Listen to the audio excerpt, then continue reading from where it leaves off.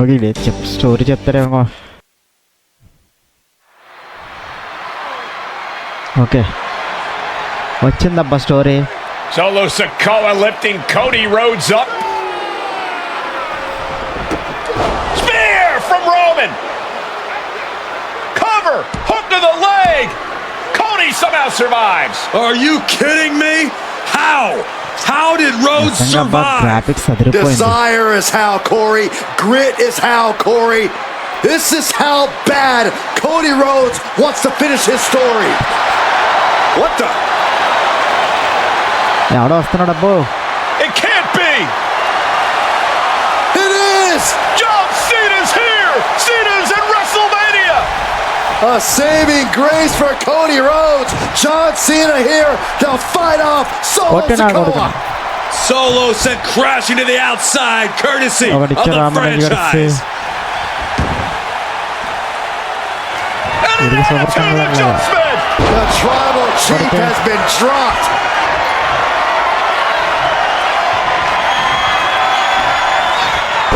Okay ఇప్పుడు ఆడి దగ్గరికి వెళ్ళిపో. నేను ఒక కొద్దు ఏం టేబుల్ కేసి కొట్టేద్దామబ్బా. రారమ్మా రా, తిరుగు. Okay. And now John Cena with Solo Sikoa and through the announce table. Table పగిలింది, ఆడు నిద్రపోతున్నాడు.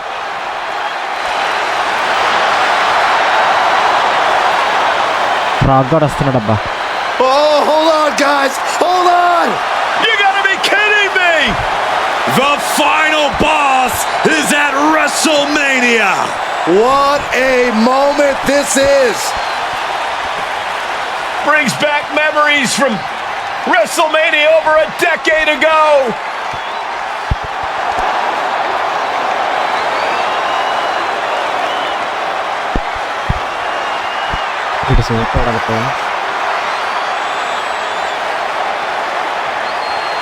Now this is a WrestleMania moment.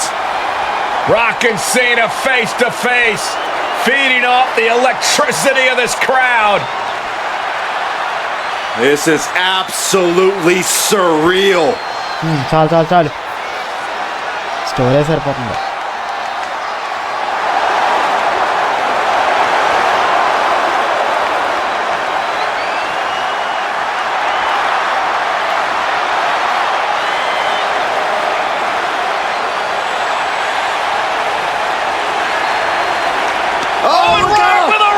Rock bottom వచ్చేసాడు ఎడుకు.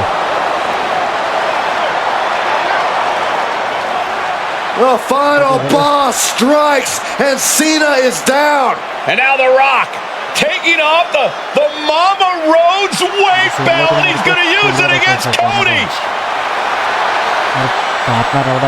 What? No way. No way. Guys, What is going on here?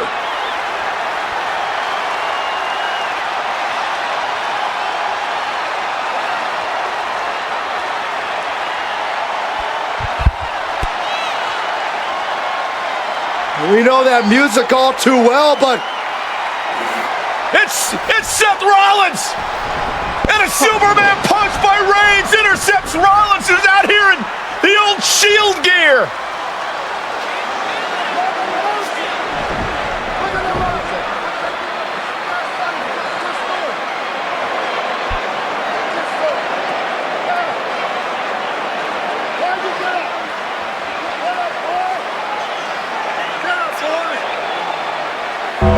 వచ్చాడు తాత. Now what? తాత వచ్చాడు. Undertaker తాత.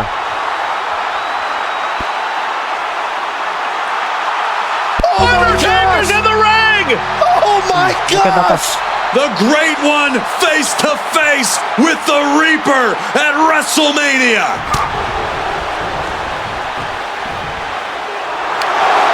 Undertaker with The Rock! Choke slam! The Undertaker's back in WrestleMania! Unreal!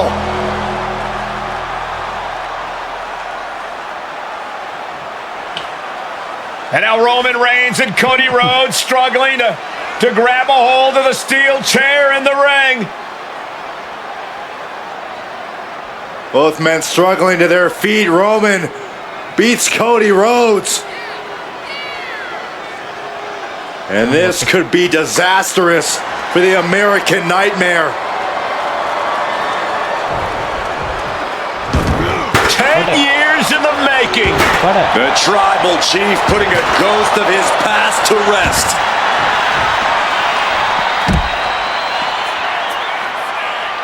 Okay, Cody.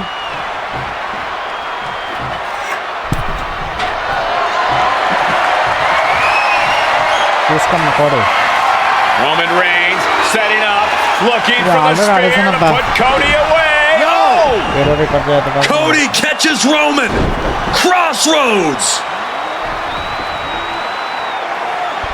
And another crossroads. Looking for the trifecta now.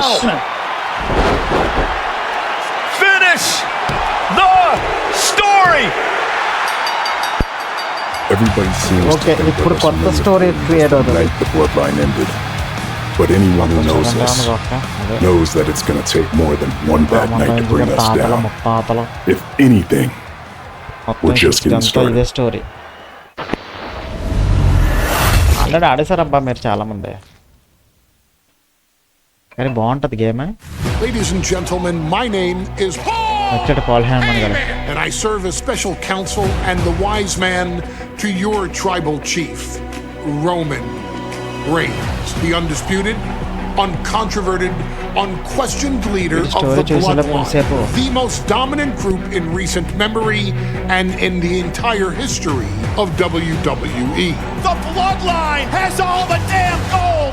For nearly 40 years, I have worked for, alongside, and even employed the absolute greatest superstars to ever do it. Just how dangerous do you want to live? I've created the Dangerous Alliance, led an extreme revolution with ECW, and managed the most legendary of all champions. And for me, none of that compares to the relationship I've built with the Anoa'i, Fatu, and Maivia families, the triumvirate that composes this dynasty that we know more colloquially as the Bloodline. My time with this family goes back 40 years. I've led them into battle, strategized with them, and have watched their children grow into top-tier superstars who have also created their own impressive legacies. And so it is my great honor to serve as your host for the WWE 2K25 showcase featuring a dynasty like no other, the Bloodline.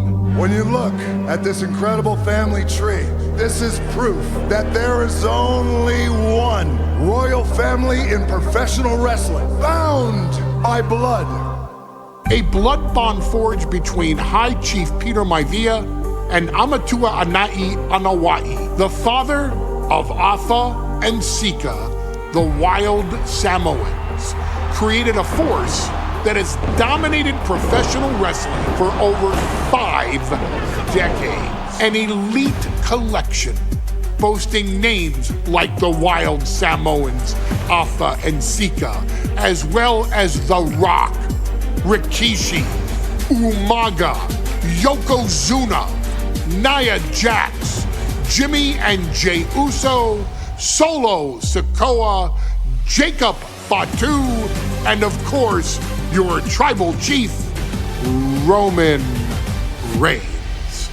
They've owned championships, filled arenas, packed stadiums, broken box office records, years and decades of dedication to the craft, perfecting their art with each passing generation, ultimately leading us to right here, right now, with the Bloodline having dominated WWE for the last half decade. As your humble wise man, it is my duty to take you through some of the most ferocious battles featuring the greatest warriors in the family. Not everything goes according to plan, and this year we're going to give you a chance to right the historical wrongs and change history to bring more glory to the bloodline. It's our showcase, after all. Honestly, their only real competition is themselves. Acknowledge me! All of this fighting amongst each other, this constant power struggle, no, I won't let all of that ruin this moment. Because it's not just about Solo Sikoa or Roman Reigns. It's not just about the Usos. It's about every single member of their family that came before them, who built the lineage, and who made them into the superstars that they've become today. It's been said elsewhere Baboy, that aapra badni wrestling sode. has more than one royal family. That's undeniably true. Also undeniably true is that for all of those other families, there's only one bloodline dynasty. అమ్మ అయిందబ్బా ఏడ్సోది. Okay మళ్ళీ ఇప్పుడు ఏడ్సోదా, మళ్ళీ ఇటు so చెప్తాడు ఇప్పుడు. In a family that specialized in brute force over the years, perhaps no one better personified this than Rodney Anoa'i, nephew to the Wild Samoans, better known to the WWE Universe as the mighty Yokozuna. The family's first world heavyweight champion, Yokozuna arrived to WWE in the fall of 1992, an imposing behemoth to say the least. Yokozuna would make an immediate statement, winning the 1993 Royal Rumble just a few months after his debut. This victory would grant him a WWE Championship match at WrestleMania 9, where he took on Bret the Hitman Hart. This meteoric rise to the top was only a hint of the dominance Yokozuna would have on WWE for the next year. 2 WWE championships, a WWE Tag Team Championship, victory over the era's titans like Bret Hart, Undertaker, Lex Luger, and Hulk Hogan. Yokozuna is my middle name. I'm named after my uncle. I carry it with like so much pride and weight on my shoulders just because of like what he's done for this business and like who he is as a person too. It's a cool middle name to have, man. I represent it with the pride, man, that I have. Hopefully, man, I'm making him proud by doing that. The manner in which Yokozuna melded incredible size with unspeakable agility shocked the WWE Universe, who to that point were used to their monsters hitting hard but moving slow. Yokozuna broke the mold, punishing opponents with super kicks, uranagis, leg drops, and of course, his devastating Banzai drop. A maneuver so effective that once it had connected, nobody kicked out of it. Nobody.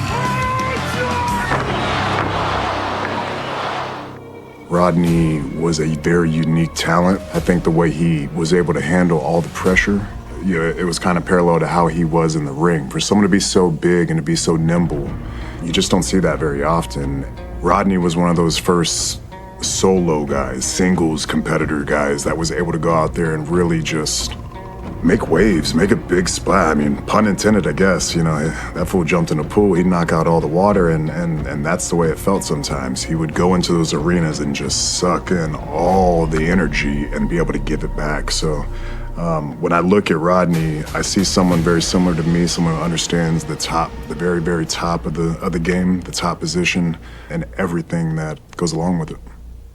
In a career filled with so many highlight reel moments, perhaps nothing stands out more than when Yokozuna faced and defeated the so-called immortal Hulk Hogan at the first King of the Ring event in 1993.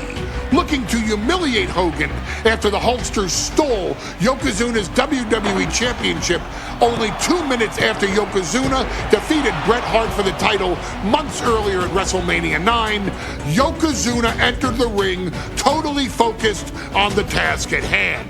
And on that night, he not only got revenge, but his victory would send Hogan packing from WWE for nearly 9 years. Hulk Hogan is finished.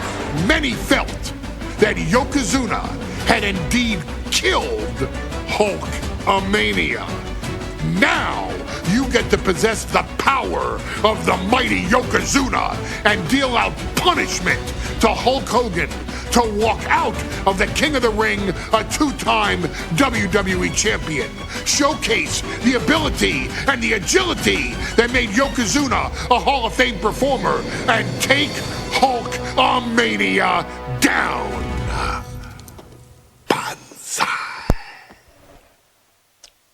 వీడు సోది అనలేకపోయాను రా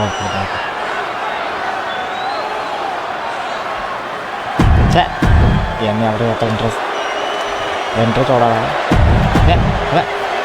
The past doesn't matter. Here's where it counts. Here is where it's settled. The prize is on the line.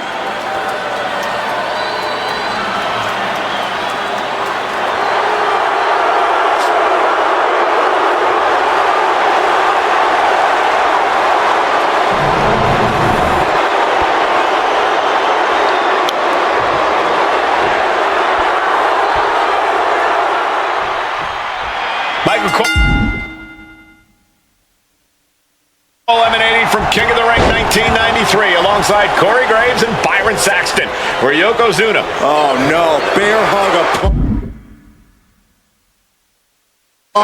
This is not good. And he decides to let his opponent out of the hold. Might have felt like he was losing a grip and didn't want the opposition to counter out of the submission. Down to Otis and a double axe handle smash.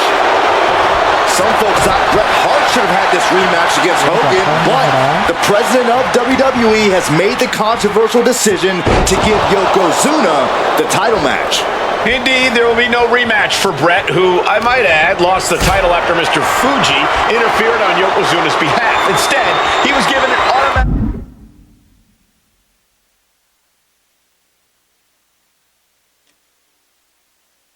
entry into tonight's King of the Ring tournament. The Hitman has certainly capitalized on that opportunity, already defeating Razor Ramon and Mr. Perfect tonight. Now, can he finish the job in the main event and win the King of the Ring? Brought in the hard way. Just discarded the champ like a chump. Being set up in the corner for something. Non-stop blows. Still so much more action to come after this amazing matchup. Of course, we have the King of the Ring finals later, but before then, there will be an 8-man tag team match with the Steiner brothers and the Head Shrinkers on opposite sides. You want to talk about unfinished business from WrestleMania? Those two teams went to war back in Vegas, and I expect even more hard hits here. Get it locked in. I didn't expect him to just let go. I don't know what he's thinking, but he needs to focus on the task at hand. Flapjack. God, landing face first. No mercy being shown to Hogan here. Yokozuna taking the fight to Hulk Hogan. The Hulkster's rocked. We know the sold-out crowd here in Dayton is firmly behind the Hulkster. Hogan is relying on the fans. He wants to hear them cheer. He wants to draw strength from all of them. But Yokozuna is completely focused. He has not taken his eyes off Hogan since the bell rang. He is ready, believe me. You know, Hogan slimming down may have an adverse side effect. Perched up top. All the way to the outside. I can't believe what we just saw. I can't believe that didn't miss. It's out of the way of that one. And we know that look well, gentlemen. It says, what you gonna do? Momentum is really on Yokozuna's side. Yokozuna making Hogan regret wanting this match. I love it. Piercing the throat. And gentlemen, Yokozuna may be but one move away from ending Hulkamania. The camera lights are flashing. Yokozuna is... Yoko now. Belly-to-belly slam. That's got to be the end of Hulkamania. Pro story. Jimmy Hart trying to rally. And a kick out by Hogan with authority. Hulk Hogan's not done yet. Hulk Hogan is coming alive. Yokozuna back to his feet. Big chop to Hogan. And Hogan's starting to hulk up here. How many times have we seen this over the years? These massive strikes from Yokozuna having absolutely no effect on Hogan. Hogan fired up. Hogan's ready to go. Hogan feeding off the energy of all the Hulkamaniacs. And here comes Hulk.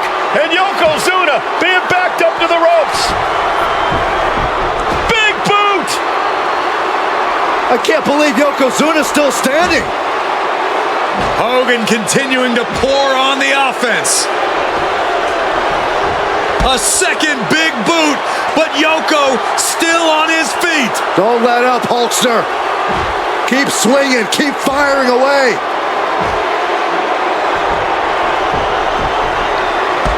That boot, Yoko staggering, stunning, and he's down. Drop the leg, Hogan. Drop the leg. Hogan, leg drop. Here's the cover on Yoko, who kicked out of the leg drop. What? Get Mr. Fuji out of there. Hogan feeding off the energy. Wait a minute. What is that photographer doing on the apron? There's a match going on. What the heck? What was that? What in the world just happened here? Oh, no. Yokozuna demonstrating his full power. Hogan's in trouble. The big leg drop by Yoko. And Yokozuna just taking this to the next level with that move. Just a dominating maneuver.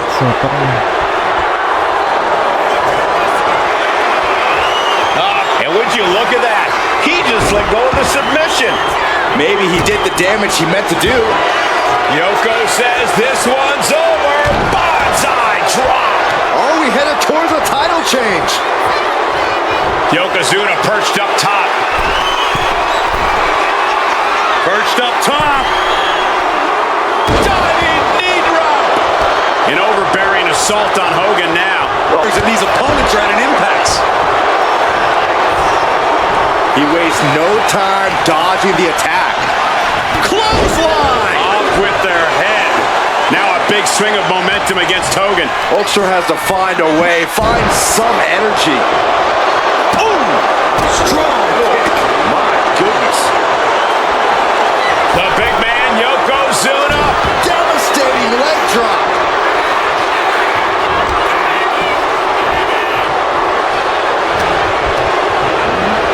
Propped up in the corner.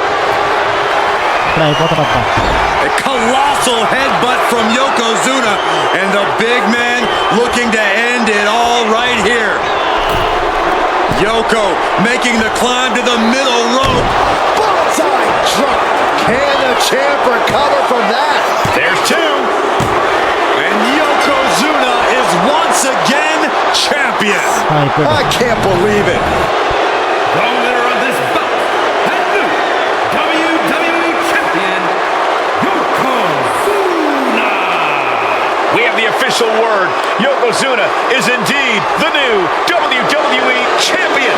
We may have just witnessed the end of Hulkamania, gentlemen. There's no may about it, Cole. Yokozuna just conquered Hogan, and every newspaper in Japan is going to... Our next chapter sees the showcase spotlight shine on an area in which the family built their legacy: tag team wrestling. Starting with the Wild Samoans, Afa and Sika, all the way through to more recent champions like the Usos or Tama Tonga and Tonga Loa.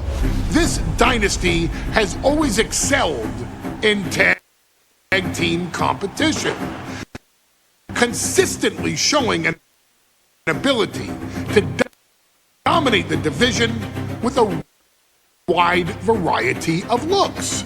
And the first team that we will look at, accompanied to the ring by Afa himself. Fatu and Samu, the Head Shrinkers. They put the fear in people's hearts. That's what the Head Shrinkers did back in the day. second to none in that ring. You know, hard-nosed, battle-tested. They went for it every single night. More astute fans may also know that early in their journeys, Samu and Fatu were managed by me, Paul Heyman, then known as Paul E. Dangerously, and the SST, the Samoan SWAT team. The Samoan SWAT team is here. Vengeance is mine. Already an imposing force Heyman that got early on, their future greatness was obvious to so many industry experts. Alpha, more than anybody, knew he had the team on his hands, with Samu being his son and Fatu his nephew. The tribal elder was able to mentor both, instilling in them the same unrelenting approach to competition that made the wild Samoans world famous. The team toured through regional promotions before a quick stop with me in WCW, but WWE was always their goal. The Headslingers are coming. Upon arrival, it was clear that the dynasty's next generation had indeed arrived, immediately drawing comparisons to their world-renowned predecessors. 10 years before it became cool to say, Samu and Fatu displayed ruthless aggression in the ring, overwhelming opponents before the bell and continuing the non-stop attack until their hands were raised in victory. Deceptively agile for men of their size, they brutalized the opposition with devastating dives from the top rope. The duo would eventually go on to capture the WWE Tag Team Championships in the spring of 1994, fulfilling the promise and carrying the legacy to even greater heights. At WrestleMania 9, the Headshrinkers' one and only in-ring WrestleMania appearance saw them taking on Rick and Scott, the Steiner brothers. Be prepared, Steiner brothers. We're gonna give you a pain that you have never felt before. While I'm not one to make excuses, I am one to give opportunities to you, our expert gaming member of the WWE Universe. And so, today, you have the opportunity to make things right. WrestleMania 9, Las Vegas, Nevada. The Steiners performed at a near-perfect level that day, able to find every reversal and in the chaos emerge victorious.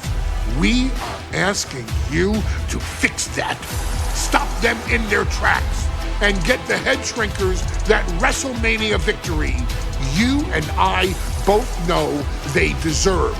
But if you're not careful, you're going to find yourself reliving the very same memories that have haunted Samu and Fatu for years.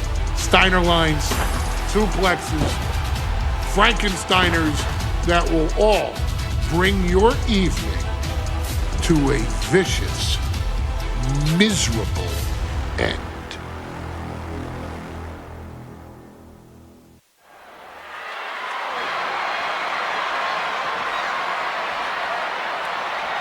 One of the toughest teams in WWE history. Nearly 600 pounds of pure savagery. Is a tag team match set for one fall.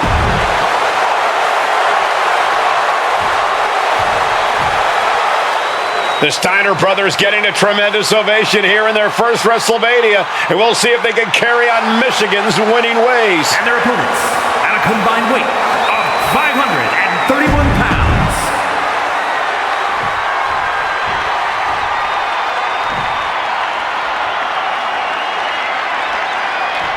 Potential show-stealing match, guys. Two very hungry tag teams facing off. Indeed, Michael, the Head Shrinkers and Steiner brothers are both new to the tag division in WWE, but both teams are off to an amazing start so far. You have to imagine whichever team wins this high-profile fight becomes an instant top contender for the Tag Team Championship. And with two teams this physical on such a big stage, it is indeed going to be a fight. The Head Shrinkers and Steiners are two of the brightest young teams in WWE, but they both come to this match with a few years of experience in WCW. The Steiner brothers earned many tag accolades in WCW, but Rick and Scott have the From the top! And does not get it. I've seen Samu and Fatu headbutt each other during matches. If they do that to their own flesh and blood, who knows what they'll do to the Steiners? It's just a byproduct of the brutal take-no-prisoners offense of the Head Shrinkers, Byron. These guys will bite, scratch, and claw their way to a win. Rulebook be damned. And with Rick and Scott coming from an amateur collegiate background, they might be a bit more hesitant to bend the rules. Hopefully the Steiners can adapt, and fast. From the top! Diving headbutt! I don't care how much you train, you can't prepare for a commercial airliner to come crashing down on you like that. Oh, Steiner fell right into that one. The Head Shrinkers accompanied to ringside by Alpha, but he's not the only tag team legend serving in a managerial role tonight. That's right, Michael. Just like Alpha, earned many WWE tag titles as a wrestler. But now, he's hoping to lead Yokozuna to the WWE Championship. And looking at all the top young talent in this ring, I see many other main event stars of the future that could follow the lineage of Yoko.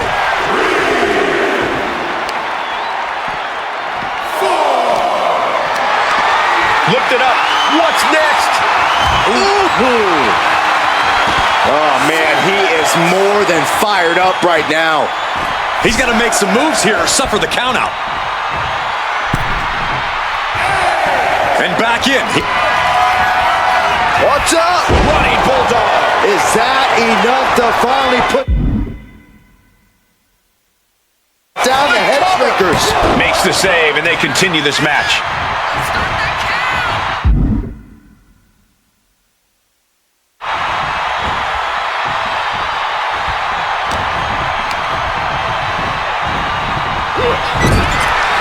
Samu and Fatu, already some success in the tag division tonight, could really be their coming out party. Well, they certainly have a tradition to uphold, Cole. The man in their corner, Alpha, has held the WWE tag titles on 3 occasions, and he's primed to bring the Head Shrinkers to the top as well. Put into the corner, what could be next? Oh, the headbutt. Running knee!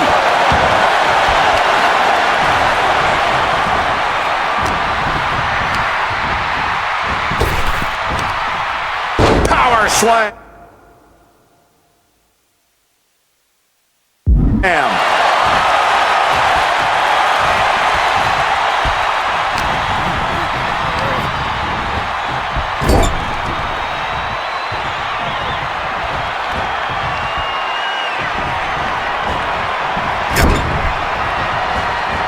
Doesn't want to be on the top rope like this. Shoved all the way to the outside. Rick is losing grip of this match now. The Head Shrinkers smartly keeping themselves out of the grasp of Rick and Scott Steiner. There is a method to the madness of the Head Shrinkers. Before this match began, you heard the Steiner speak backstage. Scott saying, quote, "Me and my brother are going to go out with a game plan and do what we do best, and that's wrestle." That's all well and good for the Steiner brothers, but Alpha has gone on record saying that his men are looking to tear Rick and Scott's heads off. Man. Indy counters. Placing him in the corner. And saw what was coming there. Oh, running STO plants him. Nicely done. Catches the kick. Clothesline.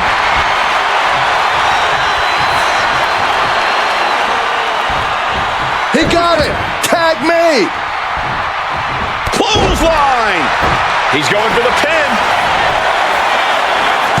Kicks out before the 2 count. Wow, I thought this was over.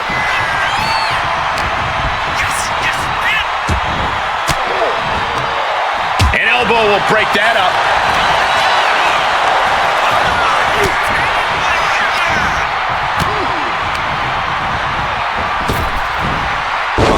earth-shaking power slam.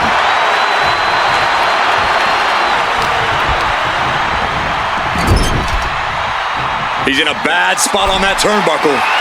And Scott with the wherewithal to counter. DDT! Nah, just like that, he's busted wide open. Opening up the floodgates. Into a powerbomb. Wow. And we are really seeing the amazing skill sets of all four men in this tag team showcase. We already knew about the brawling of the head. No doubt this competitor has more punishment in mind. Upping the ante here from the middle rope. What in the world? This does not look good, Byron. Not much room to work with. Both superstars on the rope. Samoan drop.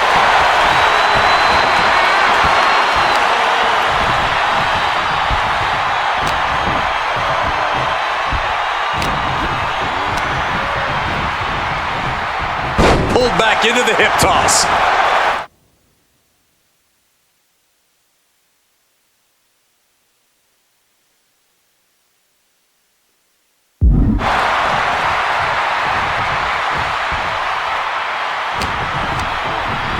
Oh, toss to ringside.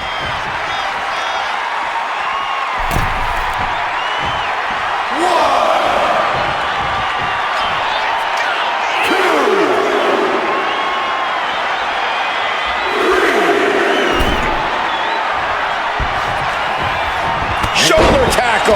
The WWE Universe is pouring more fuel on his fire right now.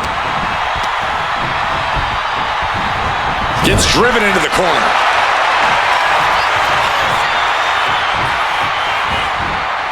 Oh, compressed in the corner.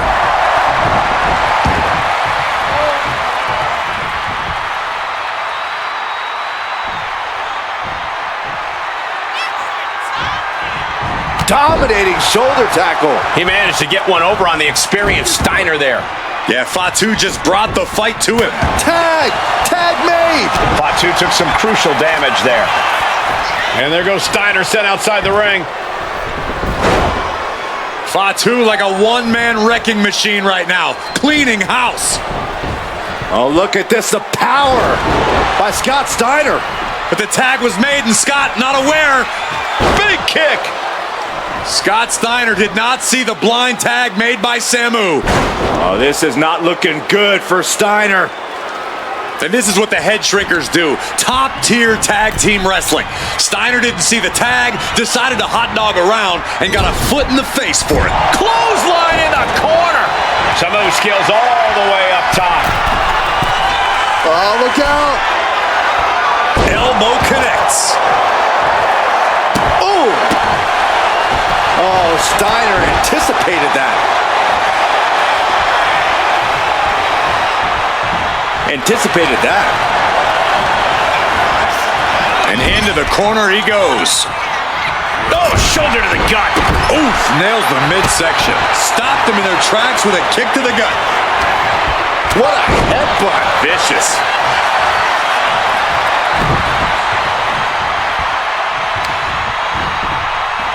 Oh, are you kidding me? Is that a bite? Oh, that's not sanitary.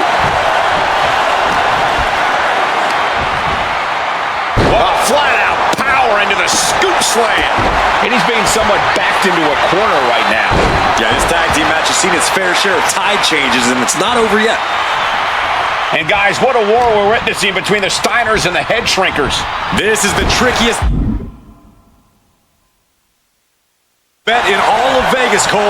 Both teams so evenly matched, I wouldn't know who to bet on. Clubbing forearm. And he stonewalls Samu. Oh, here we go. Suplex. Pile driver. What? Thanks for coming. Big move from the Steiners. Might just end things. Isolating the arm.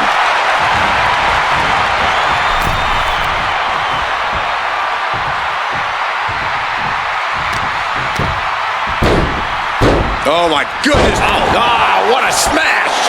That is just insulting.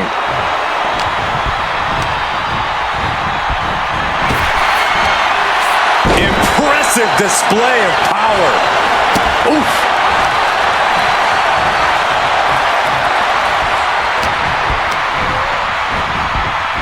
Getting set up in the corner now. Trading counters here. We're seeing one response after another. Neither superstar gaining a foothold.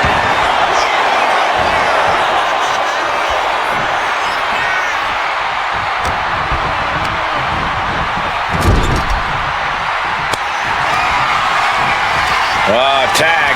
Double team coming. Driven down face first. That's it. No way the Steiners come back now. Save made by the teammate. Not a moment too soon. Oh! Both teams giving everything they can here at WrestleMania.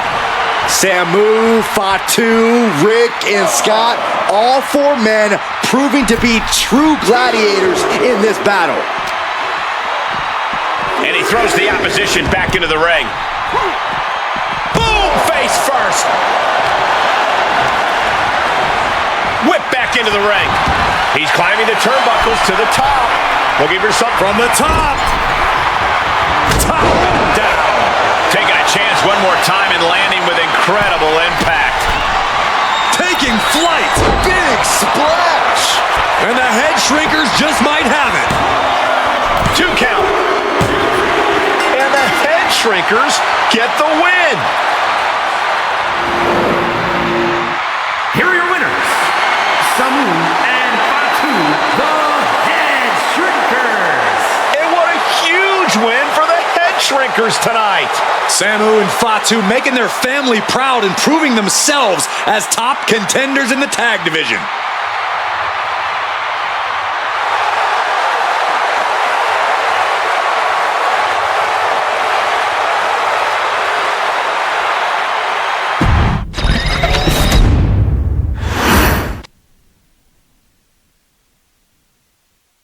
Hey, let's put this in the simplest of all terms. Dwayne "The Rock" Johnson is the biggest celebrity on the face of the planet today. Now, whether he's a blue chipper, the people's champion, or as we know him right now, the final boss, The Rock has always commanded all of the attention in the arena since the very first moment he made his WWE debut at the 1996 Survivor Series. Born into this business, The Rock would become WWE's first ever third-generation superstar, following in the footsteps of his father and grandfather.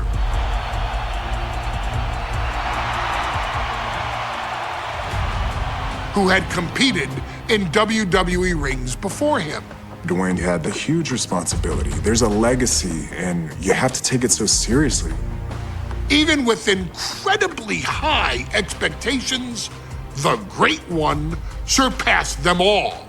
Along with the usual achievements, if your name is The Rock: 2 Intercontinental Championships, 5 Tag Team Championships, 8 WWE Heavyweight Championships, a Royal Rumble victory, not even to forget the fact that The Rock once led an entire nation. The Rock has one of the more noteworthy feats in WWE history, earning WrestleMania victories over Hulk Hogan, Stone Cold Steve Austin, and John Cena. Each of these men are known as the faces of their respective era. Each of these men found out what happens when you go one-on-one. Oh, you know the rest. Of course, The Rock rivaled Stone Cold Steve Austin's popularity during the vaunted Attitude Era, tearing opponents down with rock bottoms and people's elbows while tearing them apart on the mic with cutting one-liners and catchphrases that are still recited to this day. If you smell, know your role and shut your mouth. he ended CM Punk's 434-day title reign as WWE Champion at the 2013 Royal Rumble as well, after having only competed twice over the previous 9 years, displaying the always ready mentality and physical conditioning on which he has built his global brand. But you don't need me to rattle off The Rock's resume to you, now do you? Of course not. The man is an occasion unto himself. He has headlined the biggest events against WWE's most iconic superstars and has always found a way to, how does he put it? Layeth the smackdown on some jabroni's candy ass. I couldn't have said it better myself, although I think I may have just done that. But indeed, he has. On a Thursday night in February of 1997, The Rock, still known as Rocky Maivia, would find himself challenging for the WWE Intercontinental Championship. Only a few months into his tenure, he would be matched up against a face that would ultimately become one of his most familiar and hated rivals, Triple H, Hunter Hearst Helmsley. Seemingly overmatched by a more seasoned opponent, a youthful Rock would demonstrate all the traits that have come to define him in the years since. Tenacity, high IQ, and that legendary Samoan strength to ultimately surprise Helmsley and kick off the first championship reign for Rocky Maivia. It would be the first step of a journey that has ultimately led The Rock into the pantheon of WWE's elite. So now it's all in your hands. It's up to you to showcase the undying drive that makes The Rock the hardest worker in the room to deliver a shocking upset against the Greenwich snob himself. Guide The Rock to victory over Triple H at a very special Thursday, Raw Thursday, to give the first jolts to what would become the most electrifying career in sports entertainment.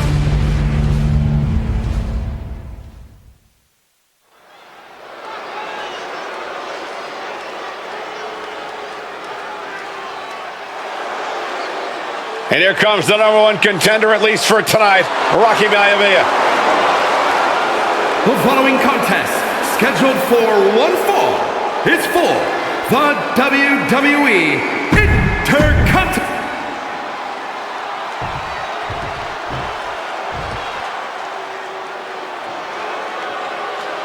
On his way to defend the Intercontinental Championship, Hunter Hearst Helmsley. His opponent, from Greenwich, Connecticut, weighing in at 246 pounds, the WWE Intercontinental Champion, Hunter Hearst Helmsley. Helmsley is scheduled to face another challenger at an upcoming show this Sunday. And he's taking the risk, stepping in here against a newcomer, Rocky Maivia. Well, you can consider it risky, you can consider it overconfident, but any way you look at it, it's a dangerous move by Helmsley to take on an athlete who has been on a real roll. Rocky Maivia has been successful thus far in WWE, and Rocky is focused. Rocky is only thinking about tonight. Saxton, just curious, have you ever exercised your right to remain silent? I am tired of all this talk about Rocky Maivia. Yeah, he's been on a roll, but it could all come to a screeching halt tonight at the hands of Hunter Hearst Helmsley.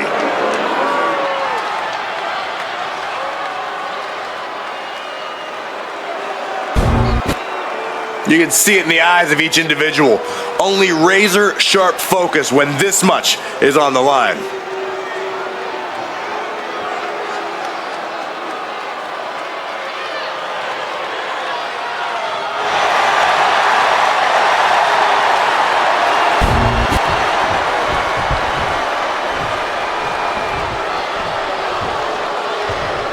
Intercontinental title hangs in the balance tonight in a match between our fine champion Hunter Hearst Helmsley and the young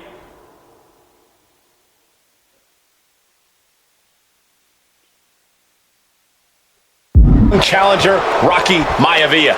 Rocky Maivia has a lot to prove here. The third-generation up-and-comer would love nothing more than to grab his first championship tonight and send a message to the WWE that Rocky Maivia has arrived. But Hunter Hearst Helmsley will do everything in his considerable power to stop that from happening. And as far as Helmsley is concerned, Maivia is barely even worth his time. Perched up top. Whoa, look out. The 1-2 punch of high risk, high reward.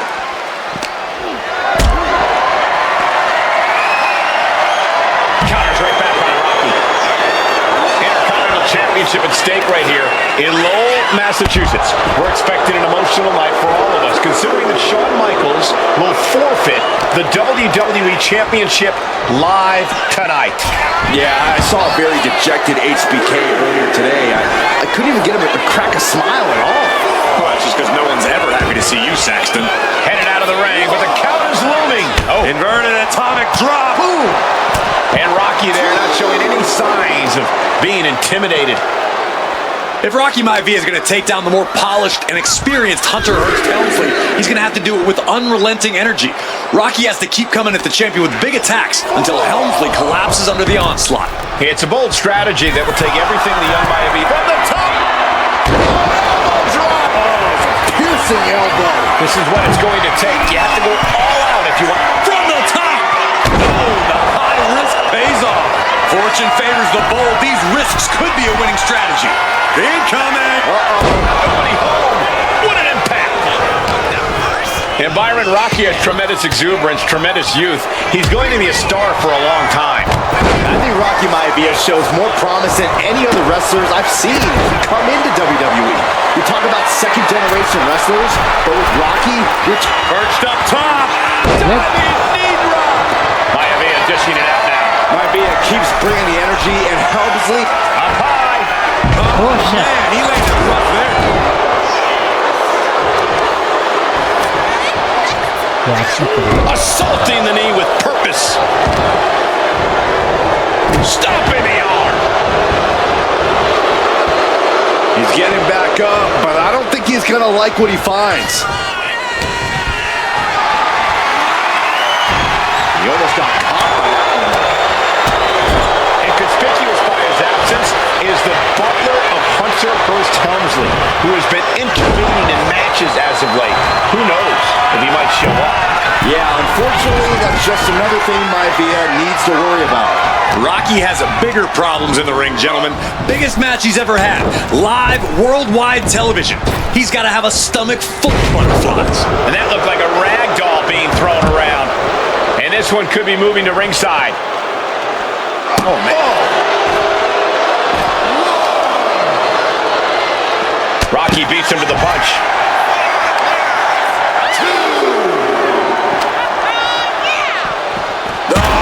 Oh, heavy contact into the steel steps.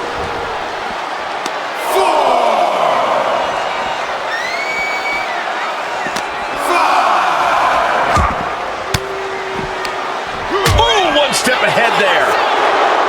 And watching from home is Rocky Johnson, the father of Rocky Maivia, former WWE Tag Team. Flying. And does not get it. Oh, walloped by a huge club. And he retaliates. Up and hurting his shoulder. It just got his... Hold on a second. Could be a matter of time. Submission. So much for the submission hold. He just lets go. His grip strength might have run out. Eats a punch to... The rope saving. Well spotted by our official. Shoulder clothesline. Before this match, I was talking to Helmsley, and he said he can beat the snot out of this Maivia kid in less than 10 minutes. In fact, he was showing me on his watch. Did you know he has a timepiece that costs $20,000? Confident words from Hunter Hearst. Perched up top. Knee drop. Maivia took to the sky and executed that high risk perfectly. I don't think Helmsley had that scouted at all. And he's looking Sky high. through the air. And connects. Adrenaline can make you do crazy things. Exhibit A, right there. Helmsley has no control here. The power of Rocky Maivia is too much for Helmsley right now. And looking to cause some damage by attacking the skull. Okay. Oh, man.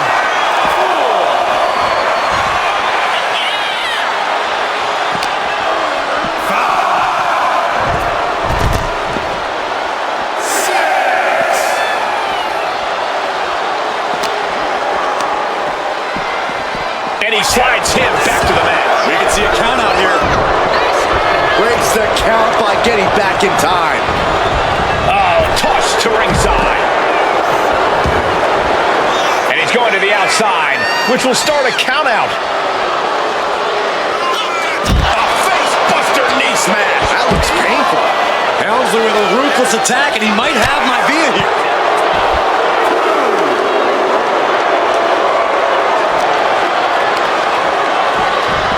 Gets tossed back into the mat.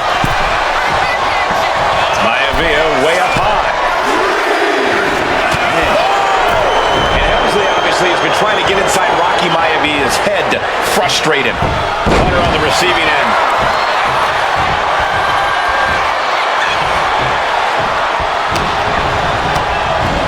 He gets sent straight down to the floor.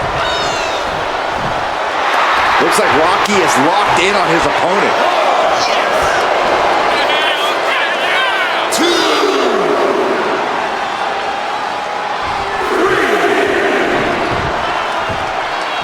From the apron.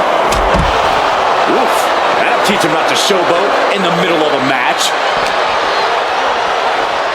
And he gets delivered back into the ring.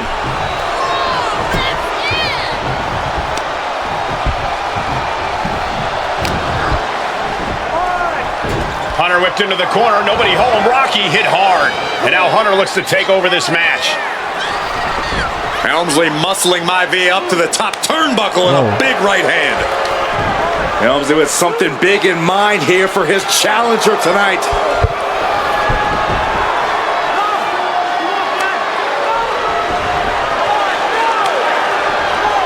Well, this is just blatant disrespect from the arrogant champion. Almost daring Rocky. Hey, you really want my title? You really think you're going to be Intercontinental Champion? Up to the top. Hooking Rocky into a superplex. This could be it. Can Hunter capitalize? This could be it. Hook of the leg and a cover, and Rocky stays in it, getting his shoulder up.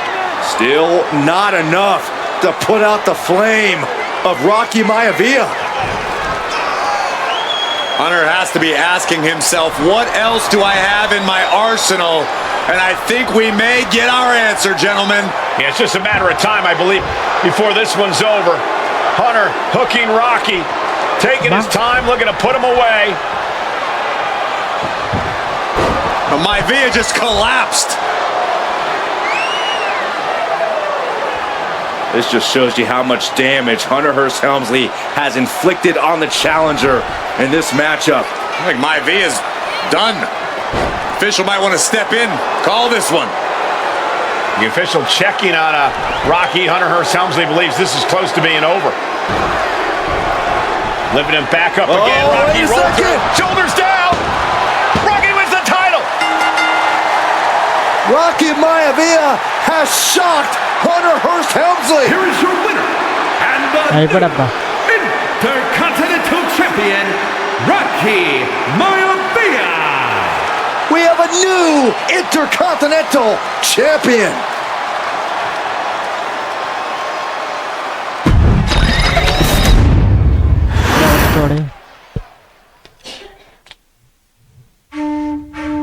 In a family of elite combat athletes and top-tier performers, the final boss has always stood out, even when he was just a blue chipper. But there wouldn't be a final boss. There wouldn't even be a bloodline if it wasn't for The Rock's grandfather, the High Chief Peter Maivia. You can think of him as the first boss.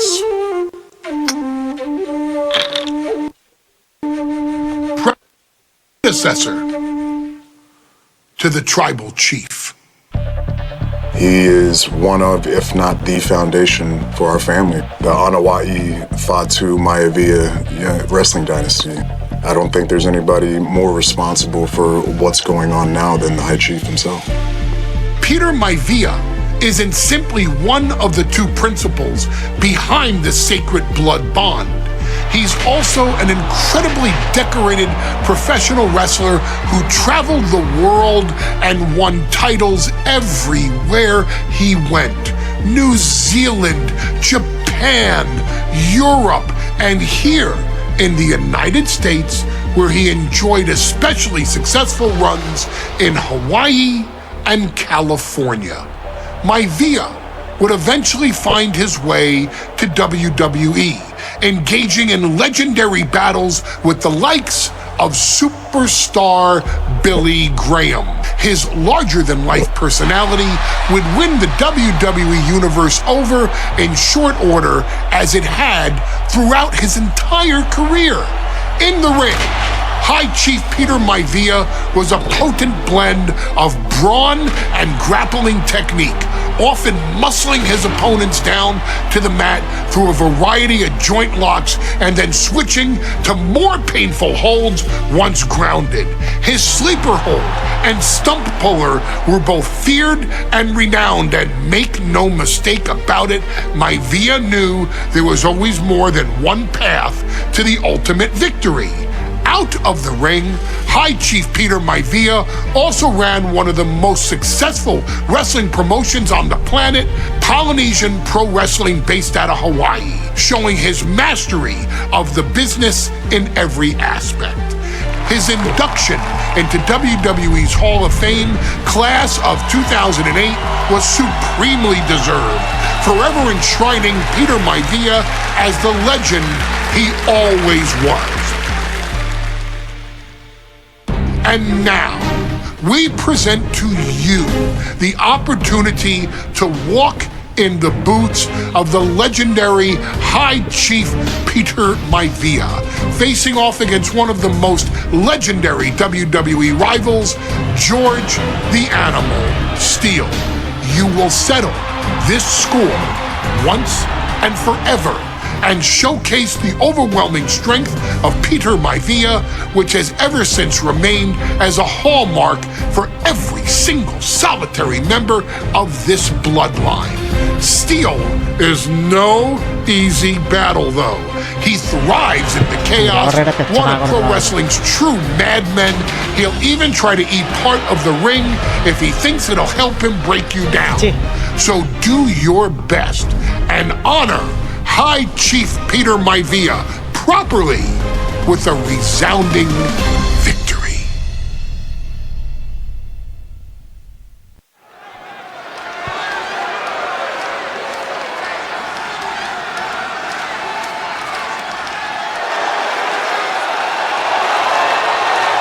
Uh-oh, somebody called the local zoo.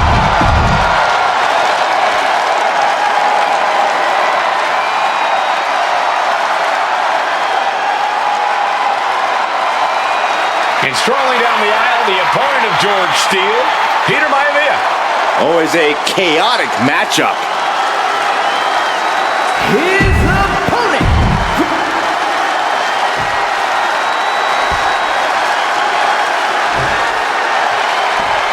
High Chief Peter Maivia taking on George the Animal Steele in a steel cage match.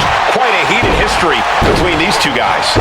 Yeah, Michael, and I think it's because Maivia is one of the few superstars brave enough to take on the Animal.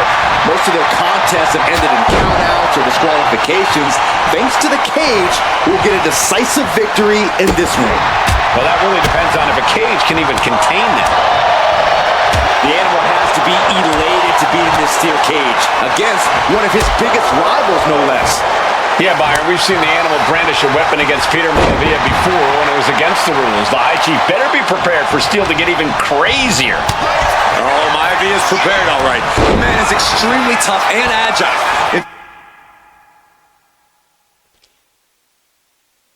In fact, the High Chief's entire body can be considered a weapon. Two very opposing styles in every sense of the word, Corey. High Chief Maivia is a much more physically gifted and talented athlete in the ring than Steel. What's it going to take for the animal to get the upper hand here? Well, he's got to be even more chaotic than ever inside this cage. Nothing about Steel makes sense to someone as traditional as Maivia. There's never any telling what the animal's going to do in a match, and he needs to keep it that way. Vertical suplex. Nice. When a man like Peter Maivia signs up for a match with the animal, he doesn't know what to expect, just to expect anything in the world. Peter Maivia knows full well that he's in for some unusual treatment tonight. In fact, Steel often has trouble finding opponents due to his erratic nature. But when it comes to competition, the High Chief wants to prove he's worthy of that name. Peter Maivia will take on any competitors, no matter the difficulty. Big back body drop. You see that height on that?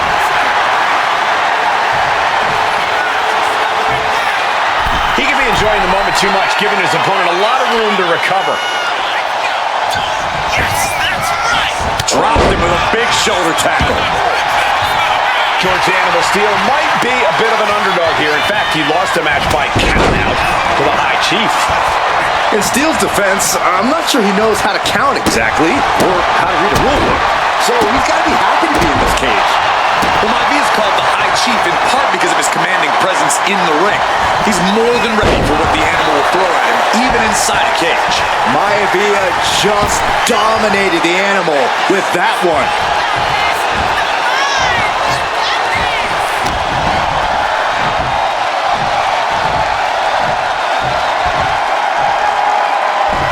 All the way up for a suplex. No. Wiggles free. Escapes and a chop block takes him down. Gentlemen, we've touched on the differences between Maivia and Steel as competitors. One man based on order, the other on chaos, but it's reflected in their looks, too. From the heavens, splash from the top. Peter Maivia is looking unstoppable now. And you can see Steel is struggling to weather the storm of the High Chief. And Steel isn't looking helpless anymore. This could be a good chance for Steel to get some distance and rethink things.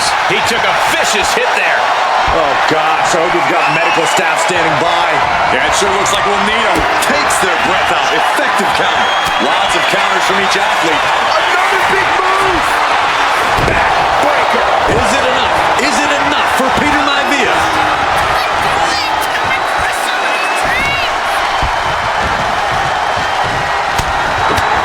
Peter Maivia very tough, but he also has movie star good looks. Quite the combo. And it served him well, Michael. In fact, the High Chief has major acting and star credits to his name. And who knows? Maybe we'll see the Maivia name on Hollywood billboards again sometime. Well, before any of that happens, the High Chief needs to survive this war against the animal.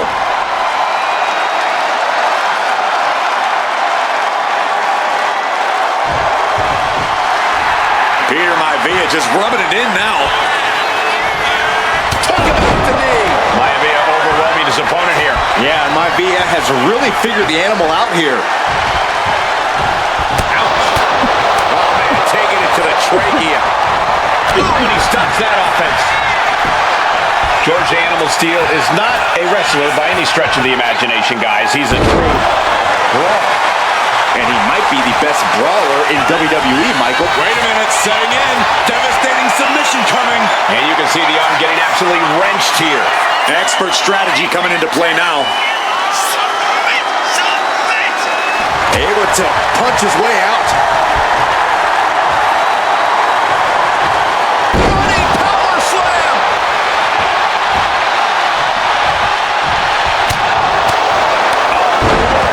What contact. What overhead chop. Big impact. Some folks call Peter Maivia the Flying Hawaiian. And the reasons are obvious for that moniker. But guys, how does he earn the other nickname of the High Chief? Well, Cole, Peter Maivia is very close to the... Great trouble here. Can he get it fully locked in? Hammerlock of pride. Able to punch his way out. Running power slam.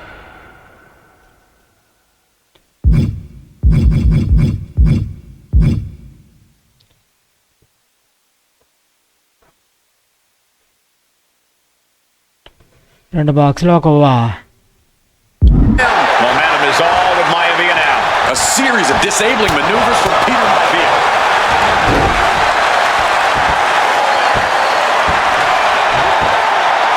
Tremendous pressure applied. Maivia has steel in his sights, looking to put the animal down.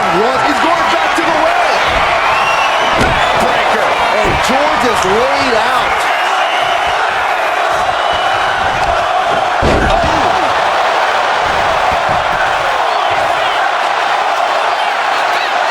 Maivia looking at it all here. Releasing the pin, he's adding insult to injury. Measuring it up one more time. Backbreaker. It's over. You can't survive that again. Cover, cover, cover. 2. And the High Chief defeats the animal. Here is your winner, High Chief Peter Maivia. Anytime these two have faced off, it's been eye for an eye. But the steel cage has finally delivered a decisive victory for the High Chief, Peter Maivia. George Steele is one tough animal, but the way Maivia faced him in the cage tonight just reinforced what everyone already knew, that the High Chief is one tough Samoan.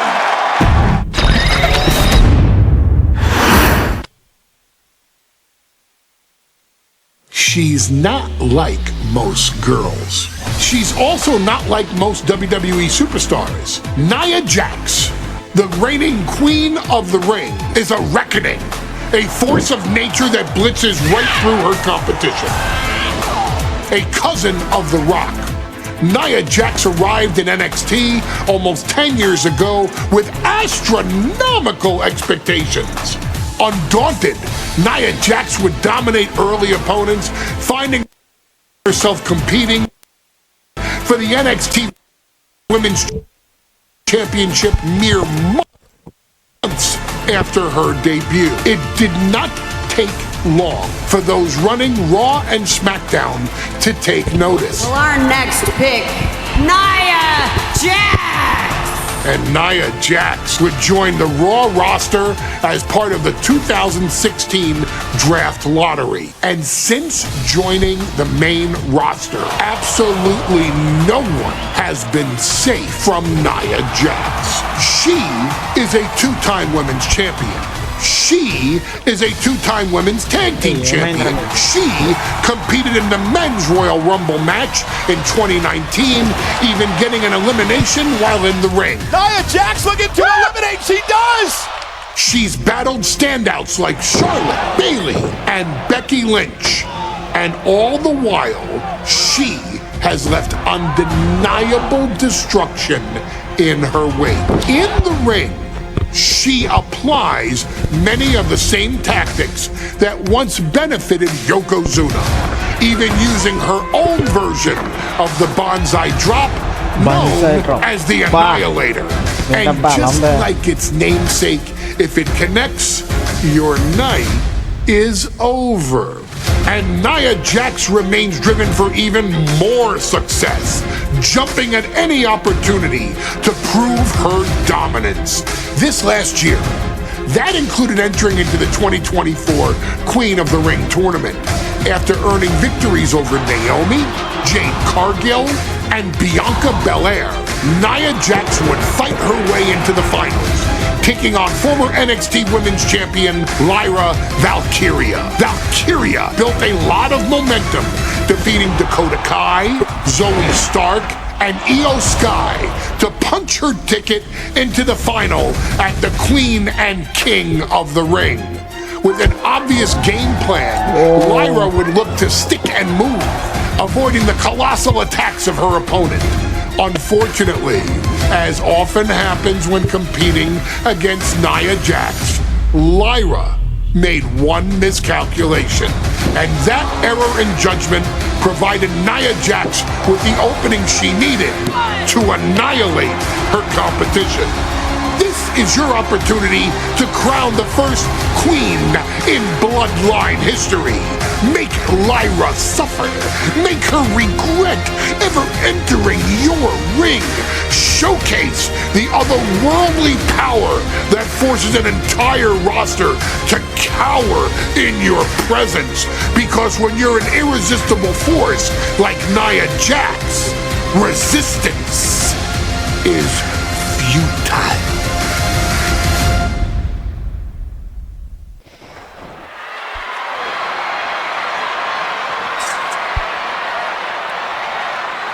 And now a dark horse will face an unforgiving titan in hopes to don the crown.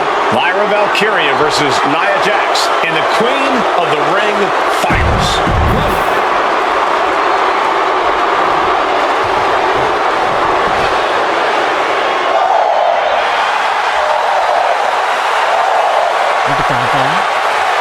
Lyra Valkyria fancies herself a Morgan, which is an Irish goddess of war. As they were on the battlefield, they used to take the shape of ravens to fly around and decide who would live and who would die.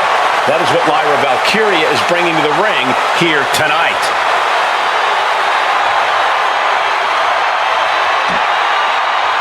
And her opponents from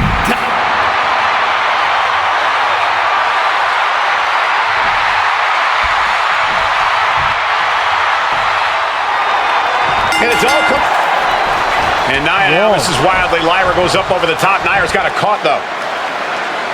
Lyra trying to rely on her technique to bring down the irresistible force, but having no luck at the moment. I'm not sure this is going to work either. Jax just entirely too strong, but whoa! That was interesting. Oh, nice athleticism by Valkyria. Even Jax might be a little impressed.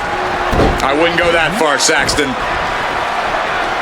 Here comes Nia, just imposing her will on Lyra Valkyria. Again, Lyra showing how resourceful she is, applying the sleeper to Nia Jax. Lyra tried to hold on. And now Nia Jax in control, and she's going to look to put Lyra away. Nobody home! Set outside the ring, and Valkyria's got a chance. Huge window of opportunity. Right now for Lyra Valkyria to strike. Lyra may actually pull this off. Lyra may become queen. Lyra has the advantage. She has Nia reeling. But Lyra can't win Queen of the Ring with Jax on the outside. This match has to end in the ring. Lyra Valkyria, one of the best technical wrestlers in NXT Women's Division history. But the game is about so much more than technique. It's about experience and timing, knowing when to tap into certain parts of your psyche. Nia knows this, and we've seen it for years. The big question is, does Lyra? Hello, okay. And now she delivers her back into the ring.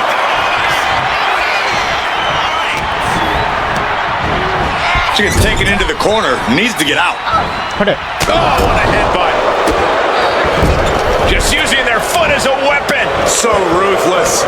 Nia doing exactly what she set out to do, keeping Valkyria grounded. Now Jax needs to stay the course, and the crown will be hers. Corey, what do you think is going to be the key in this match for Nia Jax? She certainly made plenty of promises when it comes to being Queen of the Ring. What Nia brings to the dance, Cole, is raw power, the likes of which you rarely see from most men, let alone women. Nia has absolutely no problem using that power, and the same goes for her throwing her weight around in the ring. Lyra Valkyria might just learn that the hard way tonight. Many in the WWE Universe getting their first look at Lyra Valkyria. She's only had 3 main roster matches so far, and they were all in this tournament. Big wins over Dakota Kai, Zoe Stark, and Io Sky over the last 3 weeks. That's an extremely impressive start for Lyra. Wow! Undefeated for 3 weeks? When Nia Jax joined the main roster, she didn't lose a match for over 7 months, and Jax has stayed that dominant for years. Jax is showcasing her power right here. And the irresistible force is really keeping Valkyria grounded here. Sidewalk slam.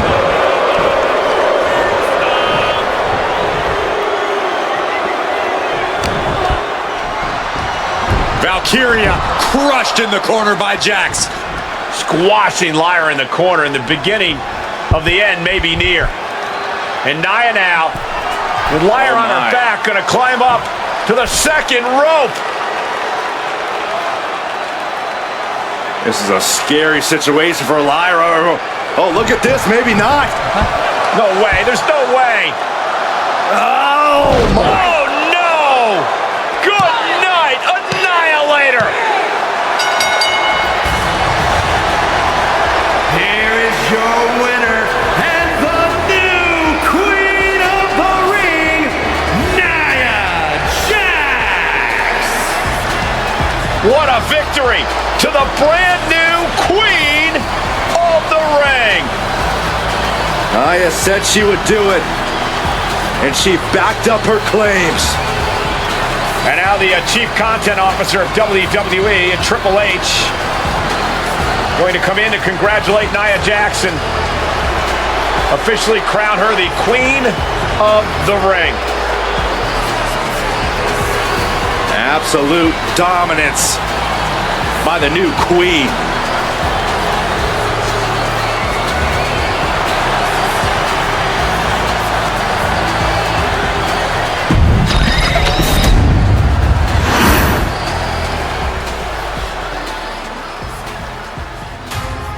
I'm sure you will agree with your wise man. Many WWE superstars say they will do whatever it takes in order to achieve success. Quite often, it's a bunch of BS. But if you're lucky, you may run into someone who is willing to look out for the group. Someone willing to make sacrifices. And for this family, there was no one better than Rikishi. After the Head Shrinkers run in WWE came to an end, Rikishi, then known as Fatu, would go on a journey of self-discovery. This journey would lead to him taking on the name Rikishi, a subtle nod to his cousin Yokozuna, as well as an opportunity to start fresh with a global audience.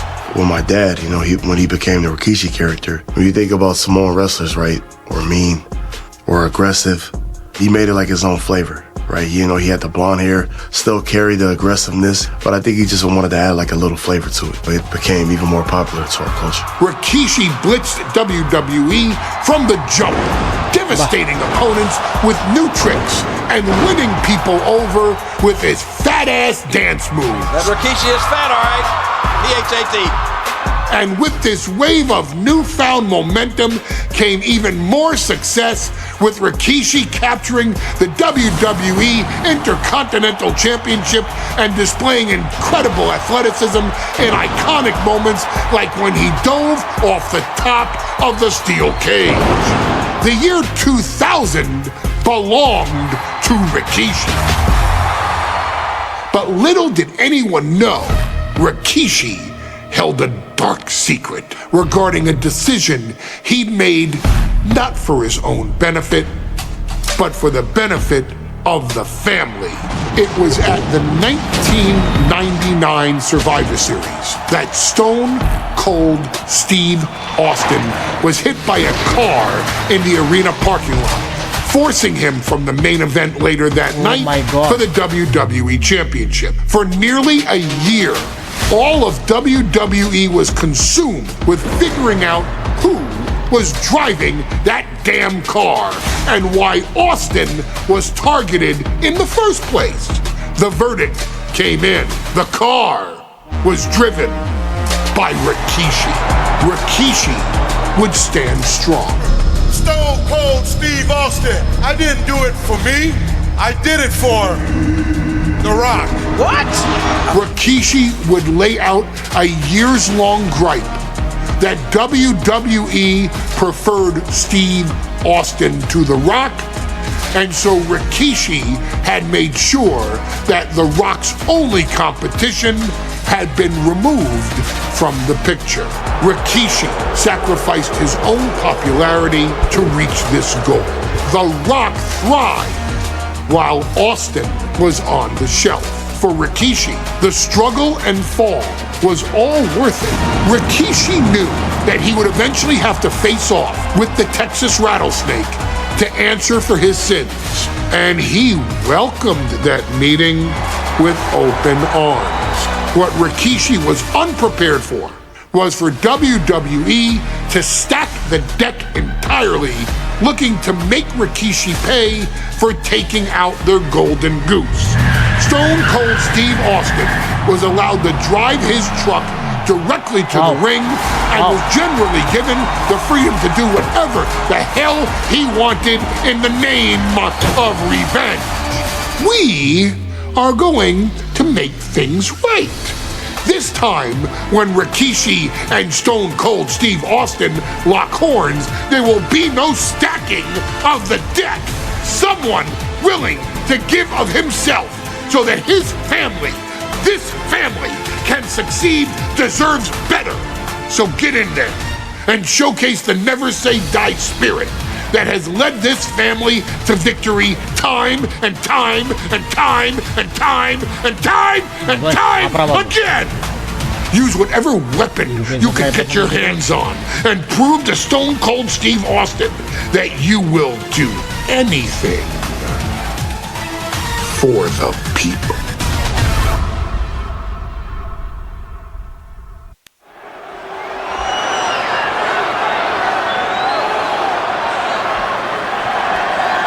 Is it legal to not show up? Rikishi has brutalized Austin lately. Austin will be here, Byron. I just refuse to think anything else.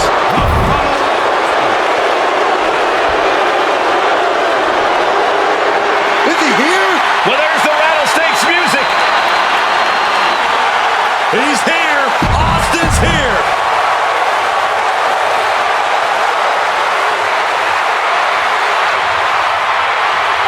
We now know the sick, demented side of Rikishi. Rikishi almost cost Austin his life and said he's here tonight to finish the job. Here we go. What? Completely throwing self-preservation out the window. I don't know how your mind would even think about doing that. We've talked so much about motives leading into this match. In my view, Rikishis are delusional. His family have been given equal opportunities, and they all took full advantage of them. Yeah, my blood boils at the propaganda Rikishi's been selling. But I'll tell you about the most legitimate motive in this story, and that is payback for Stone Cold. Austin nearly had his life taken from him, and there is no greater reason to stomp the tar out of somebody than that. Leg drop. Big leg drop. The Rattlesnakes being picked apart. No one holding Rikishi's family down now, taking out all those years of frustration on Austin here. Oh my gosh! And looking at my monitor, it just makes me sick to my stomach watching Rikishi. This is a man who has no remorse and feels justified for running Austin down like a dog.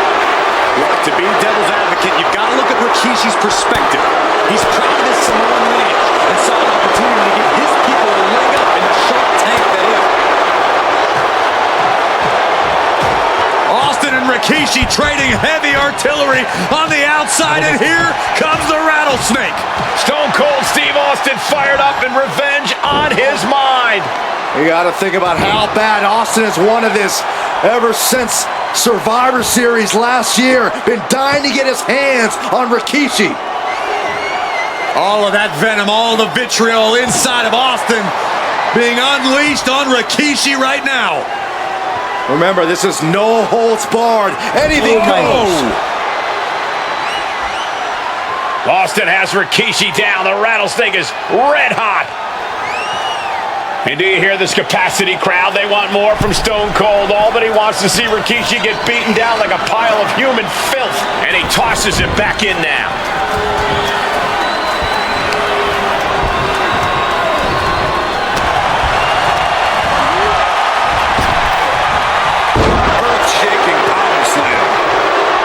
There's been a lot of vitriol comes towards Rikishi these past few weeks, and this Albany crowd is continuing that pattern of disdain. You think Rikishi cares about the fans, though? No, not at all. He truly believes he's done something for his family, for his people. His family's respect is the only respect he's desperate for. What a reversal! Austin's finally able to slow all that incoming offense. Austin trying to bring the fight back in this one. Watch out. Stepped aside, avoiding damage.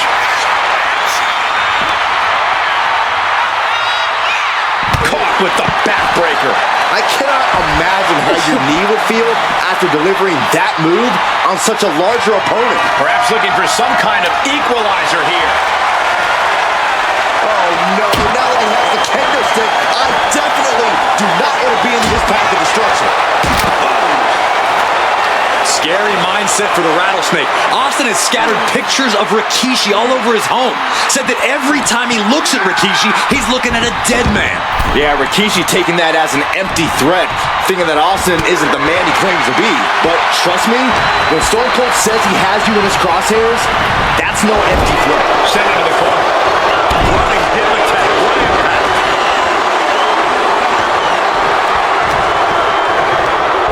Shoved right out of the ring. Taken to the floor, and he's got no worries about the count. Driven into the barricade. Ooh. And Rikishi lately has been calling himself a visionary, a pioneer, all a bunch of garbage if you ask me. Well, those aren't self-imposed labels, Cole. Those labels are coming from the family, coming from a group of wrestling legends who are proud of Rikishi for standing up and making a change in this business. A few levels for Rikishi. Coward, liar, embarrassment. Fill him up.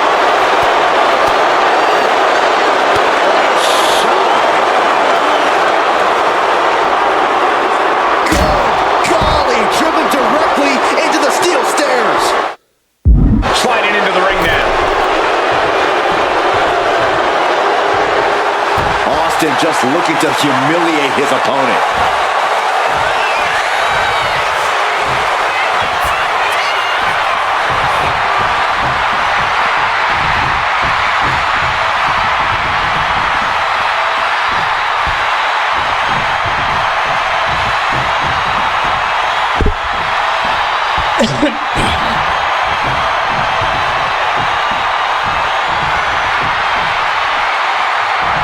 And now he's back into the ring. Short jab. Raining down those shots to the back of the neck. Clubbing blows. And we know how despicable Rikishi has been, but to throw vinegar on the Rattlesnake's nest, Rikishi goes and destroys Austin's truck with a sledgehammer. Oh, hell hath no fury like a man who has his car tampered with. It's just extra motivation for... And Rikishi slows Austin down with a thunderous right. Austin's in trouble. And now steel chair. Oh, and Austin, he just averted disaster there. And now Austin gonna deliver the punishment with the steel chair.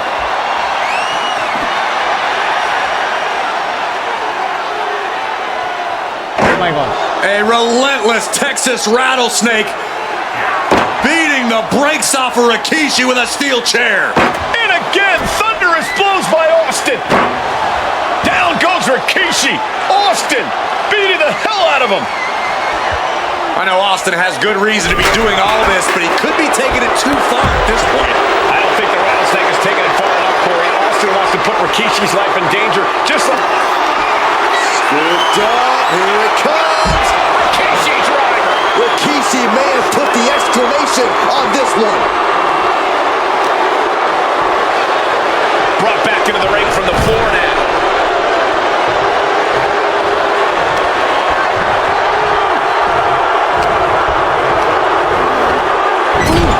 Talk about force. That'll give you whiplash.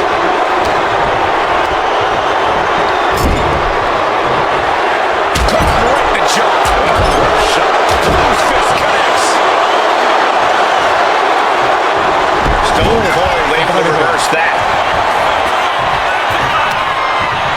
And he counters. What a spine buster.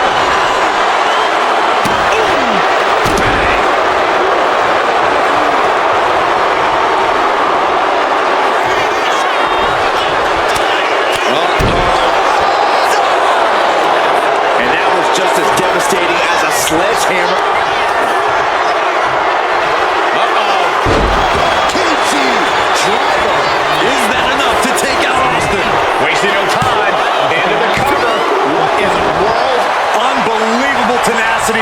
display from Stone Cold. Austin simply refuses to quit. And look out!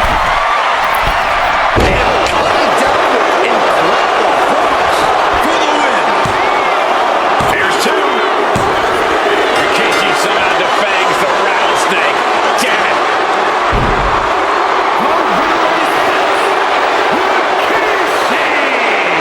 This is not what many of us expected to see. We wanted to see retribution, but Rikishi was too much of a monster for Stone Cold tonight. The vitriol that consumed Rikishi powered him to finish the job and leave a battered Austin in his rear-view mirror.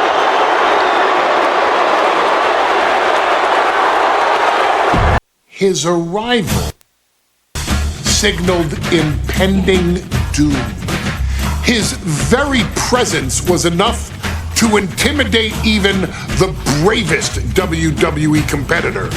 His name itself simply meant the end.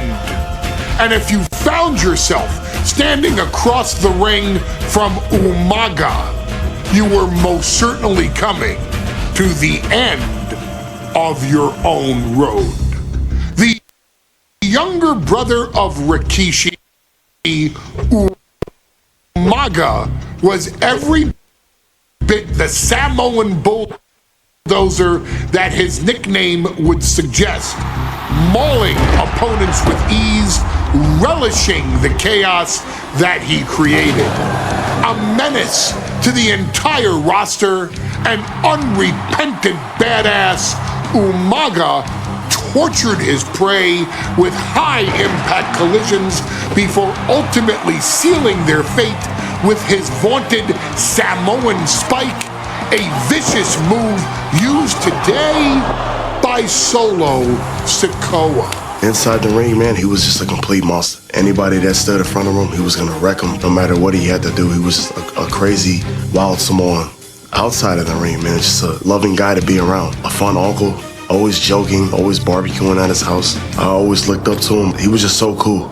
Perhaps an unheralded aspect of Umaga's game was his mastery of mental warfare. Umaga loved to present a wild, out-of-control savage, one who needed manager Armando Alejandro Estrada to handle all the details while he destroyed opponents. Umaga was the perfect definition of the word aura. A two-time intercontinental heavyweight champion, Umaga established himself as one of the purest forms of dominance to ever set foot in a WWE ring. His intense clashes with Batista, the Heartbreak Kid Shawn Michaels, and Triple H, along with WWE Championship battles against John Cena, still live on in the memories of those who were fortunate enough to watch Umaga perform. And Umaga will live in immortality through every member of this family, whether it's with a huge Samoan drop, a running bulldozer into the corner, a Samoan spike, or even a war cry in the middle of battle. Umaga is forever. I wish he was here.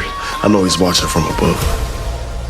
So you, our beloved Us in training, are asked one simple thing here in the WWE 2K25 showcase: to defeat John Cena. You've done that in this mode before, right? Simple. It was at New Year's Revolution in 2007 that Umaga and John Cena first collided for the WWE title. Umaga appeared to be too much for Cena in the minds of many pundits. Undefeated in WWE some 9 months after his debut, and things were going very well for Umaga. Until they weren't. Umaga would see his undefeated streak end by, of all things, a damn roll-up after rushing directly into the outstretched shoes of John Cena. 1 second of luck allowed John Cena to escape the inevitable, and now it's on you to fix it. Head into that ring, showcase Umaga's cruel brutality, and get Umaga the WWE Heavyweight Championship victory that he should have gotten in the first place. I assure you, my dear friend, Armando Alejandro Estrada will make sure nothing else goes wrong if you take care of business inside the ring.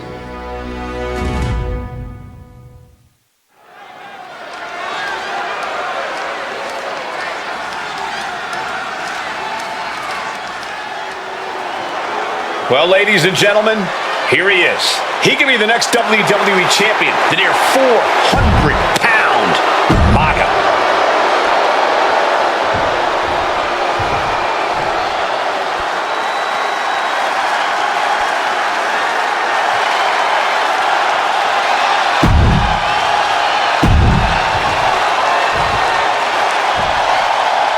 The following contest is scheduled for one fall, and it is for the WWE Championship. Introducing first, the challenger from the Isle of Samoa, weighing in at 353 pounds,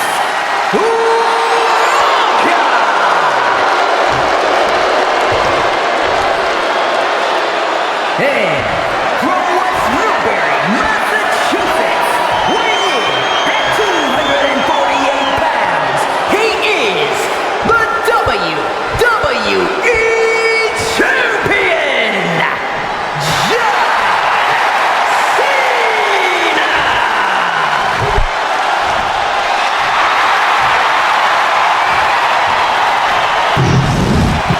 You win this title, you are a top name in this industry.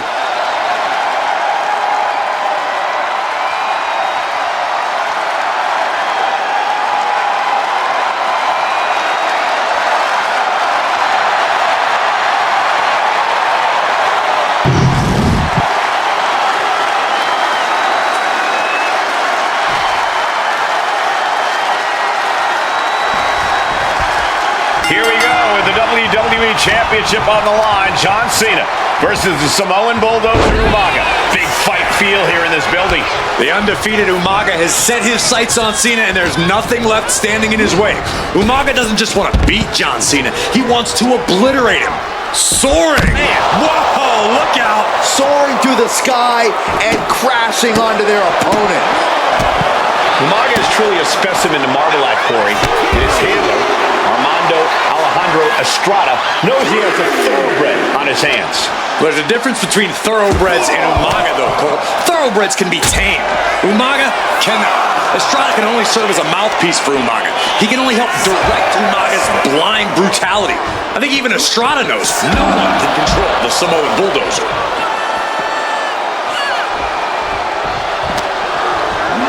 And he throws the opposition back into the ring.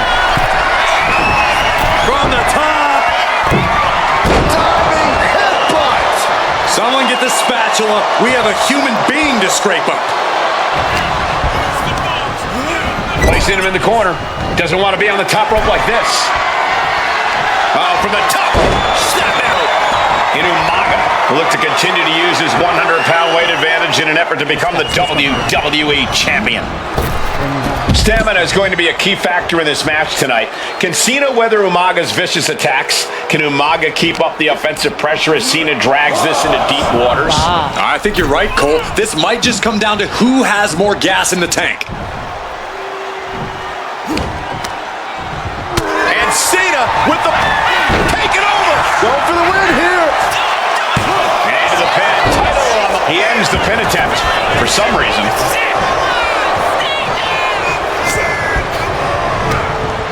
Incoming. Now heading outside.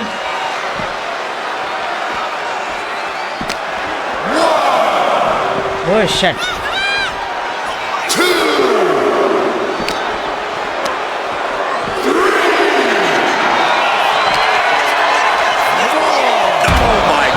Going head on into the stairs.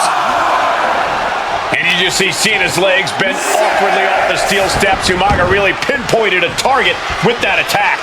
I don't know if it was strategic on the part of Umaga or just a result of his rampage, but either way, taking out Cena's foundation is going to sway the power advantage into Umaga's favor now. Ouch. Cena tonight attempting to do something no one else has been able to do. Be it HBK, Triple H, Kane, the list goes on and on. No one has been able to beat Umaga. Since debuting in last year's WrestleMania, he's never been pinned, never been submitted. Umaga is a man who's decimated every single thing in his path.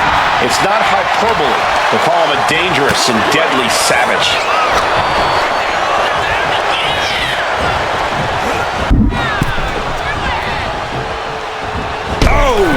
Cena is unable to stop this string of offense. Umaga is simply overpowering John.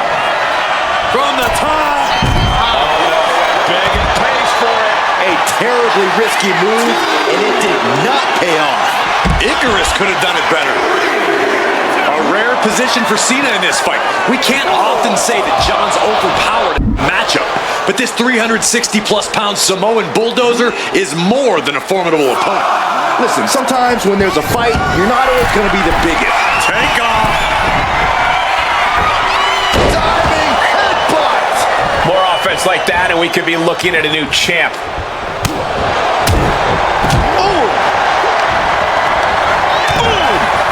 Nice takedown, stack for the pin.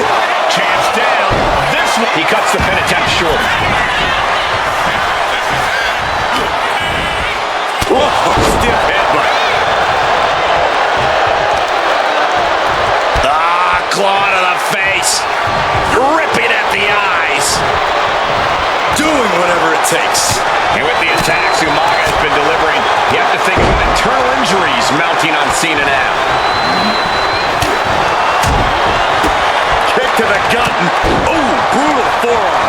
Overwhelming offense now from Umaga. Cena has no response for Umaga's savage and brutal offense.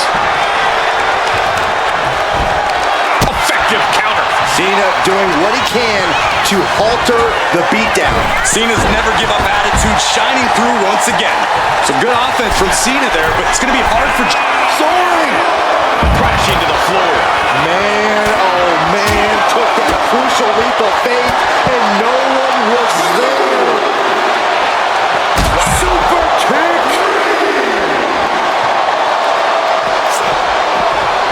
Cena stays off the attack. Countered into an STO. At last, he's keeping that string of offense in check. He's still hanging on, still in this thing. Clothesline. Good Lord. So effective. An uninterrupted surge against Cena here. Umaga is determined right now. Good Lord. Exerting his dominance. Brutal attack from Umaga. He smells Cena. Here it comes. Samoan spike. Can the champ recover from that? From the top. He fails to connect. Ooh. And I could look at him. Cena ducks underneath. Couple of shoulder tackles now. Cena, the powerhouse, would have finished things up with a slam. The champ with the pin. A defiant kick out after one. He's still got life in this matchup. That's the good stuff, yeah! Superstar setting up. Spiked with a Uranagi. That's using your head. Oh, that just looks like it busted him open.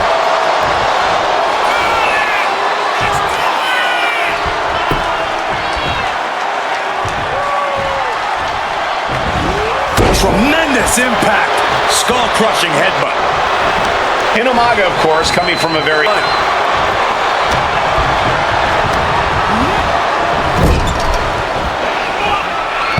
And Cena flattened in the corner. Umaga's just overpowering him. Look at the strength. Into the corner, just setting Cena up. You have to start to ask yourself, is the end of John Cena near?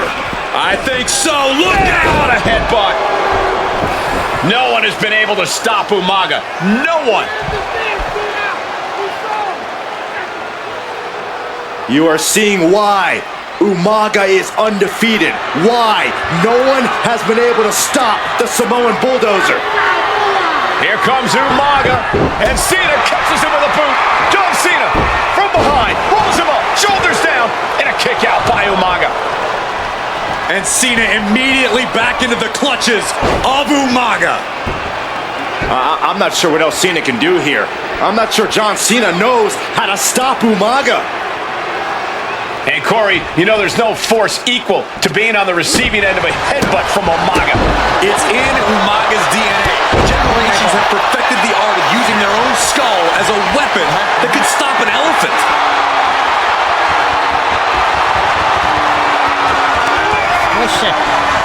Cena has his opponent up, reposition, attitude adjustment. The champ is in control. There's two. And look at the disbelief on the face of the champion. They both know what's at stake. Neither competitor is going to lose easy here. And Cena has to remain undaunted now. He can't let up. Shot to the gut will break things. This'll do it. Umaga. Samoan spike. We might be moments away from crowning a new champ. Two powerhouses, a championship on the line. Why on earth would he give up the pin? He's got bad intentions.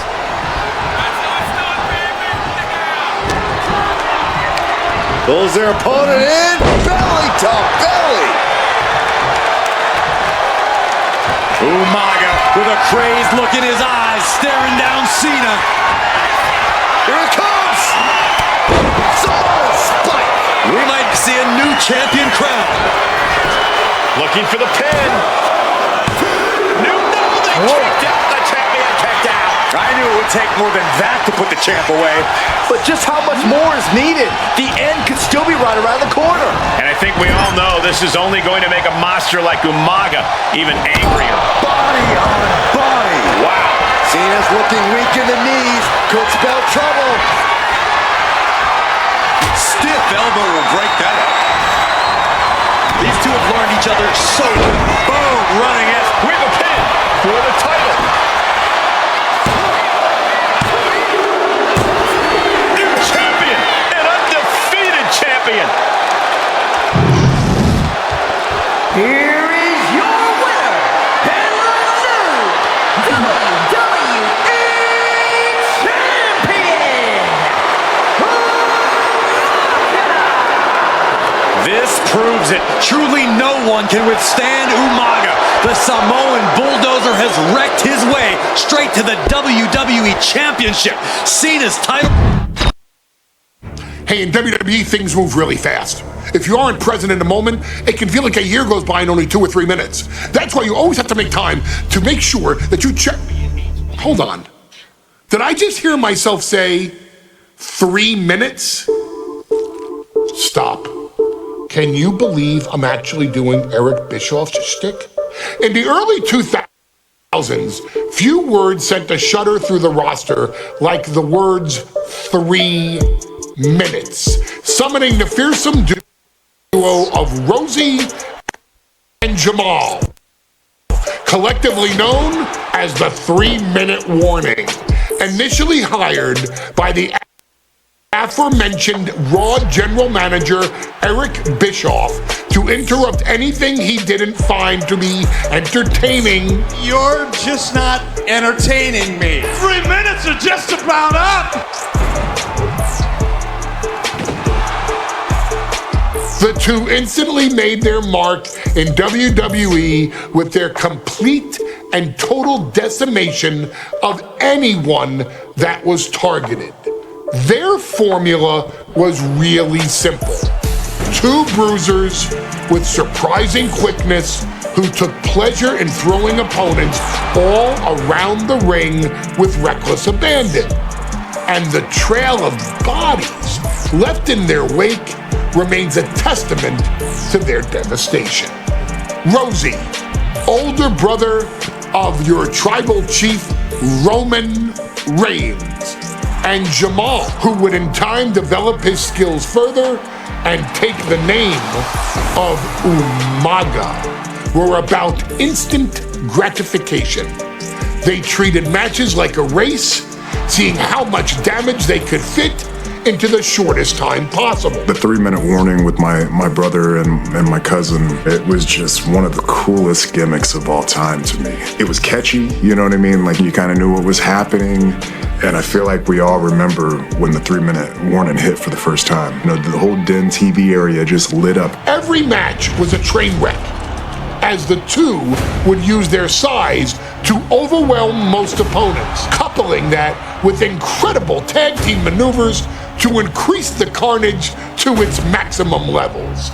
That approach, maximizing damage while minimizing time, was a 3-minute warning signature. The team itself saw its run in WWE last for a little over a year, but in that time managed to make such an impression with the WWE Universe that it still resonates today. They are proof of the impact anyone can make if they capitalize on their opportunities, as 3-minute warning did every single time. It was a short-lived gimmick, but it was a really cool gimmick, and I just think it shows the versatility of, hey, if you need us to go out there and tell you a Broadway story, I'll cover 2 hours if you like. But if you need us to come out in 3 minutes to make an impact, we can do that too. But you gotta be really good to be thrown in there with the very, very best in the industry. I'm getting all pumped and proud, you know, for my brother and my cousin right now, just thinking about it. Here in the WWE 2K25 showcase, we have selected another team that embodies the same mindset in Akam and Razor the AOP. Similar to Jamal and Rosie, these two look to inflict the most pain in the most efficient manner. Like 3-minute warning, AOP happily dispatches when summoned. Like 3-minute warning, AOP features 2 Goliaths who will hurl your body from pillar to post before finally bringing it all to a most painful conclusion. It's up to you in this Extreme Rules contest to beat the AOP to the punch and showcase the Wrecking Crew approach that made 3-minute warning the premier bruiser squad in all of WWE. And don't worry, we will give you more than 3 minutes to make that fact perfectly clear. As a matter of fact, take your time and enjoy dishing out the punishment.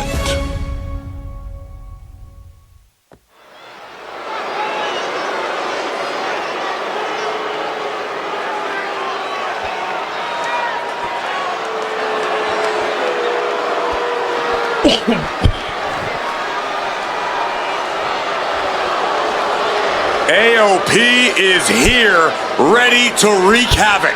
And they want to prove 3-minute warning has nothing on them. 2 roughneck teams ready to use this Extreme Rules stipulation.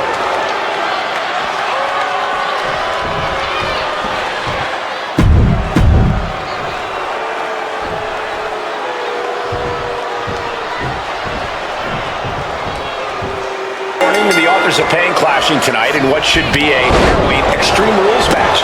Considering the teams involved here, it comes as no surprise that we have medical teams standing by backstage. Yeah, these are 2 of the most merciless and physical teams we've ever seen. Lasting bodily harm isn't just highly probable in this match, it's essentially guaranteed. Well, I, for one, can't wait to see what these teams do with the root perched up top.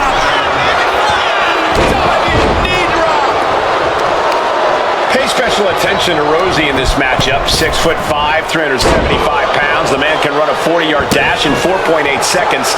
This guy is a pure athlete.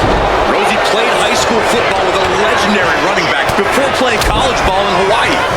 Imagine being pancaked. Is this it? Is this the end? Stops the pin. We almost had him. He's heading back to the ring. Clothesline! Well, that'll leave a mark. Akam found himself in the wrong place there. Yeah, Rosie delivering the pain. Heaved aside. Jeez. There's a lot of hard ways to land, but that might be the hardest. Akam with a rough blow there.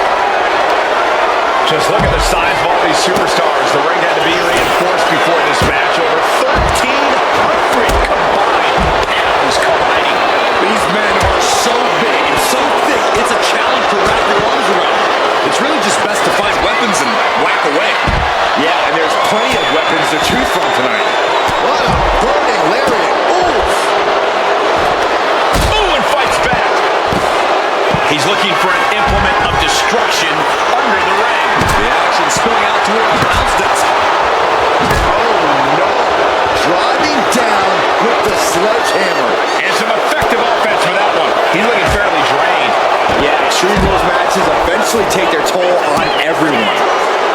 Man, Rosie and Jamal, Akam and Rezar representing the biggest, most imposing teams WWE has ever seen. Both teams don't care what the motive is, don't care who the target is. Their goal always remains the same, and that is complete destruction of the opposition. We call them equal opportunity ass kickers. The first few rows should take a couple steps back because no one is safe when you're in the vicinity of these teams. Face first into the post. Oh! Dropped him with a big shoulder tackle. These attacks are chipping away at him. Yeah, that can be a building block for Akam to build upon. Targeting the chest, very effective. Sent crashing into our desk. Yeah, we might want to think about moving out of here. Rosie and Jamal tell their victims that they will feel the 3-minute warning. What does that mean, Corey? Well, it means a lot of superstars will get run over by the pain train, and it's only going to feel like the longest 3 minutes of their lives. When you're as big and strong as Rosie and Jamal, oh man, kick to the face. Forget it. AOP just fell to their demise. we knew this would be a grueling and punishing match, but AOP and 3-minute warning are exceeding all expectations. Rezar cuts him off. The WWE Universe is pouring more fuel on his fire right now.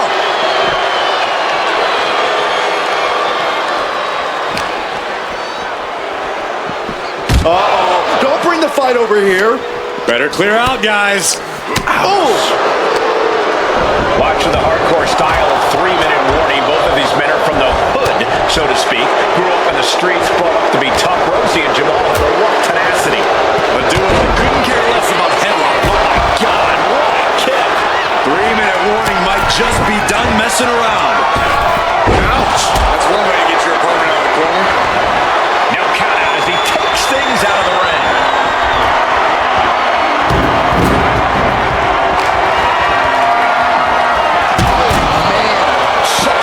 Steps right into them. With all this in mind, take it from me. Nothing good ever comes from rearranging furniture. He quickly slides into the ring. Running power slam! Thunderous power slam. Jamal going up. From the top. He missed that one. Set up in the corner of the ring. And his head is taking even more damage.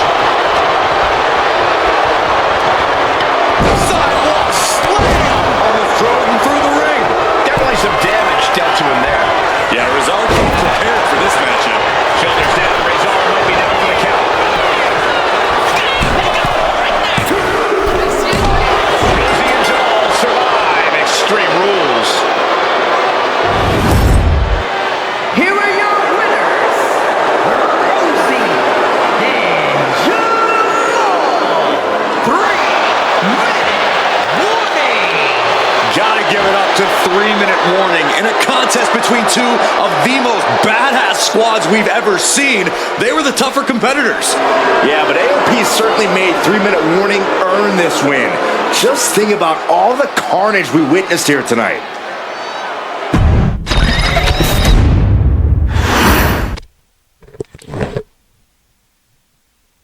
We've come to the part of the showcase where we get to talk about Tamina. Ever since walking in WWE, shoulder to shoulder with the Usos, Tamina's alliance with this dynasty has never been in question. I remember watching Monday Night Raw and I seen Tamina debut with my brothers. It was a pretty cool, dynamic. Two of my brothers and Tamina. Together, Tamina and the Usos helped each other navigate through a trial-filled first year in WWE, making sure they all survived together. In later years, Tamina has formed alliances with both Naomi and Nia Jax, honoring this family's connection. While Tamina has looked to create her own name in the industry, she has never missed a chance to acknowledge her place in this family either.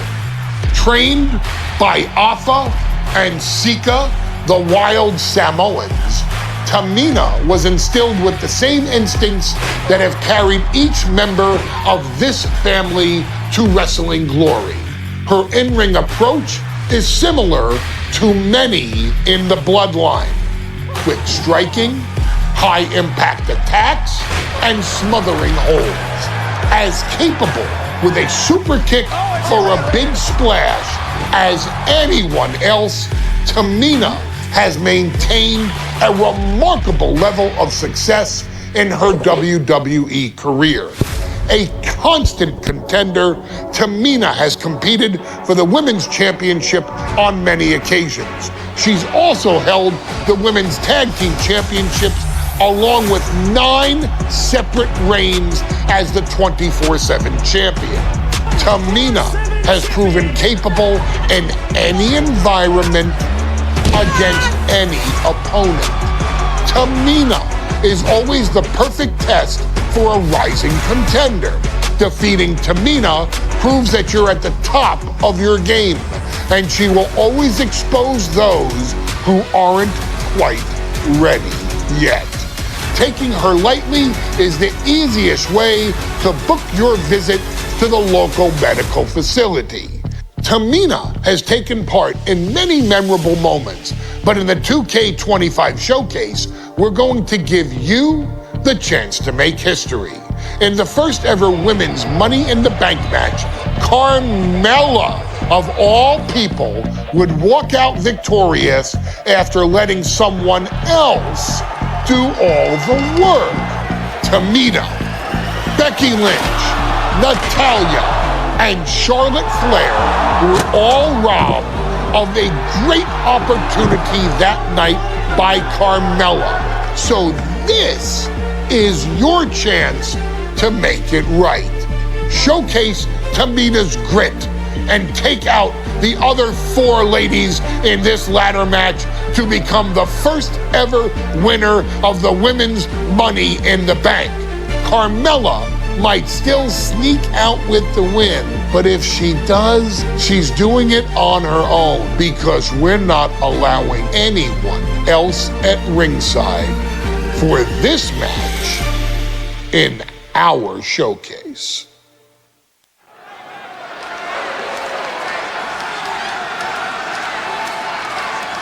Entry తీసేద్దాం so time waste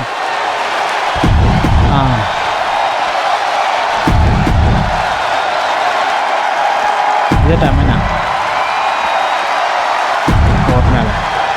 This new generation of female superstars are providing yet another milestone moment here. Tamina, Charlotte, Carmella, Natalya, and Becky Lynch are going to climb the ladder and retrieve the briefcase, become the first ever Miss Money in the Bank.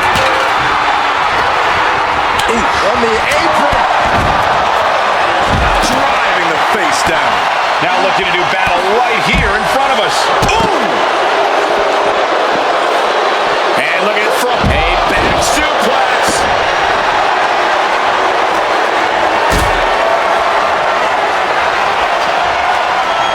Got them off their feet here.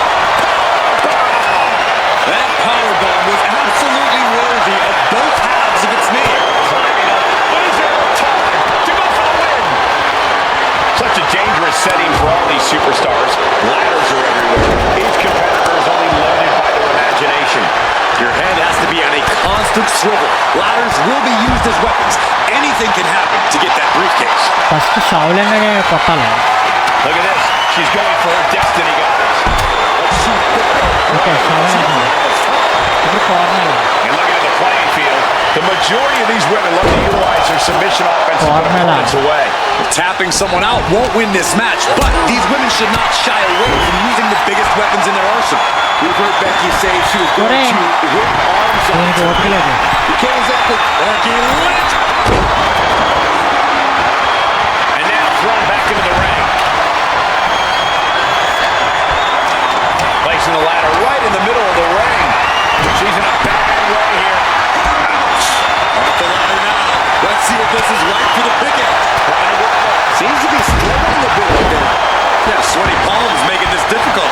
What a heck of a ride. If they weren't dazed and confused before, they are now. Corner. Three second-generation superstars From the top. Whoa, look out. Left. Outside. That is kicking things into a whole new gear. Box కొట్టు extra. get a bit worse for wear. Yeah, Tamina displaying a higher level of aggression. ఇప్పుడు break వెళ్ళొచ్చు కానీ Natalia ఎక్కడ ఉందబ్బా? Sit out, slam. Becky వస్తుంది Becky.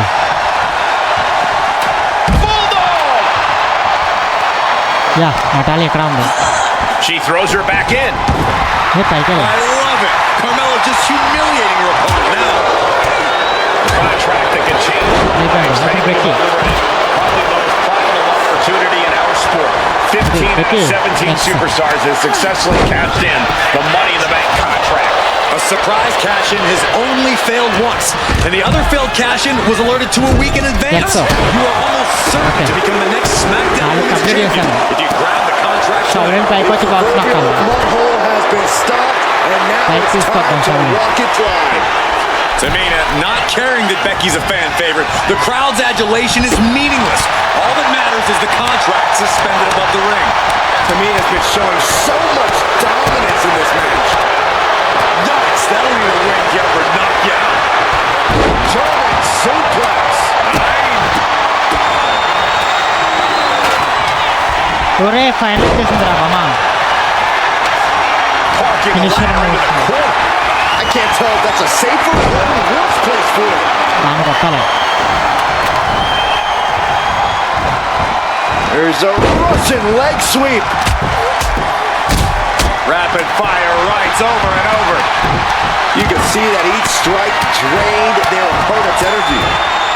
And a slap, too. Oh. By the head, right across the ring. That ain't right. Well, they say everyone has a plan until they get punched in the mouth. Well, అది ఇప్పుడు చూసుకోవాలి nice కొంచెం. reversal by Charlotte Flair. Charlotte driving Tamina, and both tumble to the floor. Both women crashing down hard. The Queen, Charlotte Flair, the first to her feet, surveying the situation. Oh my God. Driving Tamina into the steps. Well, you are seeing a heightened level of aggression, heightened level of intensity from all these competitors because of the stakes involved. Guys, where's Charlotte going? Flair looking to up the ante now from the top. Oh my goodness, taking out everybody. The Queen rising to the... మనం కొట్టాల్సిన What you Natalia. just saw is why we say Charlotte is genetically superior. Yeah, undeniable Okay. athleticism from the Queen. Can it take her way to the top of it? Well, looks like she's going for something 15 seconds, versatile. Much more One shot, versatile okay. in WWE than the last. Tamina's absolutely wrecking shop on Natalya, making sure the veteran won't have the strength to climb the ladder at all. Reaching. So close to victory. The Van Gogh of WWE daring her opponent to rise to her level. Really trying to do everything she... And Carmella with a takedown, looking for the The code of silence. She's trying to slip out of this submission. Nope. And she breaks her own submission hold. We don't see that often. That can either psych out her opponent or come back to bite her. Money in the Bank briefcase still hanging high. This is what it's all about. The opportunity of a lifetime. What are you willing to do? How much can you sacrifice to be the first Miss Money in the Bank? From behind, back suplex. She's choosing to leave the ring now. Back into the ring here. Whoa. Face first. She's headed to the outside. No threat of count out here. Ladder set right in the middle of the ring. Starts to climb, but needs to move quickly. The whole match is literally in the palm of their hands. Carmella has her hands on it. The contract is in her grasp. History on the line. Guaranteed championship opportunity. Nothing but carnage happening in this one. 5 women fighting for their key to destiny. Willing to go through hell for it. Super kick. Ouch. And the open heart is weighing in again. Yeah, she's in a lot more than rough shape here. And once again, it's her torso area taking the punishment. She gets bounced into the corner.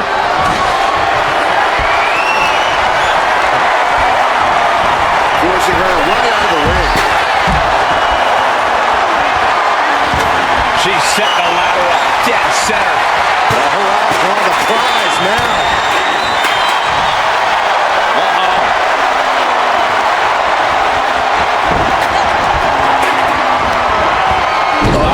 Inverted backbreaker. Ow.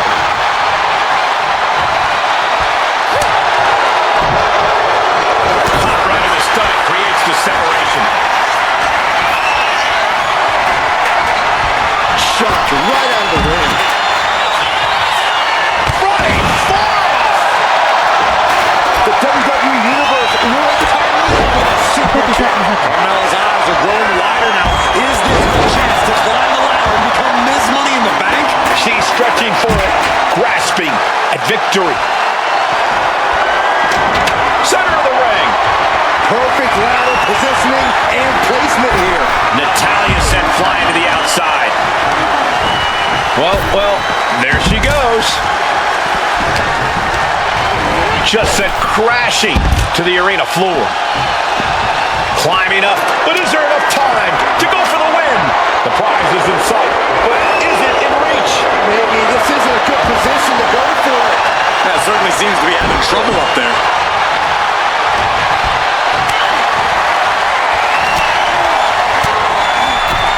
Uses an elbow to disrupt that attack. Headed up that ladder, center of the ring. Gonna try and unhook it now. Victory is literally within reach. Slow and steady win the race in this situation. Is it? This could be the beginning of the end. Uh-oh. Sharpshooter apply. Very unique escape to fight her way out of the sharpshooter. Hooking it up here. What's next? A panel suplex. Yes, snap suplex. Lighting up the chest. Oh my God. Suplex. Assaulting the knee with purpose. Another damaging attack on Carmella. Yeah, Mella is looking overwhelmed at this point. She needs to create some offense. From the top. Elbow drop. Oh, it's a piercing elbow.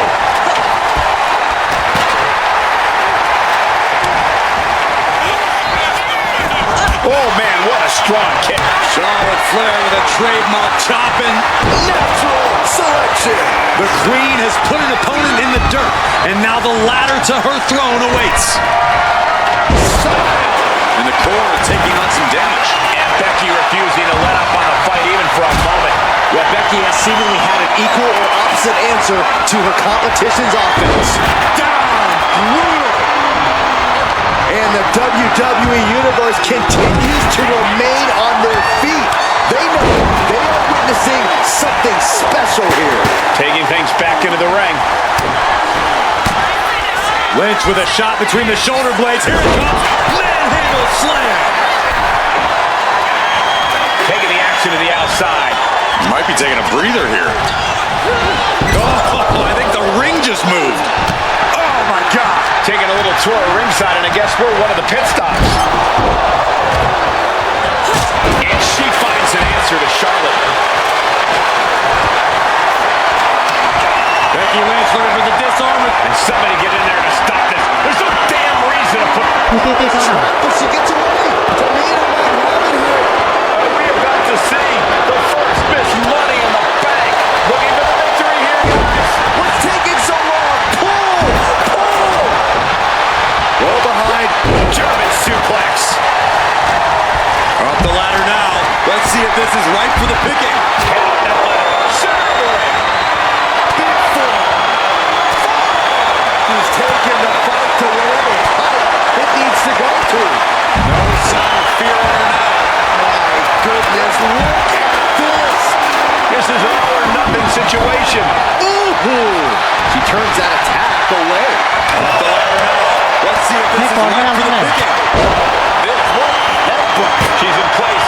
Can she end this here? But it looks like that hook is causing a lot of problems up there. And a series of vicious knee strikes to the body. This is Natalya's wheelhouse. And Carmella with a takedown looking for... And she's trying to ask for mercy, but not even tapping out can help her. She's tapping, but it doesn't matter at all in this situation. There goes all our notes and monitors. This thing is about to serve a very different purpose. Charlotte clearly not thinking much of her opponent right here. Sliding in under the rope. She's back in the ring. And back elbow creates separation. Big clothesline. Oh! What is that one, Yama? Chop block. Brilliant. Right to the back of the knee. Takes a big clean hit from the table. Big side step by Natalya. She continues to fight off her opponent.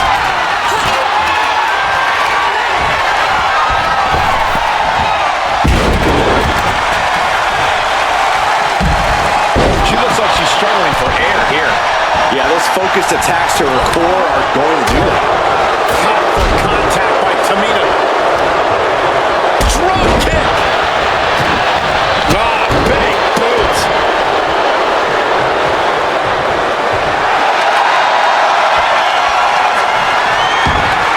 That's one way to use the ladder. And you can tell that she's really hurting. Targeted attacks on her torso have been non-stop. Yeah, she's going to have to be taped up for weeks at the very least. Flair getting out of the ring the hard way.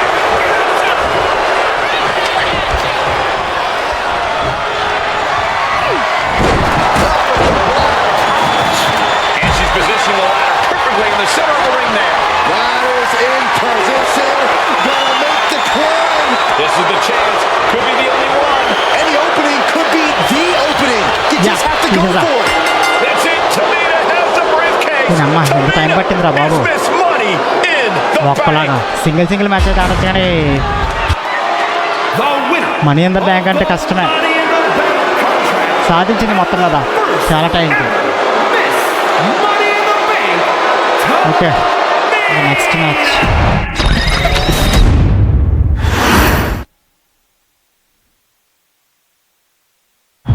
Any member of this family that enters the professional wrestling business knows about the expectations that are going to be on their back. They know about the prestige that their very name carries. They know that those who came before them have accomplished so much. Bearing the weight of those legacies can prove to be way too much for almost anyone. But that was never the case for Jimmy and Jey Uso. Jimmy and Jey Uso look to be stars from the very start, constantly evolving their look, style, and offense as they progressed in their careers. face paint and war dances would fade away, and the two would embrace the day one-ish mentality, looking to punish opponents and send them to Match the చాలా బాగుంటుంది Uso penitentiary. The Usos are 8-time WWE Tag Team Champions. The Usos have main evented WrestleMania after initially fighting for a mere spot on the card. The Usos were the premier team of the 2010s. The Usos are the greatest team of all time.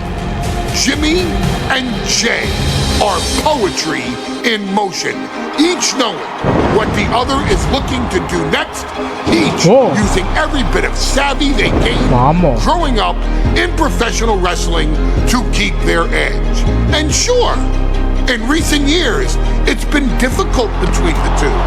Jimmy did cost Jay his match at SummerSlam against your tribal chief, Roman Reigns.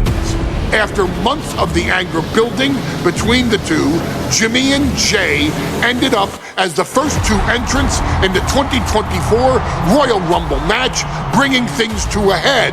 But even that moment wasn't enough to settle the issue, and so they would fight again at WrestleMania 40.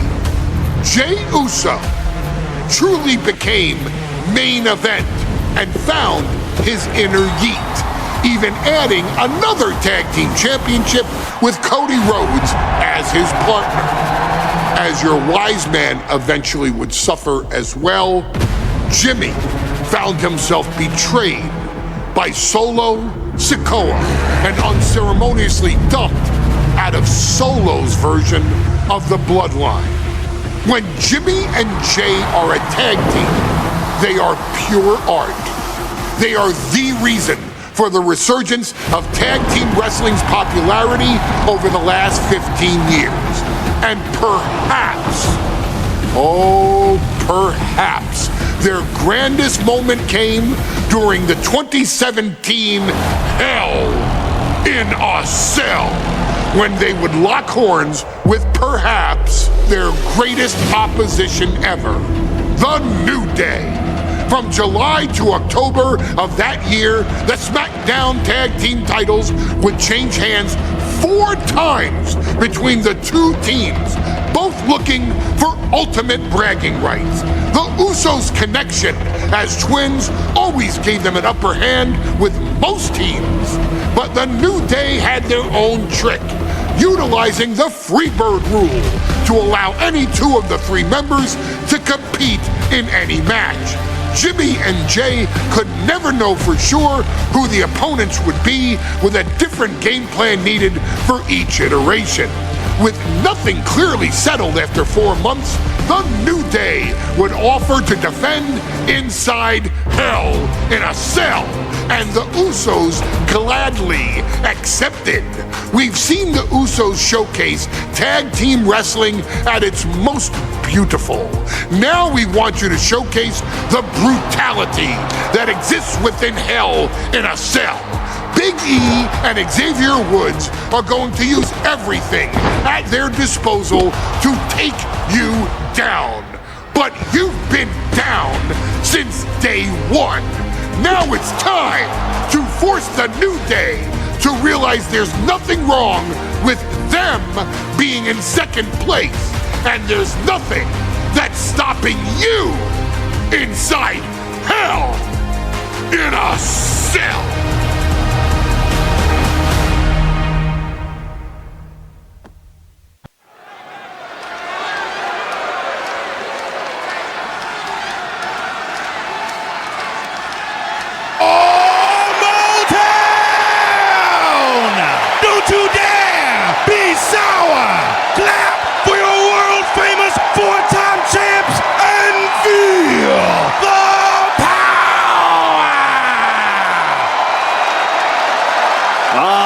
Prepared to kick off Hell in a Cell with the 4-time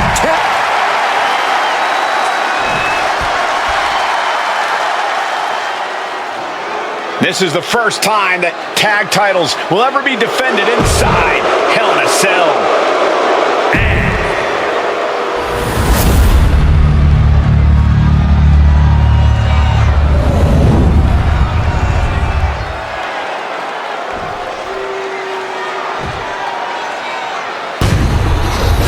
You win these, you make a case as one of the best teams ever.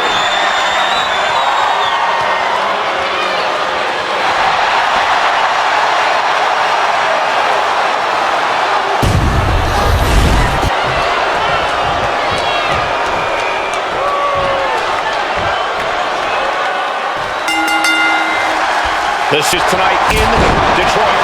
This is the 20th anniversary of this barbaric match. The Usos and the New Day must be prepared for pain, punishment. Two of the greatest tag teams ever. One of the best rivalries going today. Okay, the SmackDown Tag Team Championship. So many amazing matches between these two teams. They said it this past week on SmackDown. No matter where we are, we put on a show. The Usos and New Day have a unified goal to raise the bar of tag team competition, to bring the division to a from the top. Wow. Diving headbutt. Going all causes to the wind in pursuit of the title. Has him in the corner, thinking of the next move. No escape from these punches. Kick to the abdomen.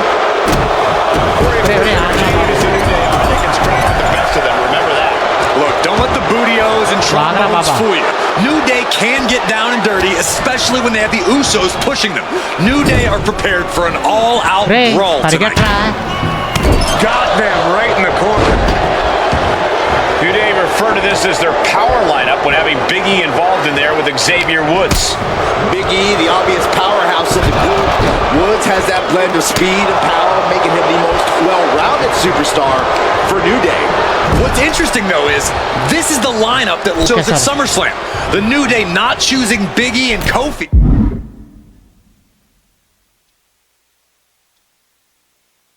To beat the Usos a few weeks ago could prove to be costly. A drop kick from the middle rope. Nicely done. Clearly hoping something nefarious is going to happen. The champ not letting the ref get to two. Staying in this one. Gosh, just in time. Corey, a few weeks ago, we saw the New Day walk down SmackDown champs in a street fight. A match the Usos handpicked, but this environment is totally different. There's nowhere to run, nowhere to hide. I think the New Day played right into the Usos' hand when they selected this match. Jimmy and Jay have a street mentality. To turn this into the Uso penitentiary. I have a feeling the Usos' objective is to send the New Day to the hospital. Well, two teams so familiar with each other, some innovation with weapons almost becomes a necessity. Moving out from the ring closer to those towering walls of the cell, taking this fight back into the ring.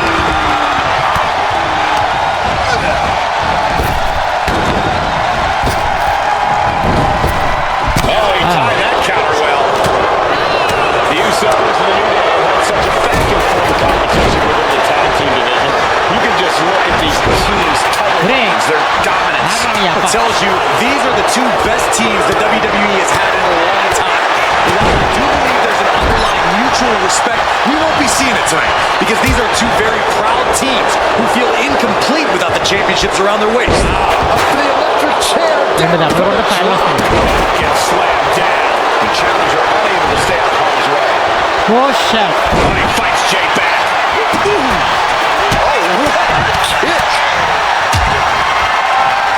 Nasty stop to finish it off.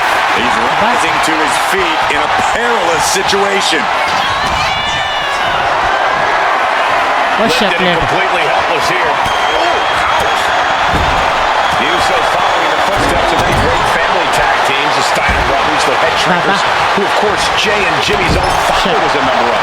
Would be a very proud moment for the Anoa'i family if the Usos can capture their 5th tag team championship. The champion doing everything to retain here. Shoulder up and the referee has the count. He is certainly sending a message, getting his shoulder up before 2.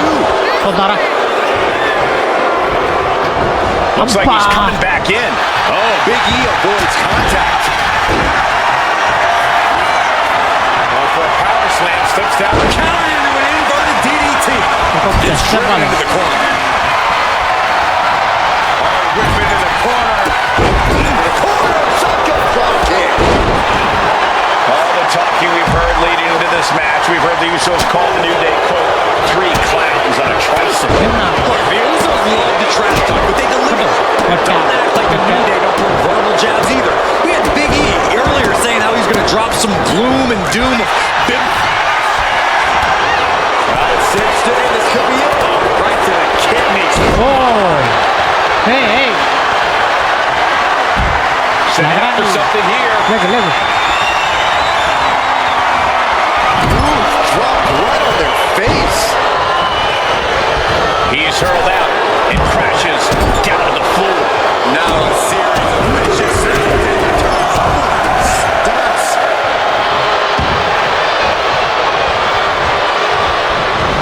Super kick finds the mark. Elbow drop. Back into the ring now. Uh-oh. Soul kick.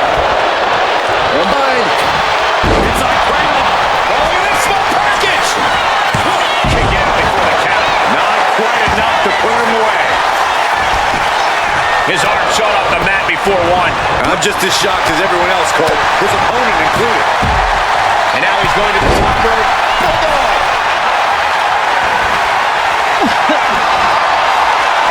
Stiff shot to the abdomen. They're stomping away. Shoulders down. To retain. Making the save there. Oh my God! Ooh! Connects with the kick. Turns it around. Usos and New Day going at it inside Hell in a Cell, and Jey Uso set outside the ring, and now the New Day on the attack. Big E, as aggressive as I've ever seen him here tonight. And Xavier Woods now with toys, kendo sticks in hand. And it's about to get more aggressive, more vicious, more barbaric.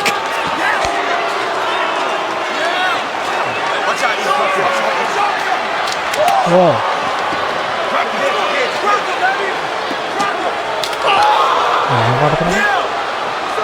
You want to talk about a penitentiary?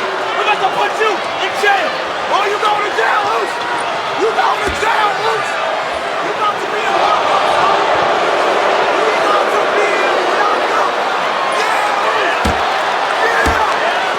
I've never seen this vicious of a side from the New Day. It's what Hell in a Cell does to you.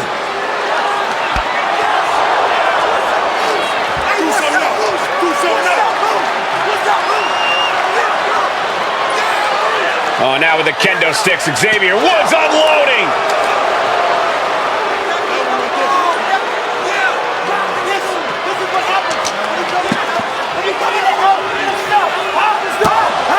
Well, you're saying it, Byron. Hell in a Cell makes you do some awful things. Just attempting to survive, attempting to win. Do whatever you want, punish however you want. Right now, that seems to be the mission statement of the New Day in order to retain the SmackDown Tag Team titles. And that's what it's about, proving you're the best in one of the most insane environments in WWE today. The New Day have just changed the whole complexion of this match. I don't know if I've seen New Day go to these lengths before. Well, no time to be a jovial bunch when you're in a cell, Michael. Tonight, it's not about entertaining. It's about putting your sworn enemy to rest for good. How in the world did he kick out? Talking to Xavier, he told me the one thing the Usos have taught. The champ with the cover.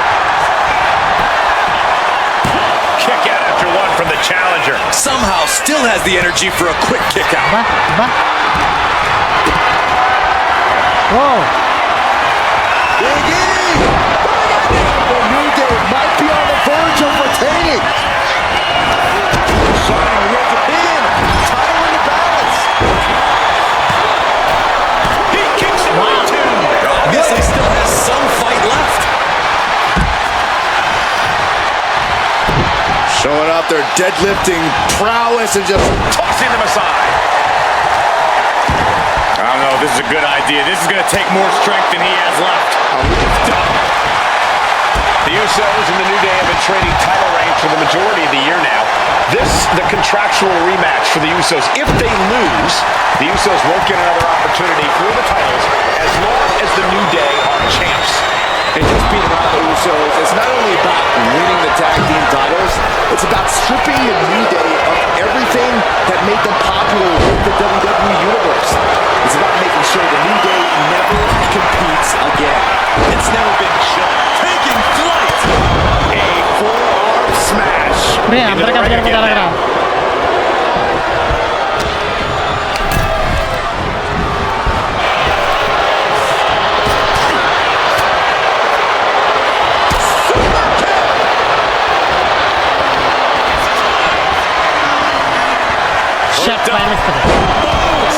Package drive. Could be game over for the Usos. Traps the arm into the hammerlock. DDT!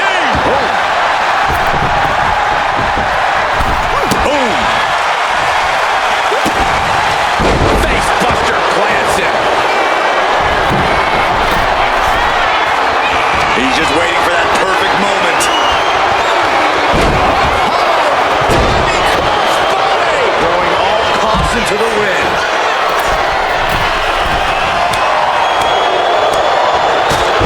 Top rope. This is big time. A terribly risky move, and it did not pay off. Icarus could have done it better. This is what we've come to expect from the New Day and the Usos. The best tag teams we've seen in the last decade. We've seen some incredible matches between these two teams this year.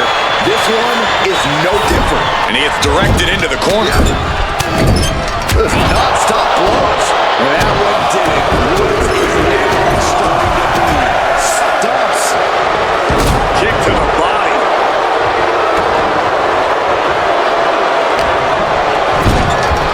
On the top rope now.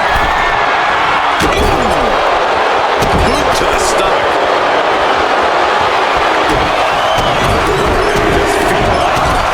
This match may be about to reach its finish. Champs down. This one's for everything. I guess it was time to switch gears. What is he doing? Looking to explore every inch of hell here now. And he's going with the great equalizer here. The steel chair. Able to fight and a punch to the face.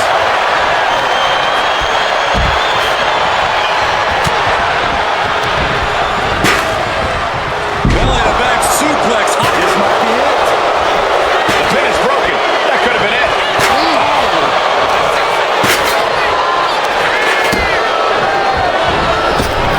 He's reaching under the ring for anything useful.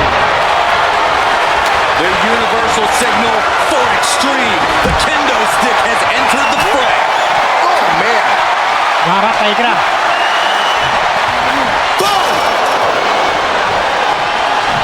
He's making his intentions known to everyone in the arena. And he now slides back into the ring. Oh, man. Did you hear the snap of the kendo? Really begin. It's about to be over because here comes boom, ending. That's got to be it. Consider the championship retained. 2 count. Kick out. Shut up. Barely able to kick out. I thought the champ had it in the bag. This is how much the championship means. You can see the sweat drip out of the challengers at every point. There's no smile on Big E's face right now after that kick out. He knows he has to be all business. This is truly awesome. And his head is becoming a bigger target. And he's busted open.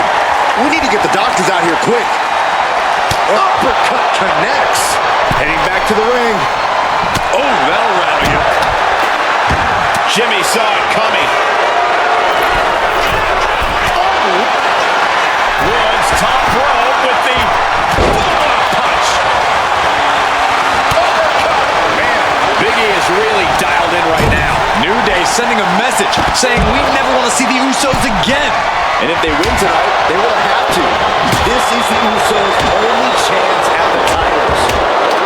Swing on sight and don't stop swing until it's over. The Usos being relentless in their punishment. Deadlift back suplex. Nice DDT.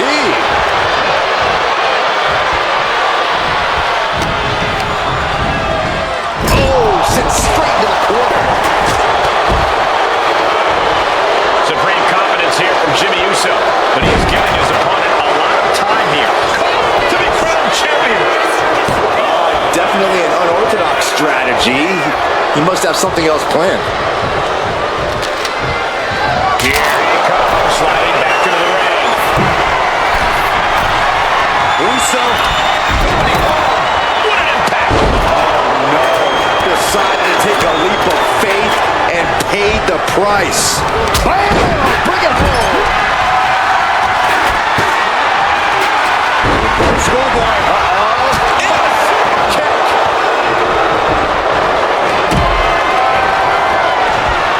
From the second rope. Goodness, what a sunset flip.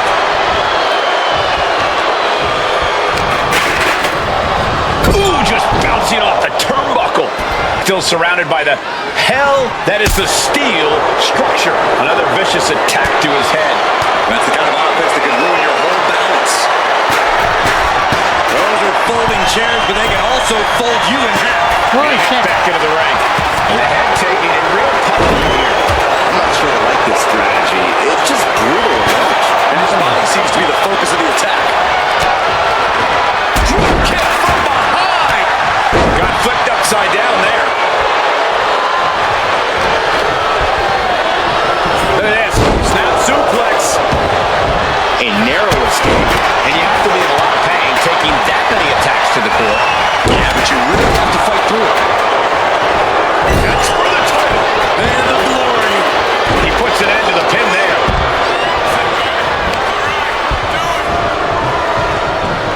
Jimmy Uso commanding respect from all of the WWE Universe.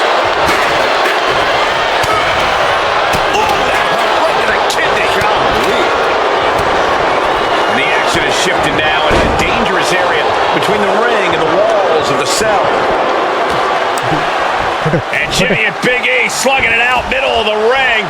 This has been a vicious, brutal match between two of the great tag teams today. Here comes Jey Uso into the fray alongside of his brother. Bang! Double super kick. And the Usos now looking for that patented Uso splash from the top rope. Uso splash. The cover to win the tag team titles, and Woods handcuffs it all, breaks it up. At the last possible second, Xavier Woods saving this match for his team. Credit to Woods for his never say die attitude, but Xavier Woods is outgunned right now.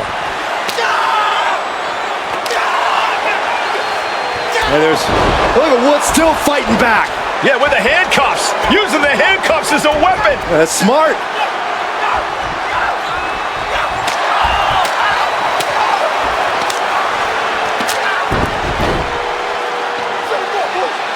And Woods now down. And trying to still fight back. What heart from Xavier Woods. That Hart may not have much more fight left. Jimmy and Jey back up to the top one more time. Uso splash in stereo. The cover. The Usos win the tag team titles. Here are your winners and the new SmackDown Tag Team Champions, the Usos!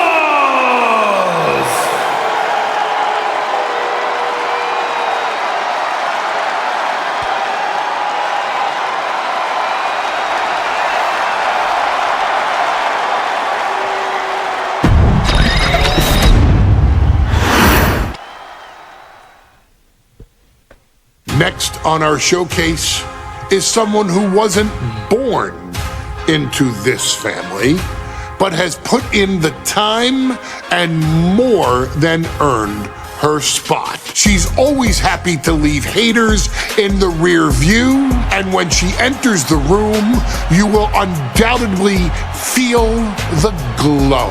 Of course, I'm talking about Naomi, who many of you may know has reigned as Jimmy Uso's wife and queen for over 10 years. There's the old saying that behind every good man is an even better woman, and this could not ring more true than Naomi, who I will say is an absolute treasure.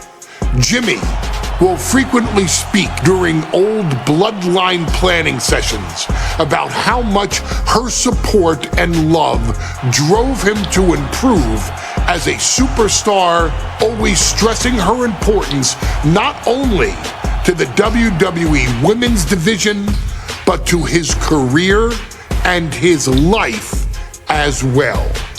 In the ring, there is no denying Naomi's skills. The former women's tag team and two-time SmackDown Women's Champion has the mental tenacity to push through the toughest part of any match and possesses breathtaking physical skills. Naomi uses her dancing background to constantly innovate with her offense, resulting in some of the most beautiful moves you will ever see, unless you're on the receiving end of them. Naomi is an inspiration to so many of our younger members of the WWE Universe, showing a new generation that anything is possible if you just put in the work and never stop believing in yourself. Naomi has battled against the very best in the women's division, taking on foes like Charlotte Flair, Bayley, Shayna Baszler, and Io Sky. My favorite moment of Naomi was when she won the title in her hometown, Orlando, at WrestleMania. To compete against that caliber and maintain the level of success that Naomi has for her entire WWE career is something worth, shall I dare say, acknowledging. Naomi has even teamed with fellow family member Tamina through the years, proving the family you choose can often be the most important. And in true Uso fashion, Naomi shows an unrelenting desire to win, to achieve greatness, and to dominate her opposition. Many mistake her smile as a sign of kindness, but they quickly realize their mistake as Naomi unleashes a flurry of kicks, flies at them with moonsaults from all angles, and then ties them up in knots. Naomi is having fun, but Naomi is never playing. And now, we take you back to the 2020 edition of Super Showdown, which saw Naomi challenge Bayley for the SmackDown Women's Championship. Unfortunately, a ridiculously lax referee decided it was just fine for Bayley to basically do whatever the hell she wanted. Bayley, oh my gosh, she's trapping Naomi's legs in her shirt. And Naomi wound up suffering an embarrassing loss after Bayley used wardrobe to her advantage. Well, Bayley, we can pretty much guarantee that trick won't work again. This is your chance to help guide Naomi to a third SmackDown Women's Championship, and to do it by defeating one of the greatest competitors WWE has ever seen. Your wise man has nothing but respect and admiration for Bayley's abilities, but those abilities are eclipsed by Naomi's extraordinary trinity: smarts, strength, and aerial attacks that should give all of you everything you need to get the win and the title.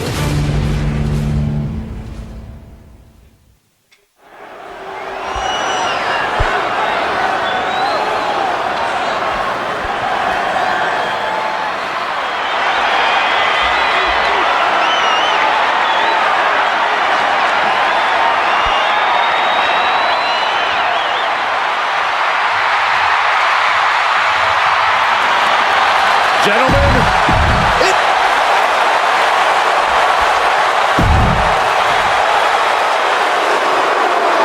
And gentlemen, when Bayley was asked about this history-making match tonight, she said, of course I'm part of this, because history is made by winners.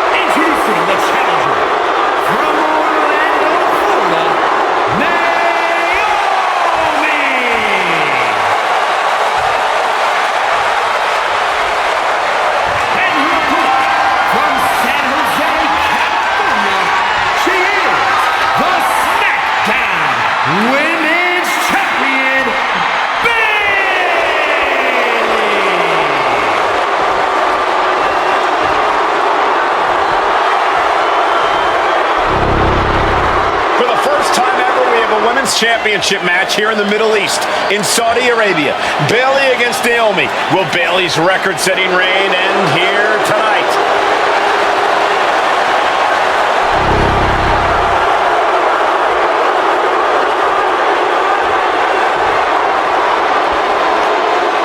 Component of this match, Bayley has won every title available in WWE. Bayley has accomplished it all. But the one thing Bayley has never done in her career, she's never beaten Naomi.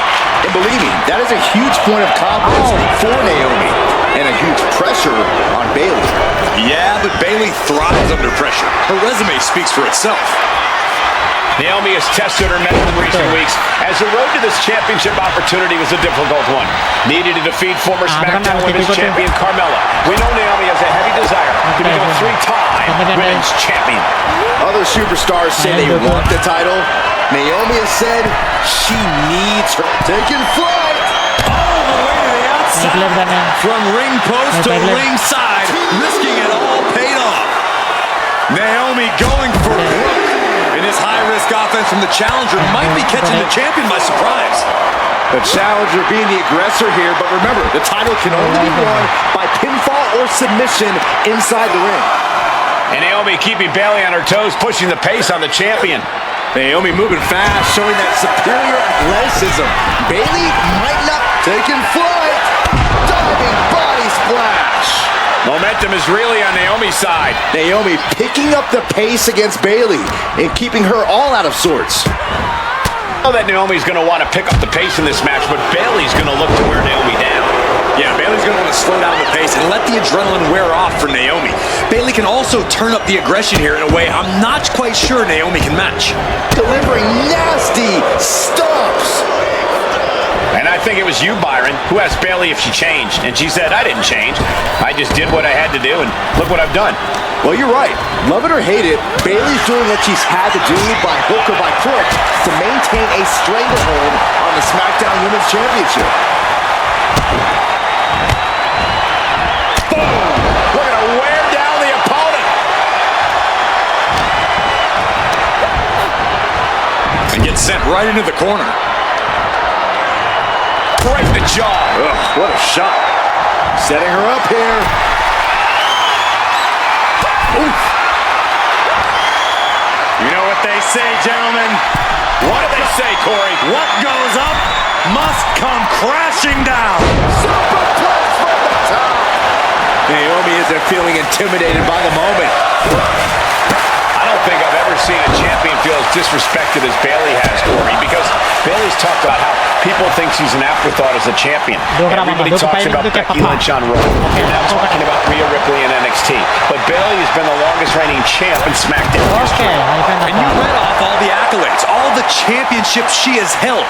Yet for some reason, Bayley still finds herself overlooked. Counter right when it was needed.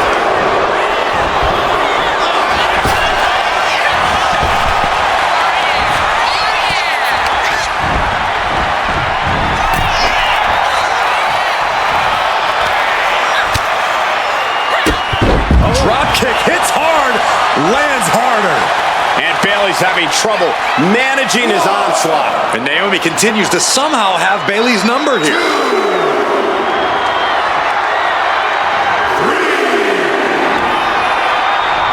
private କିଛି extra ଦଉଥିବେ ଦେଖିବା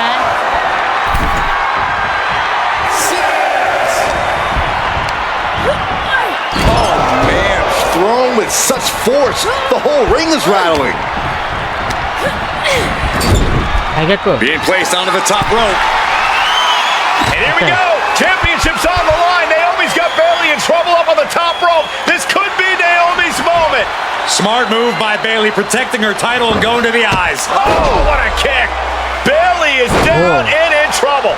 Quick thinking by Naomi, looking to close this one out. Oh my God. Oh, Bayley wisely moves out of harm's way. What's Bayley trying to do here? What the? I think Bayley's trying to trap Naomi's legs in Naomi's own shirt. A great counter by Naomi. Naomi ducks underneath, and we got a standoff. Great match so far. Well, Bayley thought she had Naomi, but the challenger was ready. Well, the champion has to find a new strategy. Here's the pin. Title could be decided. And the champ can't keep the shoulders down. Wow, I thought for sure that was it. Quick thinking from Naomi. Catches the kick. What a display here. Counters on both sides. We might see a new champion crown. Makes the cover. No, we did it. We have a new champion. Here is your winner, and the new SmackDown Women's Champion, Naomi. Bayley's stranglehold on the SmackDown Women's Championship has ended. The Glow era has begun. Bayley was as aggressive in this match as she's ever been. Concept story. Ladies and gentlemen, if it weren't for the next two superstars in our showcase, none of this would be possible. Because without Atha and Sika, without the Wild Samoans, there truly is no dynasty. While it was their father who made the blood oath with High Chief Peter Maivia, it was Atha and Sika who built the family up, training generations of relatives, all with the single goal of becoming the best professional wrestler on the face of the planet. And while the two would together be WWE Hall of Famers, based solely on their work as trainers and cultivators of the next generation, their in-ring successes only add to their immortality. Atha and Sika formed WWE's most dominant tag team of the early 1980s, fighting their way to the WWE Tag Team Championship on 3 separate occasions. Opponents were often defeated before the bell even rang to start the match, falling victim to the aura and the intimidation factor of having to step into the ring with the Wild Samoans, accompanied by Captain Lou Albano. The trio formed a masterful group that was able to take all opponents off their game, be it through Albano's devious schemes or the overpowering nature of the Wild Samoans. WWE had never dealt with a team so primal, turning each match into a battle of survival. Most feared, the deadly Samoan drop, a move that has been imitated by many, but duplicated only by a chosen few. There they are, the Wild Samoans. These are immigrants coming from the island, trying to figure it out, trying to find a way. I couldn't imagine being these men. I couldn't imagine taking on these responsibilities of setting the tone in a whole new country. And then trying to break into entertainment on top of that. But they made it work. And that's what we are. We're workers. We make it work. These tribal elders set the standard for all of their descendants to not only follow, but they also taught their descendants how to surpass it. So beloved were the two that perhaps no moment holds more significance to your tribal chief, Roman Reigns, than when he was presented the Ula Fala by his father Sika and Uncle Afa after the 2020 Hell in a Cell event. You see, it was their acknowledgement that gave Roman Reigns the unshakable confidence to continue his journey to becoming the greatest of all time. The utmost respect, love, and gratitude for those men. Because if my father and uncle don't do what they do, we're not here. We now humbly present to you the honor of walking in the famed footsteps of the Wild Samoans, finding a tag team in WWE's long and storied history that we felt would test the Wild Samoans was not an easy task. But then a thought came to your wise man. Why not give the audience exactly what they want? Why not put the Wild Samoans against one of the greatest tag teams of all time? Why not present Afa, Sika, the Wild Samoans versus Bubba Ray and Devon, the Dudley Boys? And if we're going to go that far, let's do it in a tables match. Showcase that savage brutality that made both teams the eternal legends we know them to be. No pinfalls, no submissions, no rules. Just be the team that avoids being put through the table and you will emerge victorious. And with these four men, you better believe that things are going to get extreme.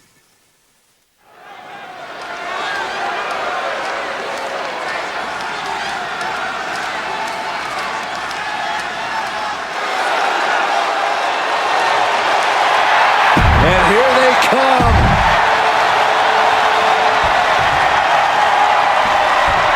Guys, this is going to be a great one. You can feel the electricity already. I feel the excitement and some fear, too.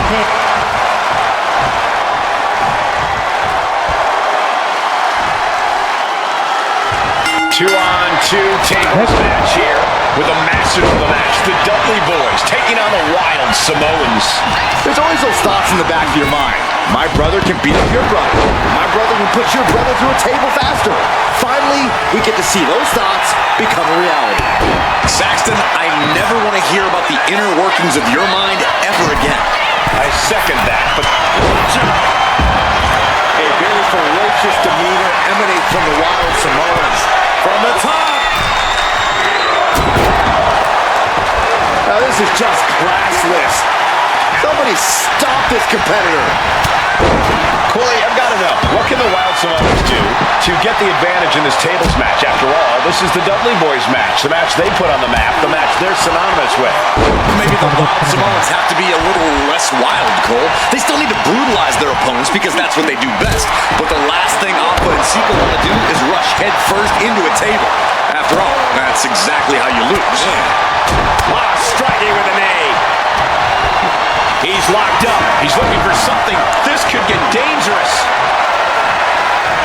That table has only one destiny, and it involves being broken in half.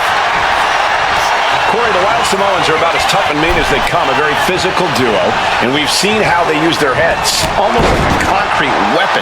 Yeah, they don't need much flash. They're just a formidable ground and pound team. If they lack in offensive creativity, they make up for it in blunt force trauma.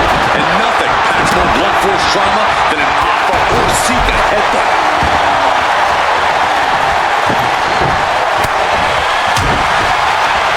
Nasty headbutt. Looks like he has something planned with his table, guys. Oh, no. Moving into the ring. Take off. Felt like a boulder out of the sky and absolutely flattened the target. And we can clarify how this match was something almost tailor-built by the Dudley Boys. With a famous series of TLC matches they've had, the Dudleys have become synonymous with the team in TLC. And that didn't stand for tender, Cole. It means tables, and it means lots of it. Yeah, and if Bubba Ray Devon can get the Wild Samoans to a table tonight, it will really add to the Dudley Boys' legacy even further. At this stage, he's endured plenty of big attacks. Might want to start setting up some tables before this match gets out of hand. Jeez, nasty kick to the face. Ooh, going over the top. All the way. Got out of the way that time. Jack, face first.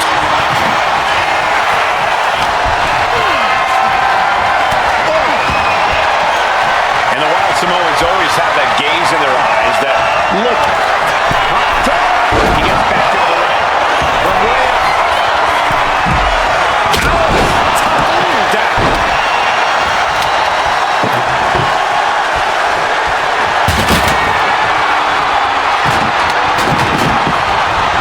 Oh, no, we could be caught. He had it locked in. I didn't expect him to just let go. I don't know what he's thinking, but he needs to focus on the task at hand. I guess he thinks the one thing missing in this match is a steel chair. I can't imagine the pain being felt right now. Yeah, he's just running on fumes now. Boom! Oh, man! Bubba moves out of the way. I still can't get over the look I always see on the Wild Samoans. It's like they have a one-track mind towards savage brutality. They for sure answer yes to every question that makes up a scary tag team. Yes, they're rough. Yes, they're tough. Yes, they will maim. Yes, they will hurt. And yes, they will. Incredible! Afa and Sika might have just shown us the prelude to the Dudley's demise. And we're witnessing two titans of the tag team game absolutely destroying each other here. The Wild Samoans and the Dudley Boys battling for supremacy, battling to get the other team through some tables. And Afa and Sika just beat the Dudley Boys at their own game. Looks like they do not want them inside the ring anymore. Time to venture outside the ropes.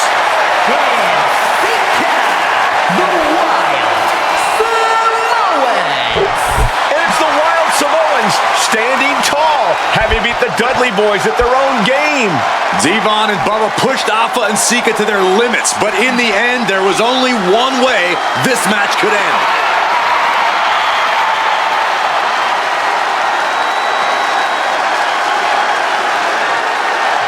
Okay మిగతా మ్యాచ్లు రేపు ఆడదాం.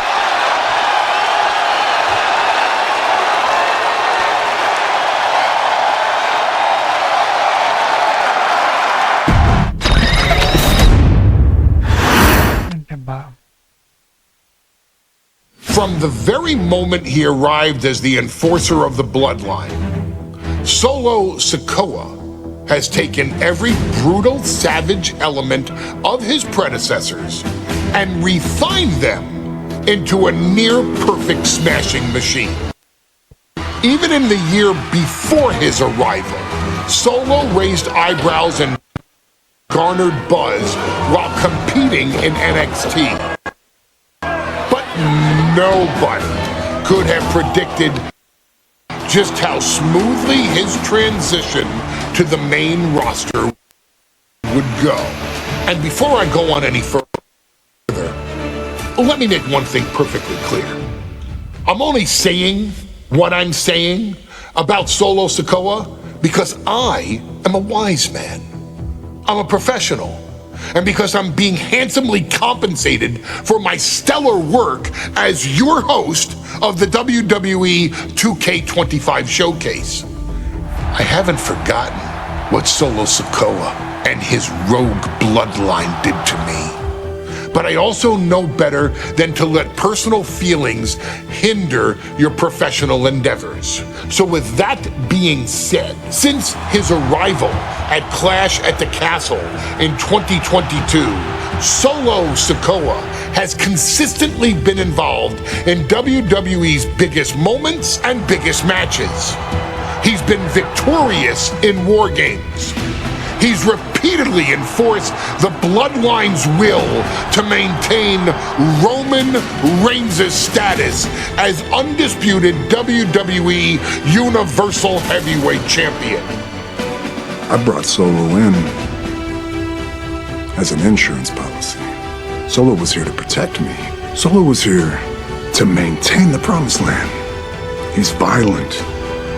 He's strong. He's fast. He's all those things. And he betrayed me. Any man who would betray me must be a very dangerous man. Solo defeated John Cena.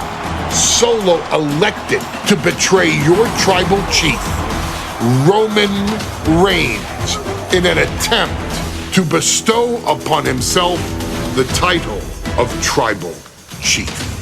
When I refused to acknowledge Solo as my tribal chief, you are not my tribal. He, Tama Tonga, Tonga Loa, and Jacob Fatu put me through a table in Madison Square Garden. And that led to opportunities to compete for the undisputed WWE Heavyweight Championship. It's led to more visibility with Solo's rogue bloodline ruling over SmackDown. Every choice Solo made only furthered his standing in WWE. He has the bloodlust of the wild Samoans, the brutality of his cousin Yokozuna, and the single-minded focus of Roman Reigns, all rolled into one. There is no question. The future is his for the taking, and that he will be champion many times over, and that he may set records of his own before it's all said and done. Few men have so quickly served notice to all of WWE in the manner that Solo Sikoa has done. Whether you want to acknowledge him or not is irrelevant. One way or another, Solo Sikoa forces you to do just that, or you will suffer severe consequences. One by one, each and every single superstar on the WWE roster is going to find that out. Solo will make sure of it.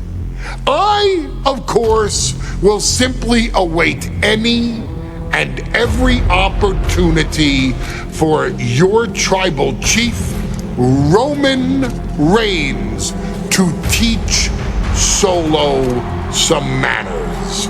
Until that happens, though, we are taking you back to the 1-year anniversary special for NXT 2.0, which saw then North American champion Carmelo Hayes, and indeed, he is him, issue an open challenge. Unfortunately for the future superstar, it was to be answered by Solo Sikoa, and things went as well for Hayes as you can probably guess. Showcase the unrelenting fury that has made Solo Sikoa nearly unstoppable and defeat Carmelo Hayes to earn Solo his first championship victory. It won't be easy against Carmelo, especially when he has Trick Williams watching his back. And if you make one mistake against the champ, he'll take his shot and most likely hit nothing but net.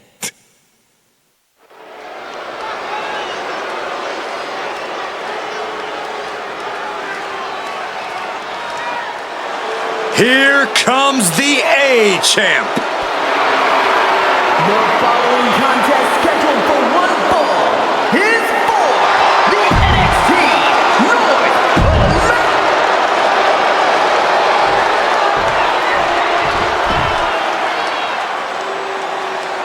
What? This place is shaking! We never thought we'd see Sikoa again.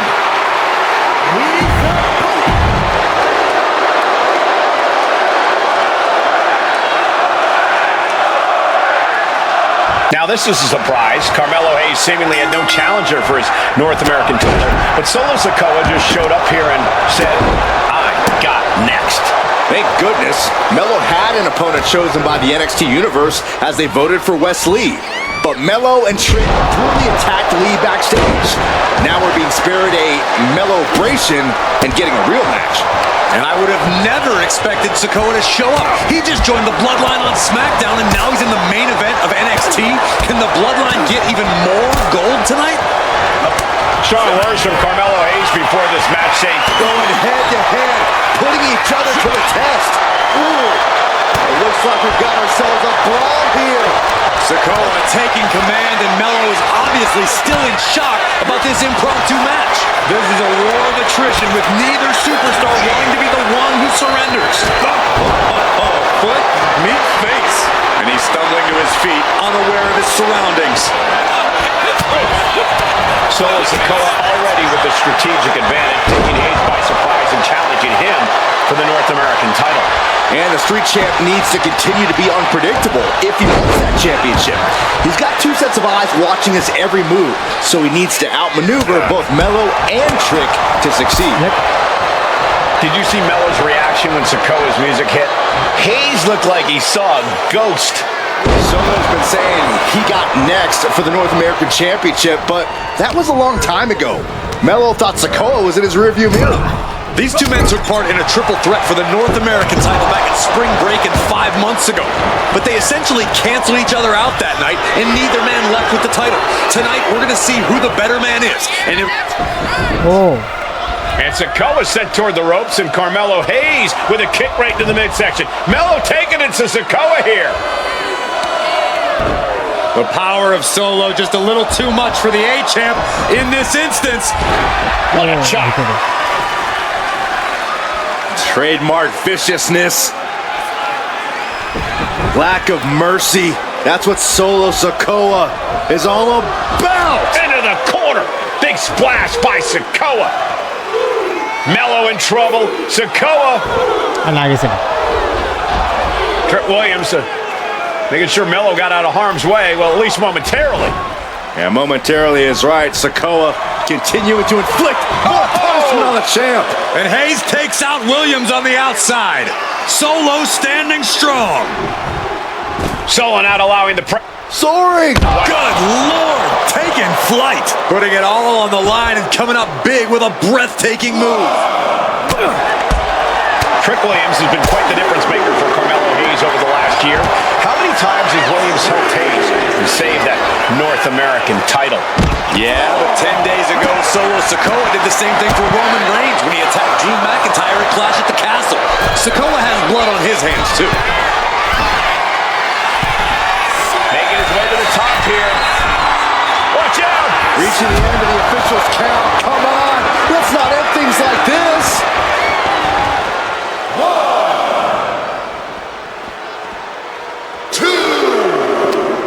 Addi.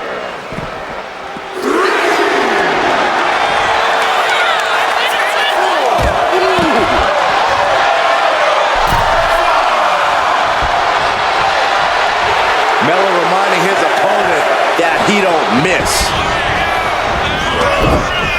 A clubbing blow.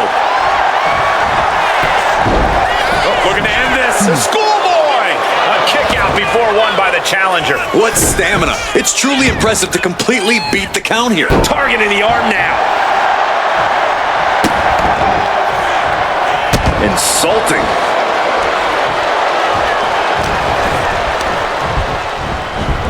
Sent into the corner. Point of the elbow, nailed it. Carmelo now trying to capitalize.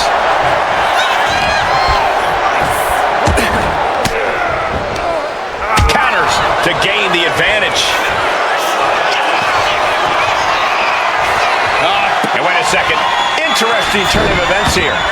Now, he just released the hold, and I'm racking my brain wondering why.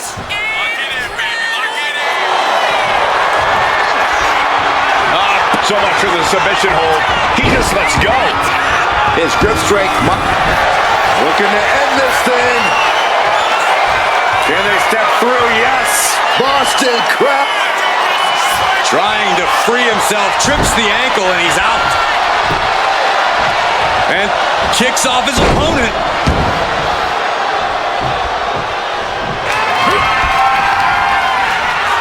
Carmelo heads with a... Oh my goodness, what a cutter. That is how a true champion defends their title. Not even a 2 count. What unbelievable power. Just mounted with punches. And a nasty stomp to finish it off. What a main event this has been for the 1-year anniversary of NXT 2.0. And without this re-break, off the top. He fails to connect. Oh gosh.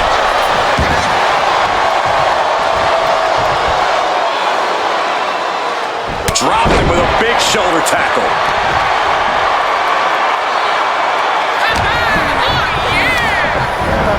Got him in the corner now. Clothesline in the corner. Boom. And a kick. Ooh. Oh, perfect kick. Boom. Oh, a kick. Wow. Oh, targeted and destroyed.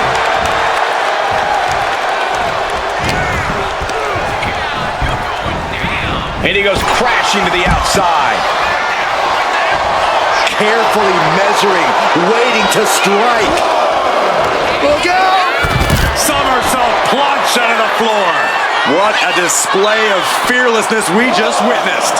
That's the kind of attitude you need to take yourself to the next level. Averting danger with an elbow to the stomach.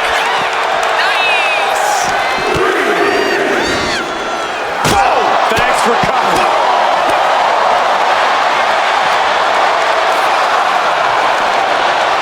Bang!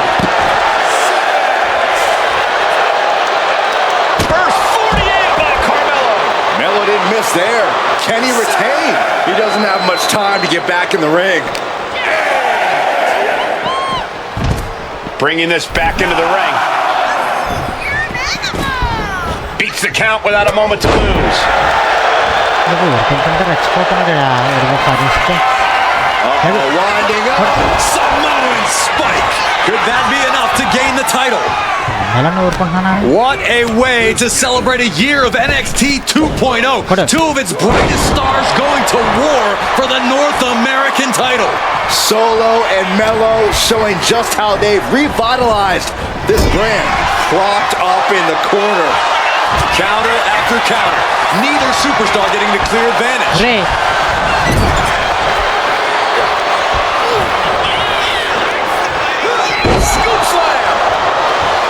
he's thinking big. He's slow to get up and unaware of the massive target. Hayes, what? Carmelo gets stifled.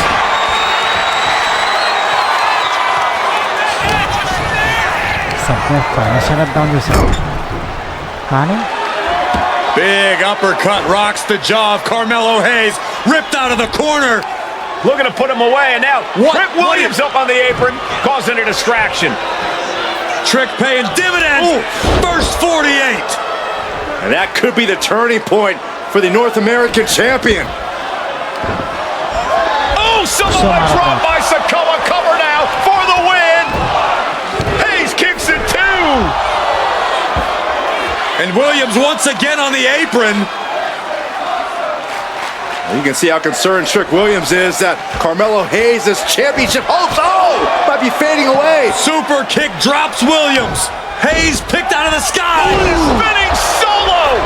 Is that it for Carmelo Hayes? Trick is out. Carmelo is dazed. Here's your chance, Solo. The title could be yours. Up high. Delivers the elbow.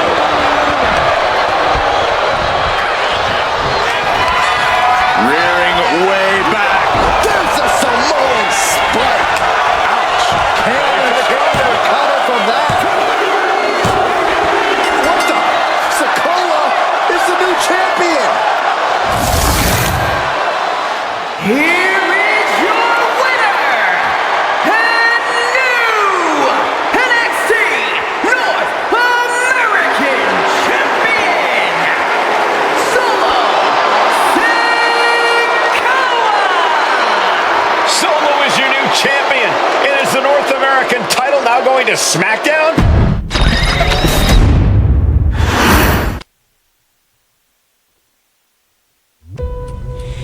I ain't doing this one. We can have all the fun we want with these video games and this showcase and these fantasy matchups like Afa and Sika versus Bubba Ray and Diva. I'm not doing shtick about Roman Reigns and Seth Rollins. That's a little too volatile. And it's way too personal for Roman Reigns.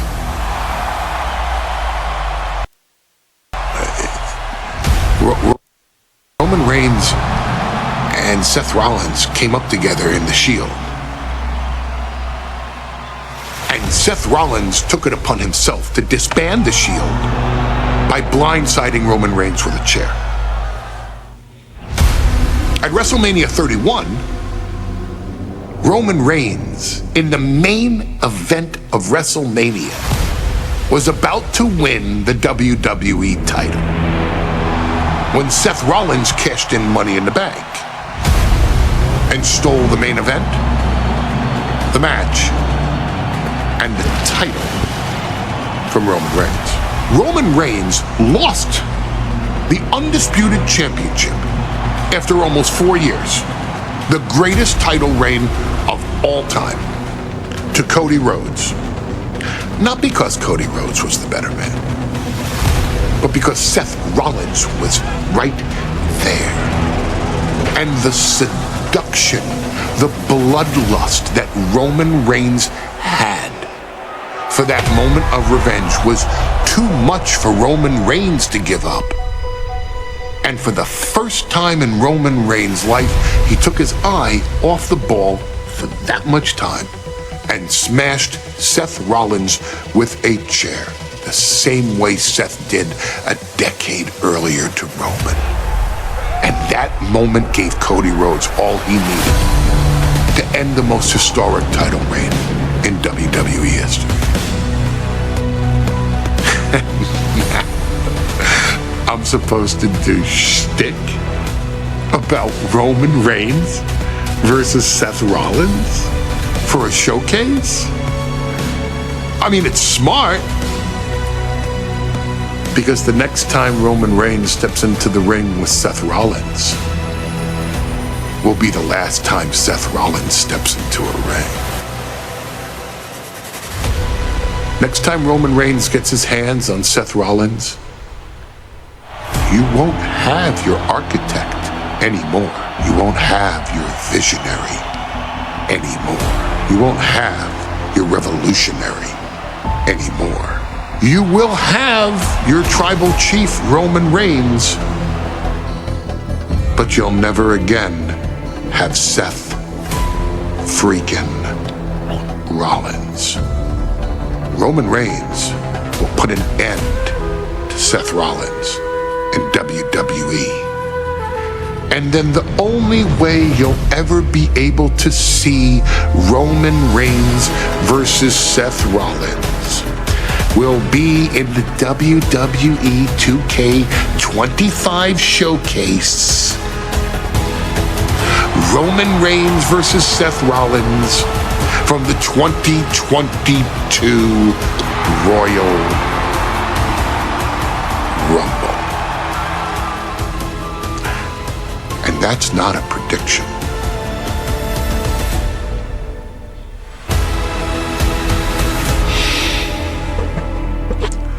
That's a spoiler.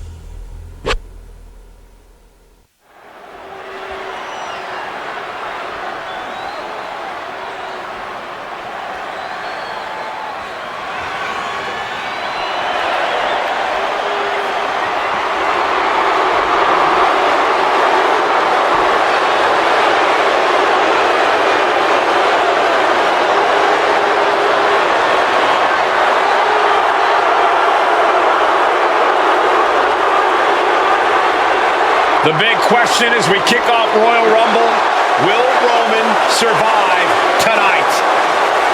For the man who's walking down...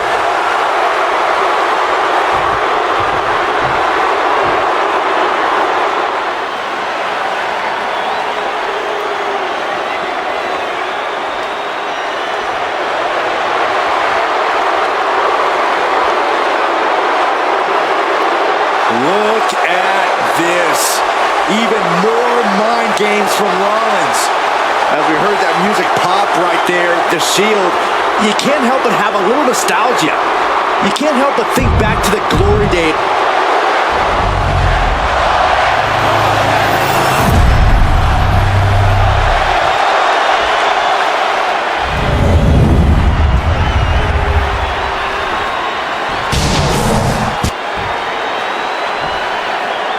The following contest, is for the Universal Championship. Introducing the challenger from Davenport, Iowa, weighing in at 217 pounds, Seth freaking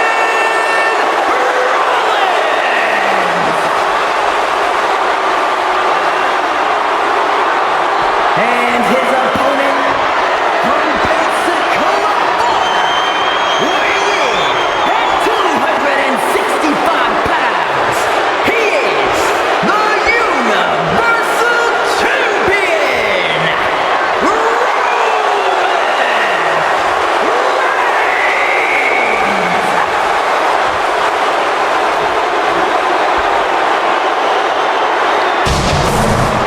And that title, the WWE Universal Championship, has been in Reigns' possession for a record-breaking 516 days.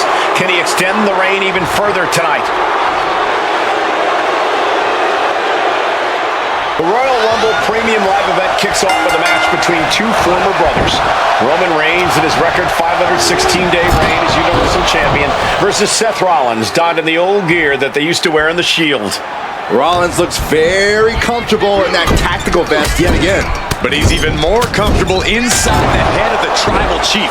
We haven't seen Roman with this type of look, this type of confusion in 500 plus days. And the wise man, Paul Heyman, will be at ringside for a championship match tonight, just not this one. And that's just sickening to me, Cole. Reigns had just cause for firing the wise man, and now Paul's right back with his old client. Heyman has zero loyalty to the bloodline. Okay, Corey, did you forget the fact that Roman attacked Heyman? Anyway, Reigns just needs to forget all of that tonight. Rollins is already playing next-level mind games in this match. Reigns cannot let Paul Heyman's actions affect him. Being placed in the corner here. And that canceled out Reigns' offense. Oh my God. Face first. Dodges away. Gentlemen, for 17 months, Roman Reigns has dominated. He had special counsel and cousins to help him stay in control, to keep his cool, to concentrate on the business at hand. But now Paul Heyman is gone, and the Usos are barred from ringside. Without those calming forces, cracks have started to show. Every comment Rollins has made about their past cuts deeper. Every mind game breaks Roman's spirit even further. This might be the toughest physical battle the Tribal Chief has faced, but it definitely is his toughest mental battle. Seth freaking Rollins has made it extremely personal with Roman Reigns. Years ago when he destroyed the Shield, and again in the lead up to this match. And if I'm Roman, I'm taking all that aggression and ending this quickly. Go full force and incapacitate Rollins ASAP, because the longer Reigns fights with all his rage, the more potential he has to make a tactical error. Seth Rollins says he knows Roman Reigns so well, says he knows how to prey on the insecurities of the Universal Champion. Rollins knew there was one thing that Roman Reigns could never, ever get over, that it was Seth Rollins who chose to end the Shield. That blow to the back of Roman Reigns with a steel chair so many years ago broke up perhaps the greatest faction in WWE history. Who would have thought that moment would still loom so large and be the biggest key to victory for Seth freaking Rollins?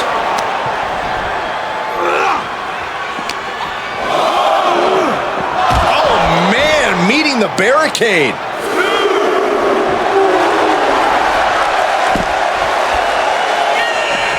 And Reigns unleashes the Superman punch. Absolutely laid Rollins out. And now Reigns can from the top. Oh, God. Terrible landing on the outside. A gruesome landing. I don't know how you walk away from that.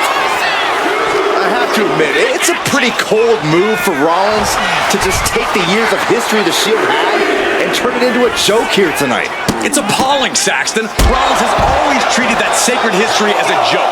Now we know that Roman Reigns is a loyal man, a family man. What Seth Rollins did to his family 8 years ago was cowardly. On the top. Misses big time. Big blow could be felt throughout the arena. Rollins pulling out all the stops early. Rope in. Title on the line. Champ's in trouble. Kicking out before the count. All the punishment he's taken, and yet he's still in this match. Reigns gets out of harm's way. The Tribal Chief has been dominant over the last 516 days since he captured the Universal Championship. Month after month, he's dominated every top contender on the SmackDown roster. Roman Reigns has beaten big names over the last year and a half, but following it up with the cover. 2. Oh, close call makes the champ nervous. Getting that shoulder up now is huge.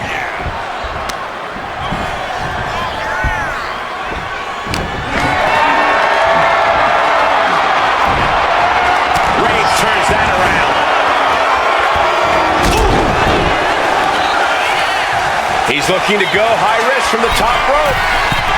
Sky high. Took it high risk, but was off the mark. I hate to say this, but the Tribal Chief has become extremely frazzled without the... Oh, and Rollins! Here comes Seth! Sling blade! Rollins in complete control. Look out! Star Frog Splash! Seth with a big move there. The title is within reach. And he only stays down for a 1 count. These 1 counts are going to get harder and harder to kick out.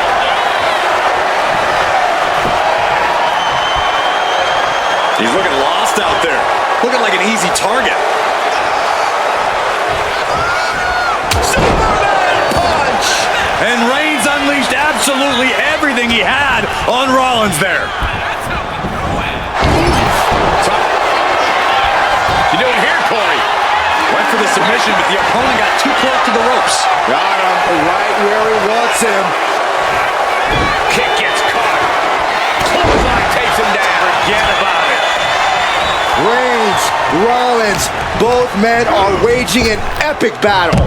For years, these Shield brothers would go town to town and beat the competition to a pulp. Tonight, they're doing it to each other.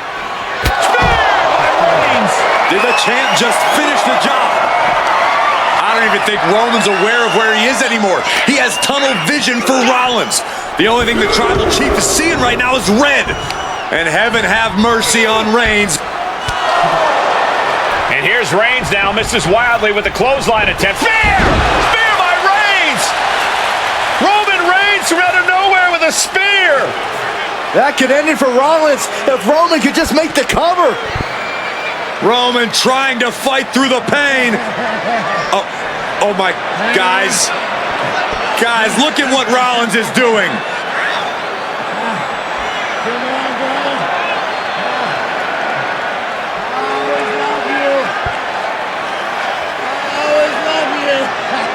After all these two have been through, Rollins wants that Shield fist bump. Reigns shaking it off as Rollins continues to try to play mind games.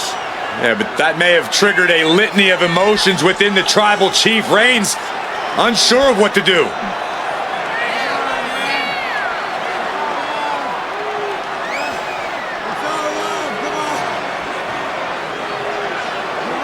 Roman Reigns determining what to do now. Will he slay his former brother? Reigns now. Look, gonna lock in the guillotine. Submission Well, there's your answer. Submission move locked in. Rollins in major peril right now. Rollins looking like he's starting to fade.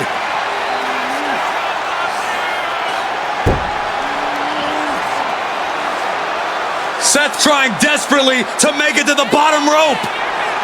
I'm not sure he can make it, Corey. Trying to make it to the rope to force some sort of break. Seth trying to hang on. How can he do this here? Is Rollins going to tap there? What's Rollins going to do? Is he going to tap out? Well, he makes it to the rope. Reigns has a 5 count to break the hold.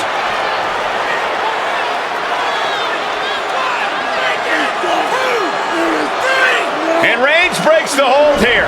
Roman breaks the hold, and this match continues. It just shows you how locked in Roman Reigns is to winning this match.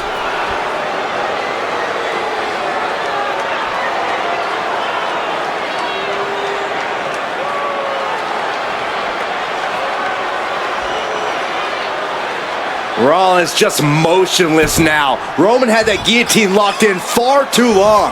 Well, the oxygen slowly circulating through Seth again, but I feel it's just a matter of time. The fun and games Rollins has been playing has pushed the Tribal Chief. Superman punch by the Tribal Chief. The champ is in control. What's he doing? He had this match in the bag. Oh, Roman Reigns locked and loaded, measuring his opponent. Here we go. And there it is. The title's not going anywhere tonight. He's getting back up, but I don't think he's going to like what he finds. Did the champ just close this out?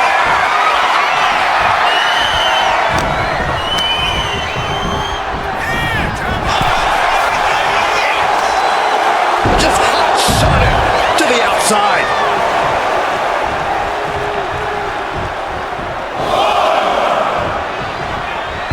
Uh-oh. Crash and burn. A huge miss. There's bad timing, and then there's whatever you want to call that. Oh, now look at it. Here we go. That's called changing the decor of the broadcast area. I have a feeling there's more to come, Corey.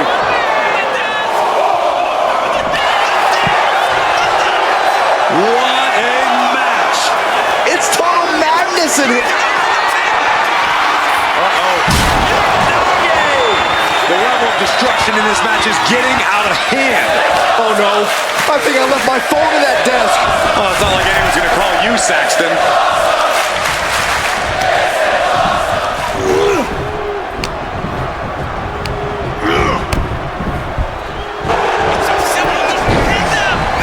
The cover! Kick out after one from the champion. Why on earth would he give up the pin? He's got bad intentions. What a spear by Reigns! Consider your title dreams dashed after that. Hard into the corner. Man, did you see the whiplash off the turnbuckles? Superman punch by Reigns. Finish things off. There's the spear by the Tribal Chief. Cover! And Reigns retains the title. Here is your winner, and still the Universal Champion,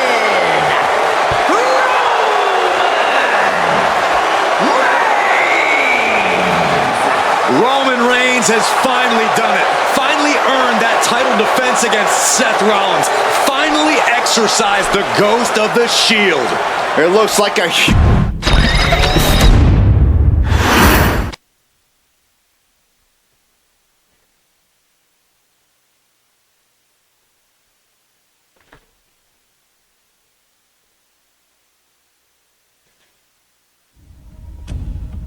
I'm the last guy to knock a revolution. I've led a few of those, you know. I admire revolutionaries. I respect evolutionaries. They are the lifeblood of the bloodline. So when Solo Sikoa seized the moment and became the tribal chief in Roman Reigns' absence, I didn't like it. I don't even think I respected it. But something deep down in me admired it. That took some forward thinking. I'm the chief now! Now we all know what happened when the OG bloodline, led by Roman Reigns, faced the new rogue bloodline, led by Solo Sikoa, in the War Games. But there was a discussion here while planning the WWE 2K25 showcase that has me, your wise man, admittedly a little intrigued.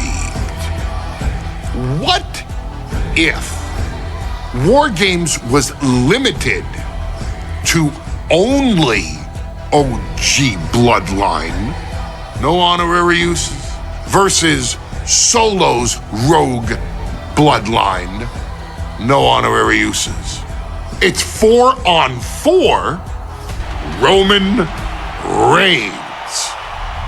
The Usos, Sami Zayn versus Solo Sikoa, Tama Tonga, Tonga Loa, and the most dangerous new competitor WWE has ever seen, the Samoan werewolf Jacob Fatu. What happens then? This is your moment to determine who is the real bloodline. This is your moment to determine who is the only bloodline. This is where the bloodline's legacy and the bloodline's future is in your hands.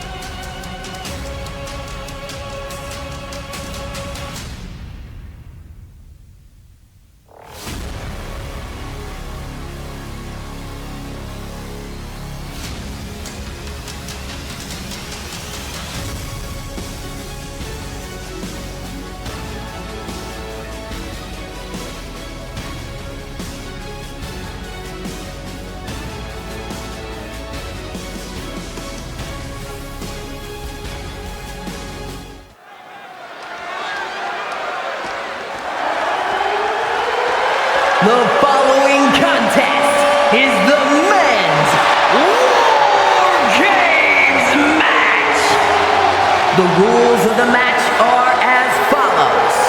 2 teams will be contained in separate cages, with 1 member of each team starting the match.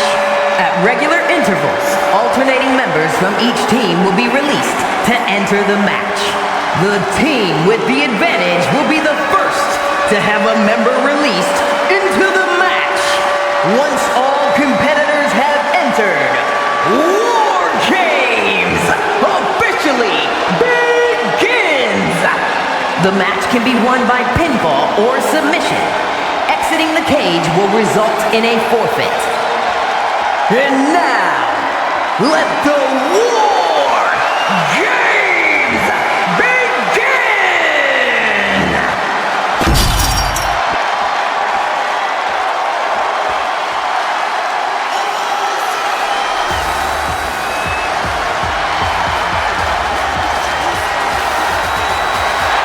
The Bloodline is in chaos.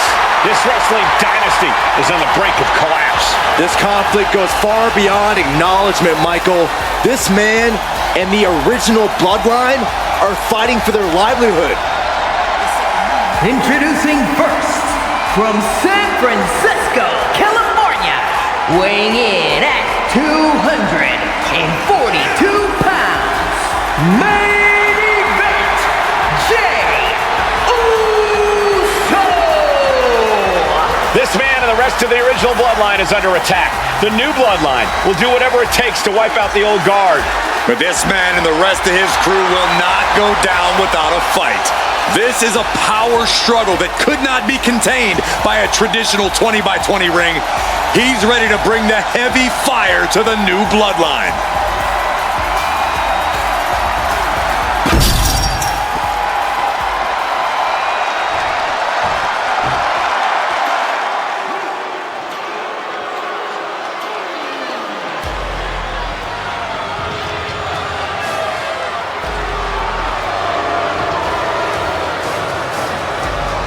The original Bloodline was created with the wisdom of the elders, but this man and the new Bloodline are destroying what was built. Well, this conflict was unfathomable until now. The new Bloodline is ready to hunt.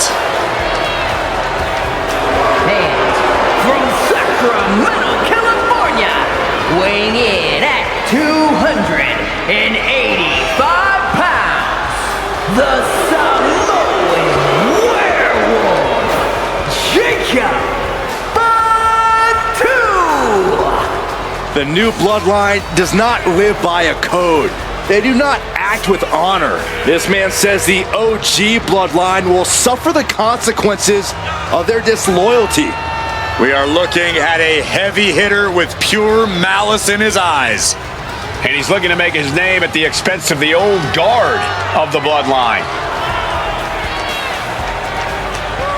The OG Bloodline have never faced a threat like this. The island of relevancy is no more. The OG Bloodline is fighting bloodthirsty savages who will feast on whatever they can. There will be no hesitation in pulling the trigger, and the OGs have got to match that ferocity. And gentlemen, it is time for Bloodline War Games. Roman Reigns, the Usos, and Sami Zayn versus Solo Sikoa, Tama Tonga, Tonga Loa, and Jacob Fatu. Both of these sides have a deep and abiding hatred for one another. Solo felt he was held down. His crew never called up during Roman's time as the tribal chief. But most of the men on Roman's side were unceremoniously removed from the Bloodline courtesy of Solo Sikoa. And those who weren't have faced continued attacks from the new Bloodline. And the winners tonight are very likely to be considered the true Bloodline by the WWE Universe. Let's see who comes out on top tonight. Solo Sikoa, leader of the new Bloodline, has called himself the head of the table, called himself tribal chief. And when he asked the WWE Universe to acknowledge him, we're hearing more and more of the crowd agree. Well, Solo has grown in power with big wins and title reigns, but this is his biggest test yet. If his crew can defeat Romans, Sikoa will be everything he says he is and more. Before War Games officially starts, what do you guys think is the key to the old school Bloodline coming out on top? Every one of these men is a proven main eventer, Michael, but that won't be enough if they can't stay on the same page. Yeah, and given how united Solo's team is, I don't think even the Mount much more WWE can handle the new bloodline. Roman and his crew need to remember what bonded them, what made their team Usi, and work as a real team. Just one last time. I think tonight is going to be a breakout performance for Jacob Fatu. So much raw talent in that young man. Every bloodline member, new and old, is a generational athlete. But Jacob seems to be a step ahead of every one of these men at times. Many already believe Jacob can take the mantle as the leader of the bloodline. If he's the one to earn the victory tonight, his time as the tribal chief may come sooner than anyone thinks. I don't like what he's thinking here. Not one bit. Oh my God! You have to have nerves of steel just to climb the cage. But to jump from it, that's as bold as it gets. Uh-oh. Flapjack! Way out there. Stiff kick. And some effective offense with that one. Sami Zayn grew so much as a member of the Bloodline, it really gave him a sense of self-worth. Yeah, but part of that self-worth came from defying Roman, from defeating the Usos, which begs the question, and I wish there was a better way to phrase this. Is Sami Zayn still Usi? I think he is, Corey. Sami seems elated to be fighting alongside Jay and even Jimmy. Those are his dogs. The next entrant incoming to even up the odds. Here we go, your favorite Cole. Oh no! Driving down with the sledgehammer. That core area really getting lit up. Taking full advantage of the foreign object in play here.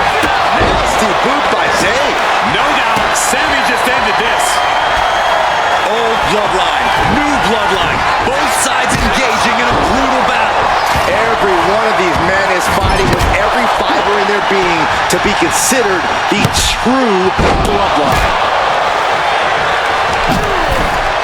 From the middle rope. Oh, what a splash! Oh, what a kick! And guys, this is what War Games is all about. Both bloodlines leaving it all in the ring. But now here's Jey Uso. Can Jacob Fatu come back from that? Going up to the turnbuckle here. Foot, meet face. Gotta be a bit tough for Jey to stand up amongst this team. Some close allies, but some enemies he's yet to forgive. We've seen the wars that Jey has waged with his cousin Roman, with his brother Jimmy, but he needs to put that aside tonight. And Jey has the title wins and big victories that earned him the main event moniker. But if he's the one to put away the new bloodline, he will truly be the main event of War Games.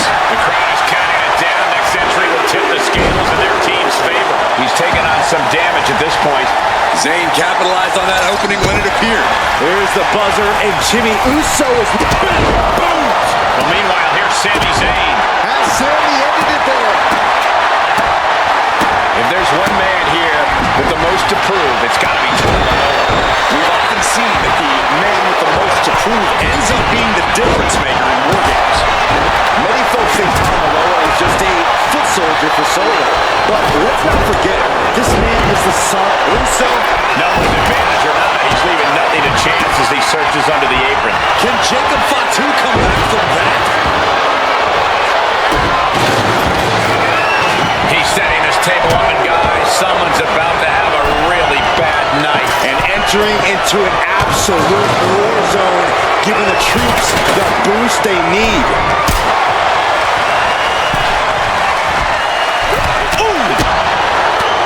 Solo Sikoa's group at a slight disadvantage. His side has less experience inside this structure. But look at how young the target's been acquired once more. From the top. Talk about giving a DDT with authority. Jacob about to end this fight. Every person in this capacity crowd is on their feet. And with good reason. These superstars are earning all of their respect. Mere seconds away from evening the odds in War Games. And I don't know how much longer this can continue. He has been battered and beaten. And looking at Jey Uso. Jacob Fatu's got a problem here. He's quick to get out of the way there. Oh, man. 8 men in this war, but one seems to be fighting his own internal battle. That man, Jimmy Uso. He's currently on team. Watch out! And Tommy Page for leaving an opening. Boom! Connected with a short elbow. We've already seen a few blows land. He's about to do it. He's about to do it again. DDT! Did Jacob Fatu get enough of it? Oh, stop. I think he really felt that one. Zayn getting the better of his opponent on that one.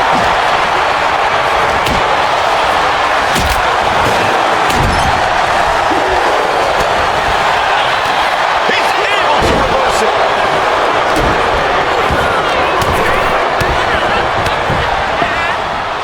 Boom! Ooh, elbow strike. Up high! Not looking good. In this position. Tongaloa's eyes tracking, measuring him up. The count. We're about to see. Terrible position for Jimmy. Soaring. Axe handle from the middle rope. And the Tribal Chief is now entering Bloodline War Games. Placing him in the corner. And now officially in the frame. It pays to be coming in and have more friends than foes in the cage. Sledgehammer right to the gut. Looking like John Henry swinging the hammer like that. He came crashing down into a perilous position between the two rings. He's looking like easy prey, about to fall into a trap.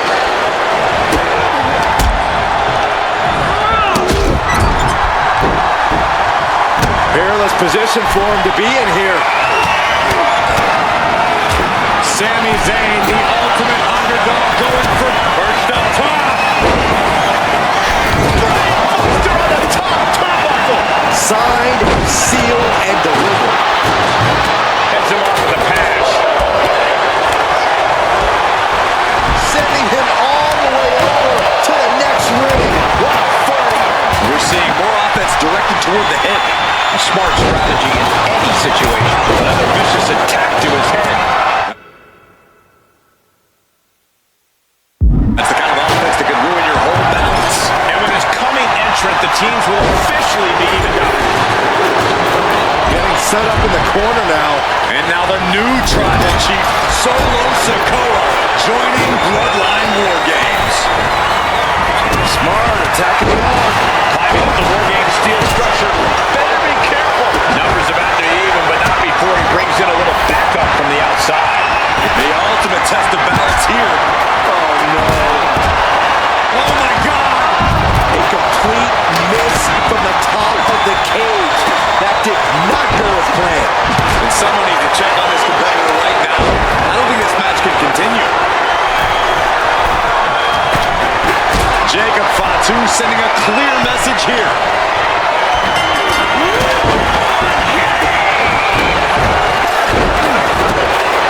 It's time, guys. War Games has begun. The fight only gets tougher from here on out, gentlemen. There's no actual game in War Games. It's all Uso. Ouch. Will Jimmy seal this up? Oh, man, he took a hard landing into the upper ring. And he's just been tossed aside into a new terrain. And into the corner he goes. Tama Tonga executing a vicious Tonga. Reigns sizing up the target.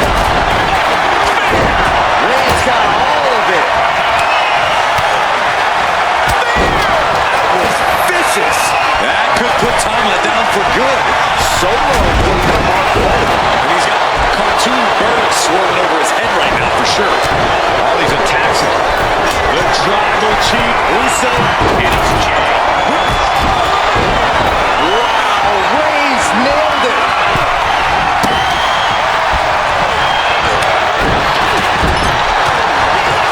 Sami Zayn has his opponent hooked. Exploder into the turnbuckles. The onslaught to his core has continued. Sami with a big boot. Is Zayn closing this out? Stalking his prey.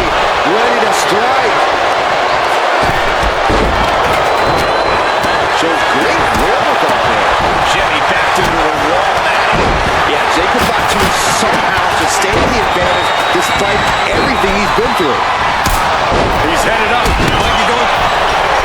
There's the cut. Both wrists captured it. Knee to the face. Sikoa might have just finished things. Still going to take a massive effort to keep him down. DDT.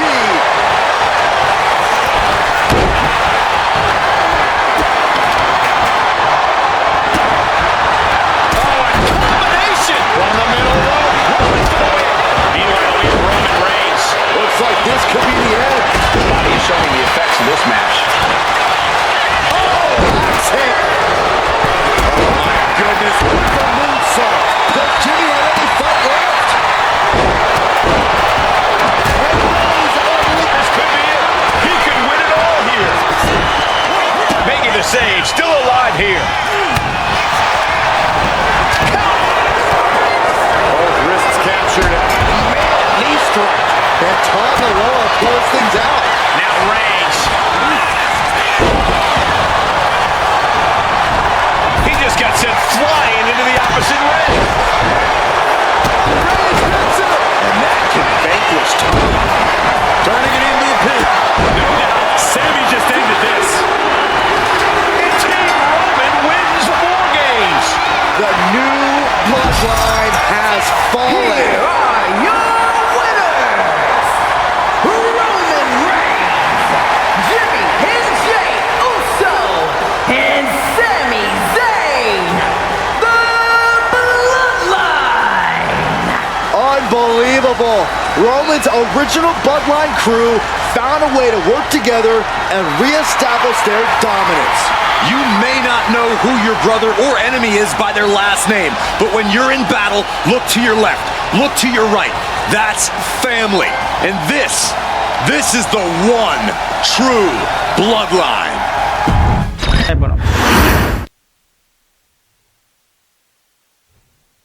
Okay, a little bit out of character for your wise man, but that was a little bit difficult for me to watch. Seeing this family splinter into two groups, fighting against each other, it breaks my dark heart. But they're all grown men, and you settled the issue. Now let's give Solo credit. Forming Team Solo was, of course, his usual backup of Tama Tonga and Tonga Loa, the sons of Haku, feared as one of the baddest men to ever walk planet Earth. Along with them, the Samoan werewolf, Jacob Fatu, son of Tama, also known as TK All Day, the Tonga Kid, another fearsome competitor from WWE's golden era. But did you know that Haku and Tama once comprised one of WWE's most impressive tag teams? Haku had been considered family by the Dynasty for years on end, and his teaming with Tama, brother of Rikishi, solidified this for eternity. The Islanders were a formidable test for any tag team in WWE in the late 1980s, competing against teams like the Hart Foundation and the British Bulldogs. Initially fan favorites, the two would embrace a more hard-nosed approach and even teamed up with WWE Hall of Famer Bobby the Brain Heenan, finding even more success. The team flawlessly merged aerial excellence, martial arts mastery, and some good old-fashioned Islander grit. Perhaps their most infamous moment saw them actually dog-nap Matilda, mascot of the British Bulldogs, showing that they were willing to do literally anything to throw opponents off their game. Both men are still revered today as two of the real legit tough guys in the industry, names that instill fear simply upon mention, and they absolutely taught their children well. Tama Tonga and Tonga Loa both loved to slowly brutalize an opponent in the traditional Haku style, while Jacob Fatu hurls his body at opponents from all angles with reckless abandon, much like Islander Tama in his TK All-Day heyday. For their inclusion in the 2K25 showcase, we find the Islanders in a dream match, taking on another team that has mastered the air, ground fighting, and has their own brand of swag that keeps opponents guessing at all times. Ladies and gentlemen, I'm talking about the Street Profits. Montez Ford and Angelo Dawkins have put together one hell of a run in WWE, and the perennial tag team champions are going to find themselves in an unfamiliar setting, taking on Haku and Tama in a best 2 out of 3 falls match. Anyone can sneak a win out, but Haku and Tama often competed in this type of match to fully demonstrate the superiority to their opponents. And you can bet that they're out to do the same thing to Angelo and Tez. So get out there and showcase the tag team mastery that the Islanders used to terrorize their opponents. Lift your party cups and take one last sip for the Street Profits. And don't worry, no one will hold you responsible for the damage you and the Islanders caused them. Because I assure you, the Islanders can handle the smoke.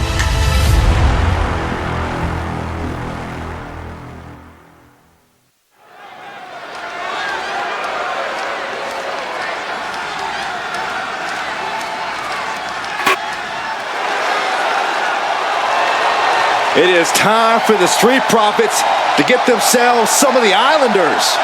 Well, with all due respect to the smoke and the party.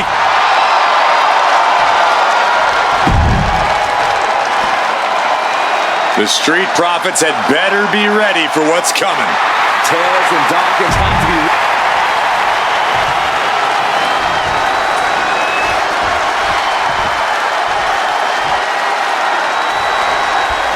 The Islanders and Street Profits facing off here in a 2 out of 3 falls match. Two teams that mix high flying and hard hits with ease. This is going to be exciting.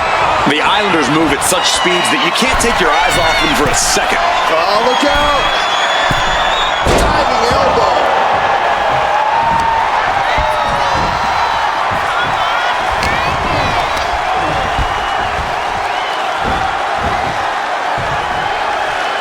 Down with a suplex. Something that Tez and Dawkins need to watch out for tonight is the presence of Bobby the Weasel Heenan. He'll do anything for his clients. Don't you dare disparage the brain, Saxton. Heenan is indeed a wise man who has quickly brought the Islanders up the ranks. They'll be tag champions in no time. Oh, man. Corey, you've competed in these type of matches before. What's the key to victory for Haku and Tama? It's crucial for the Islanders to win the first fall as early as possible. To do that, they've got to either isolate Ford or Dawkins and block their path to make an attack. And Haku is supposing any offense from his opponent. The Islanders putting a beating on the Street Profits. We're watching two great teams at work right now. Finds the roll-up. His shoulders are down. Letting his opponent out of the pin. Yeah, gotta wonder what he's thinking. Made it for the tag. DDT. And shoulders are down. He's able to kick out before 2. He's not letting fatigue set in or get the better of it. Walking in the sleeper hold. Oh, and a neck breaker.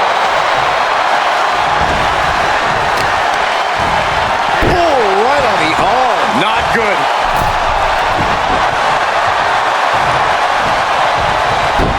Haku looking to capitalize after the reversal. So many accolades for Dawkins and Ford. Triple Crown Tag Team Champions, multiple WrestleMania wins. This win could be another major feather in their caps. It could be, but for the Islanders, all those accolades are motivation. Haku and Tama know they're the best tag team around, so they want to knock off the Profits and prove it. Then maybe they'll get the respect they rightfully deserve. Uh-oh. Nothing fancy there.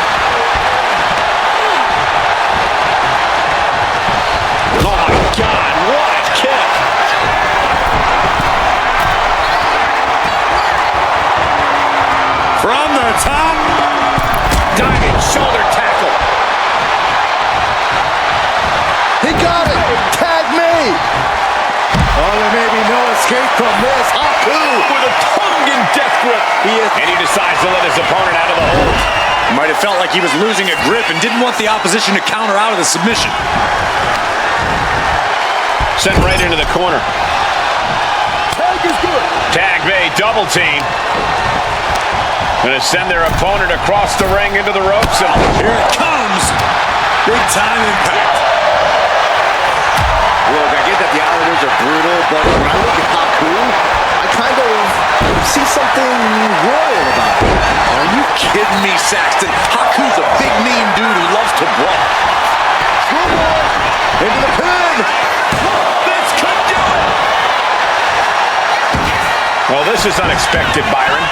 Yeah, I'm guessing he wasn't fully in position. Ford did his homework there. Uh-oh.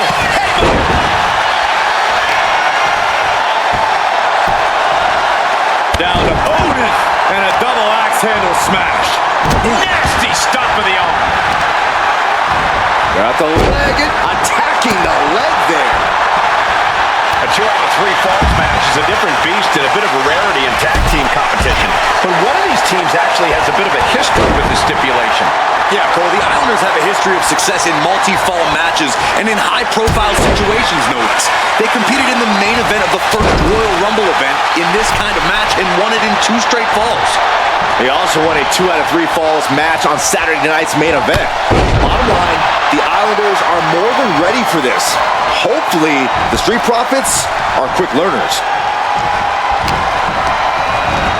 Placing him in the corner. Oh, right to the gut. And Montez Ford finds himself on the defensive. The Islanders straight up crushing the Profits here. My God, the Islanders continuing the assault. The Street Profits just don't... To the sky! Point of the elbow finds the mark. And now the tag.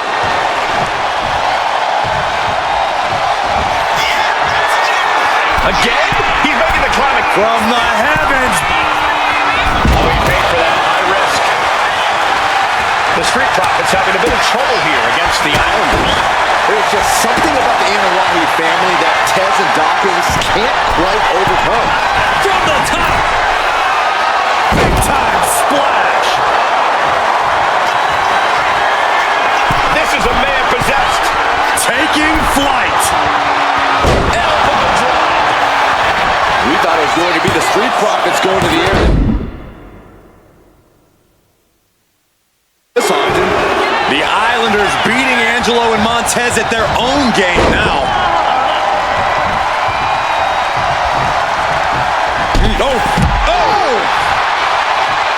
There may be no escape from this. Haku! He just decides to end the hold. Wonder what he's thinking here. Does he get him here? And he picks up the quick fall here. And he's tagging his partner in. Big flying forearm. This is a big night for the Street Profits. Their party cups are filled to the brim tonight. I took a sniff of it, and it nearly knocked me out. The Islanders make the tag. Haku and Tama planning something big here. Savant kick drops their opponent. The Profits are down, and the Islanders are about to reap the rewards. And Haku looking to secure victory. Second fall for the Islanders, and they beat the Profits.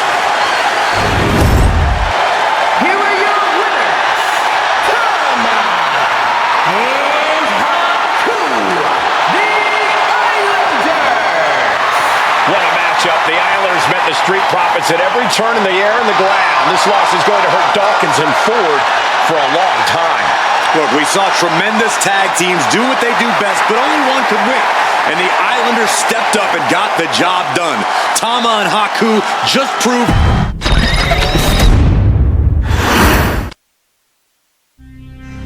Ladies and gentlemen, I don't have the words to convey how proud I am to have been part of this historic showcase. Having worked alongside this family, this bloodline, for so many decades, reliving moments that I got to experience firsthand has been a privilege of the highest order. Introducing you to WWE legends that I hold in such high esteem, and also spotlighting the modern day greatness their descendants have provided you in recent years, all to pay tribute to the greatest wrestling family I have ever known. Has truly been my privilege. To be successful in this industry is a 1 in a billion chance. To see one bloodline continuously pump out superstar after superstar, champion after champion, generation after generation is a testament not only to the skills they possess, but also to the work they put in to become absolute masters of their craft. And it cannot be stated any other way. This dynasty, this family, this bloodline has mastered every single solitary aspect of professional wrestling. And by reliving their magnificent history, you've begun your path of mastery as well. You've conquered former champions, righted some very egregious historical wrongs, survived war games, and even settled the question as to who the true tribal chief really is. You've unlocked WWE legends who are now ready to unleash their special brand of offense on current WWE superstars who didn't think they'd ever have to face these classic competitors like Haku or the Wild Samoans. It wasn't easy, and you definitely had to get a little oozy along the way. But you showed that bloodline spirit and determination, and now you stand at the top of the mountain. On behalf of WWE and the 2K families, we all thank you so very much for playing. And on behalf of every fan of this beautiful performance art known as professional wrestling, we thank you, the Anoa'i, Fatu, and Maivia clans, for decades of entertainment and generations of pure brilliance, for creating greatness with your hard work and sharing it with all of us so freely. Before we go, we do have one last surprise for you at home. Now that you've showcased your skills and earned a spot as an honorary Uce, it's time for you to choose who rules your WWE universe as the Tribal Chief. Is Roman Reigns still your Tribal Chief, or have you thrown in with the attempted coup by Solo Sikoa? Do you want to see Tamina finally rule over everyone? Or is it TK all day, every day, don't you say? Regardless of who you choose, you've earned the right to acknowledge your tribal chief.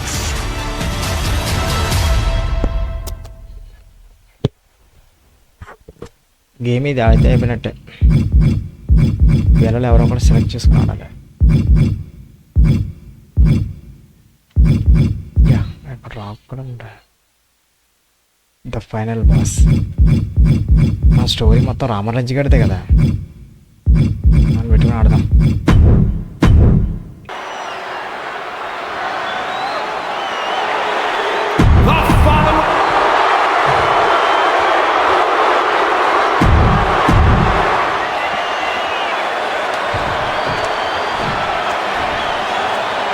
Wow! How is this for an opening opponent in a gauntlet match? Makes you want to throw in the towel before the bell even rings.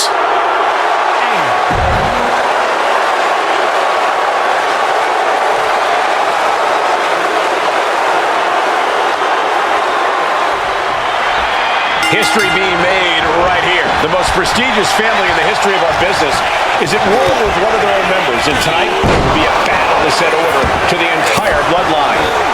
An uphill battle is what it will be. You have the toughest set of competitors trying to dash your dreams of being recognized as the head of the table. Then driven down with a flapjack.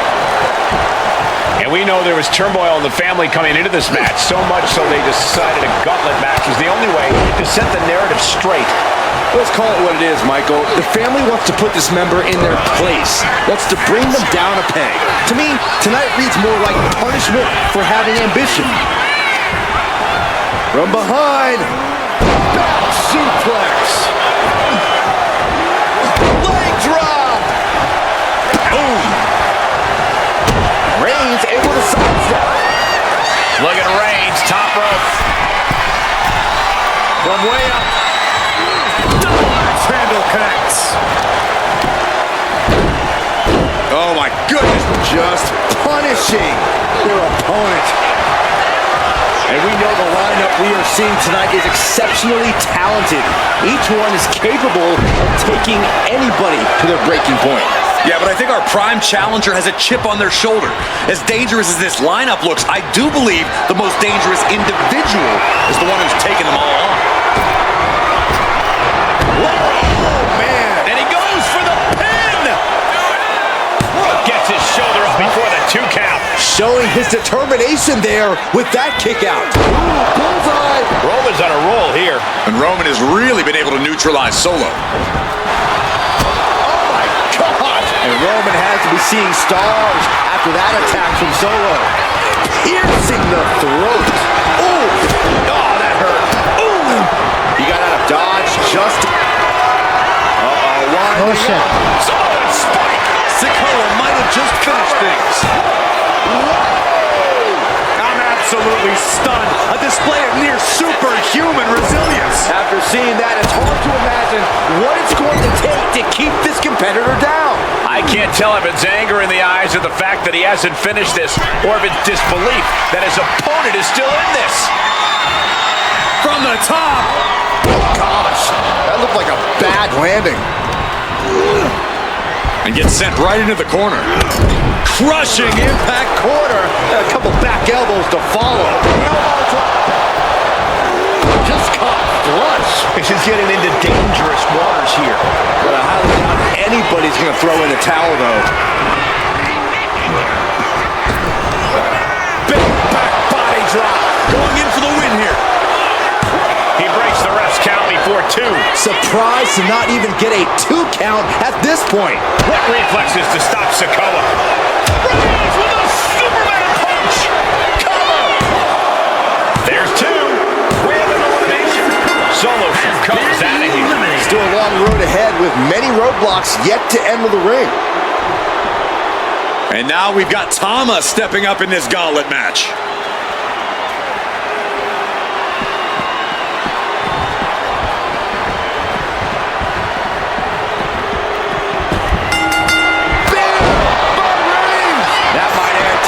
Chances. Cover! 2. He's still in this fight. I thought that was game over. Pure guts to kick out there. I don't believe it. Reigns has ended so many matches that way, but this one just took an unexpected turn. Ooh, what a response. And let's not lose the reason for this match, the right, no, the honor to have sole possession of the seat that stands at the head of the table. Well, if you could survive tonight, you will be at the top of the mountain, casting an enormous shadow over every possible challenger. I'm already intimidated, thinking about the Ulafala adorned around from the top, through the air, and connects. Completely throwing self-preservation out the window. I don't know how your mind would even think. Launcher. Whoa, what a landing. Trying to do as much damage as humanly possible. But at what cost? On the apron. Look out below. Just amazing athleticism being shown here. And he tosses it back in now. And he wants more. Right back up the ropes. Launching. What a clothesline. You've got to be kidding. Will this be enough?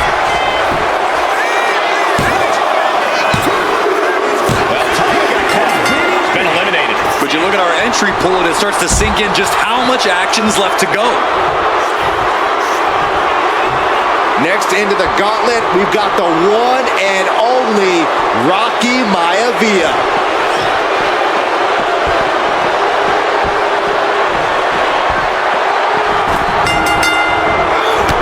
Textbook jumping clothesline. And as cruel as this match might seem, let's not forget, this is family. And right or wrong, however a family settles their disputes needs to be respected. But one can even ask if this is a fight to fix a family or a fight to control an entire business. It's hard to say, Michael, when the family business is all about fighting. Escape. Inside cradle. Oh, look at this small package! It's going to take more than that to keep him down. Got to do more to get the fall. Lands an elbow.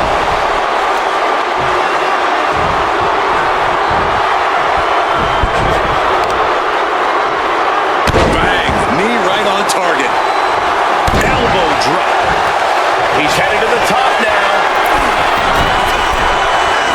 He might be getting up, but it doesn't look like it will be for long. Take off. Missile drop kick. Shoulders down. This could be it. Kicks out on the pinfall attempt. It'll take more than that to hold him down.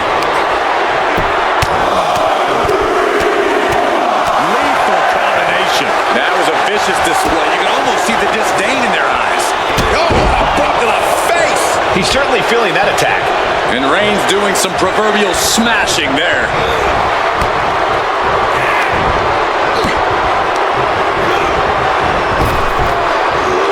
Sidewalk slam! Almost drove him through the ring.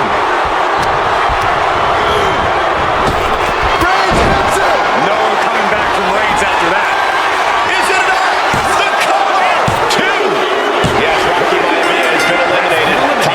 Showers.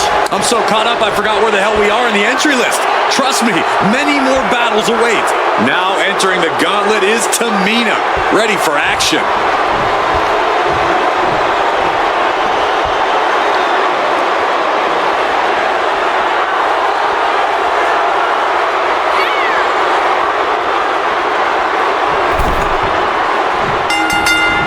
And Reigns unleashes the Superman punch. Gets the shoulder up. Wow. Man, what a hit. And Corey, there's more than family pride on the line tonight. Everyone in WWE is watching, wanting to know this challenge can be conquered. And think about the bragging rights. If you run through the gauntlet of one of the most prestigious families in all of wrestling, you will automatically be considered the toughest badass walking this earth. Tamina being controlled by the opposition here. Tamina has to devise a new plan here. Sidewalk slam. And that's not going to make Tamina happy. Yeah, Reigns brought the fight in a major way on that exchange. Sidewalk slam. Oh. Bam. She flipped it. No, he kicks out. This could do it. And she kicks out at two. Very close. Fatigue clearly setting in. Tamina's in crisis mode. Cover. Two. Gone from the gauntlet. Here's Tamina. 5 more challengers left to go. Can it be done? Here's The Rock, ready to shake things up in this gauntlet.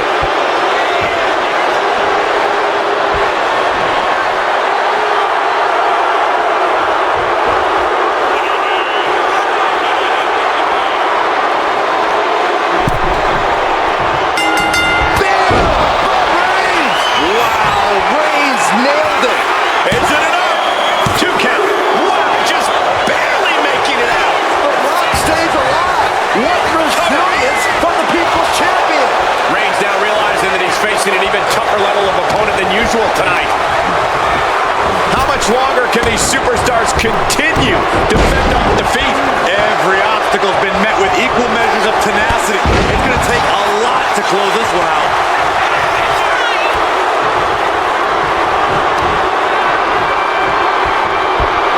Got their opponent up. Driven down. He's going for it. time to expect victory yet. Thunderous club comes down. Very effective. Ripcord. Oh my goodness, nasty line. That's scary. Look in his eyes. Fixated on the opposition.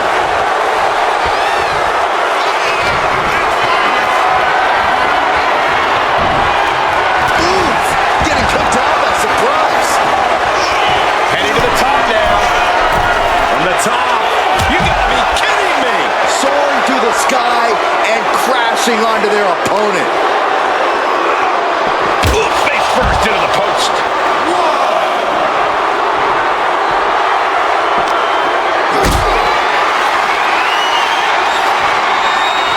Getting carried to a vulnerable position here. No. Power bomb onto the apron.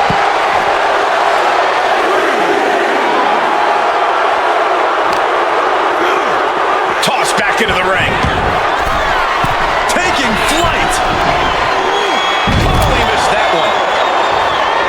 Ooh. And he just has to be in indescribable pain. These are the moments professionals train for. When you are at your breaking point. Effective use of the knee. Big elbow drop. That was definitely an attempt to take off some of the black shine there. Roman just solidifying his position at the top. Flying. Body on body. Wow. Cover! 2. And still in this. Getting dangerously close to ending it all there. Boom, what a kick. Rock sensed it was coming. Reigns heads up. This is going to be good. From the top. Are you kidding me? Unparalleled intensity from Roman Reigns. Reigns is making an opportunity for himself. How in the world did he kick out?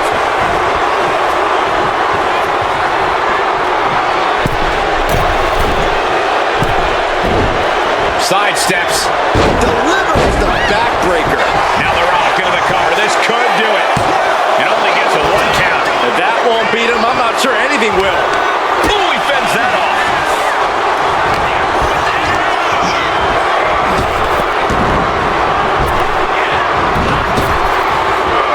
Effective arm drag. Foot just stomping down.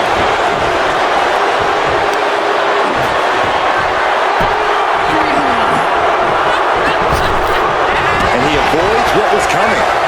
Superman punch from Reigns. Cover.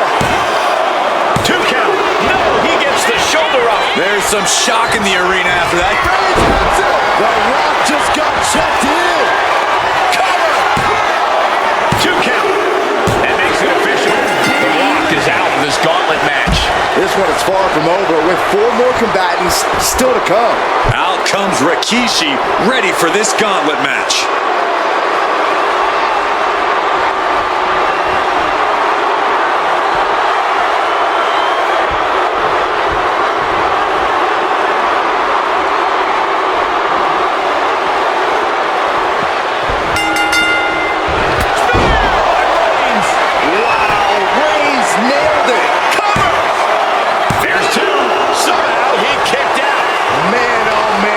Resilience.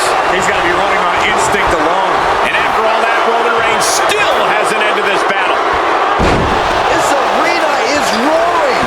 I think the desk is shaking. Here's the pump handle. Suplex. Launched. Boom.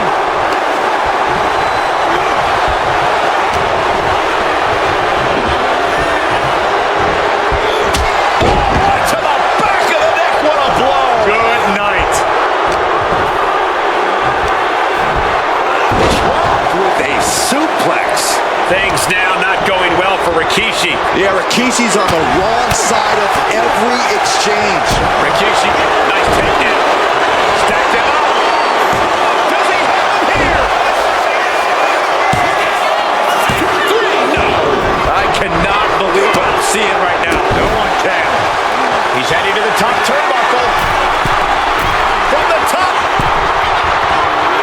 The elbow drop. No way. Again, flying. From the top with the splash. Took a gamble once, took a gamble again, and hit the jackpot twice. Rikishi coming up short in this gauntlet match. He's eliminated. And another one bites the dust, but there are 3 opponents still on their way. This gauntlet just got more interesting with the arrival of Jamal.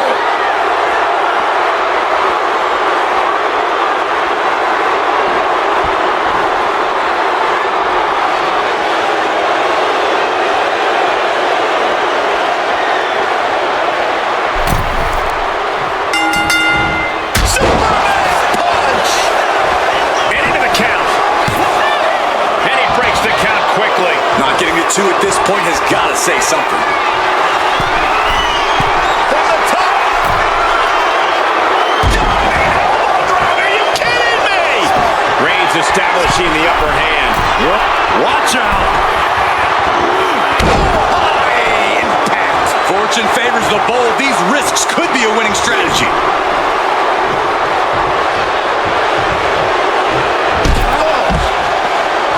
At this point in the gauntlet, are you gentlemen sky high?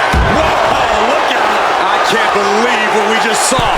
I can't believe that didn't miss. And from the top. Look out below. The air time, the fearlessness. What a ridiculous maneuver to the outside. Lift on. Taking a flight to nowhere. What a spectacular misfire. And that is why we say, don't try this at home, viewers, because of terrible miscalculations like that.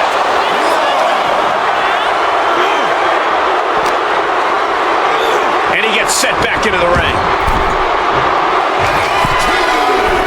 I am not believing what I'm seeing. He's taken.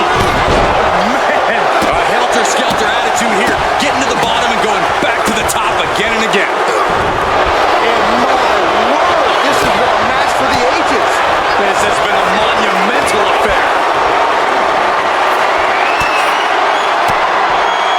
Fires back with a crucial elbow. Catches a punch. Jamal just getting knocked around. You gotta wonder, what does this do to Jamal's confidence? Suplex. Launched.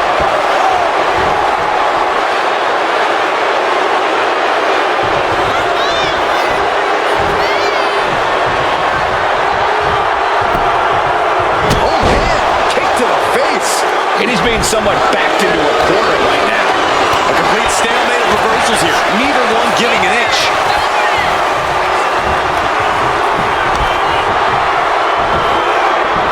Oh, ended up getting caught up in the air. Ooh, stiff punch. Roman being the aggressor. Reigns is picking up steam. Into a dragon screw leg whip. Big splash. And Reigns reverses. Here's a cover. Could be it. Oh, got the shoulder up just at the last minute. At 2.5, he kicked out. Bang, what a boot.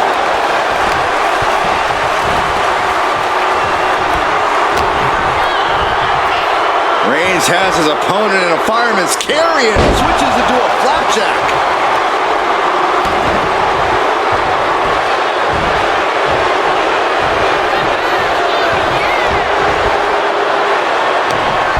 Quick jab gets him out of trouble. Superstar setting up. Aggressive side slam. Turns that away. Roman Reigns with a schoolboy pinning combination. No! Cover! There's 2. Yeah, no. He doesn't get the 3. A long 2.5 in the waning moments of this match.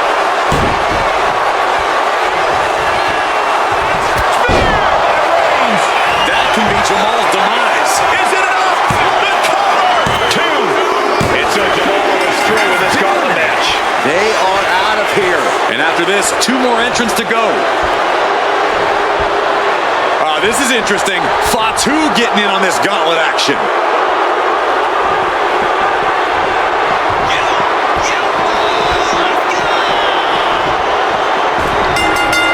What a spear by Reigns! Reigns put his stamp on this one. Cover! 2! Oh, not yet. They just got the shoulder up.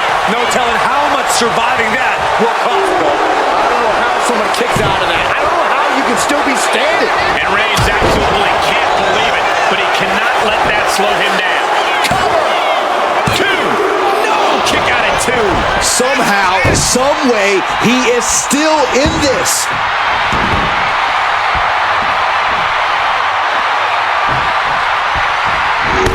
Crushing impact in the corner.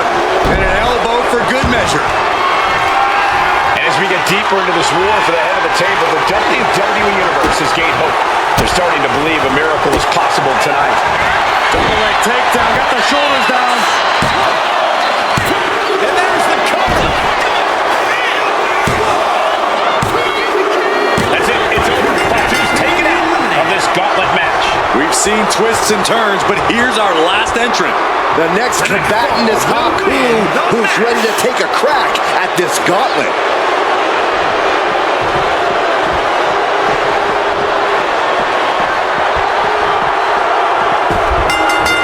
Reigns hits him! That has Haku rocked. Going for the win, not letting up. No way! No way! I don't know how he did it, but he's hanging in there. Just how much pain is he willing to endure in this match? Roman has been denied. This is not something we're used to seeing, and by the looks of things, neither is Reigns.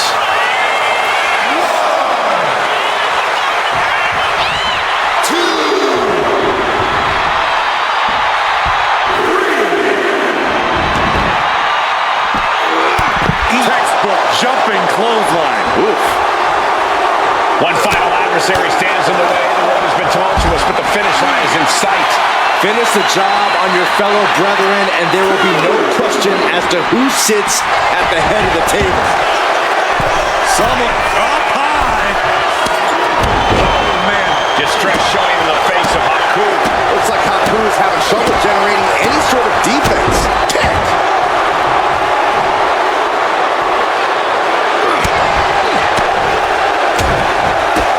Kick to the gut. And a big right hand. Going up to the top now.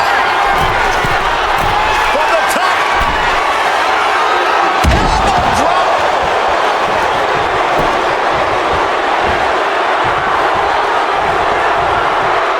Reigns hits him! Reigns got all of it. Is it enough? Is this the end? 2! Roman Reigns is your winner tonight. మొత్తం complete. The winner of this match, and officially, your Tribal Chief, Roman Reigns!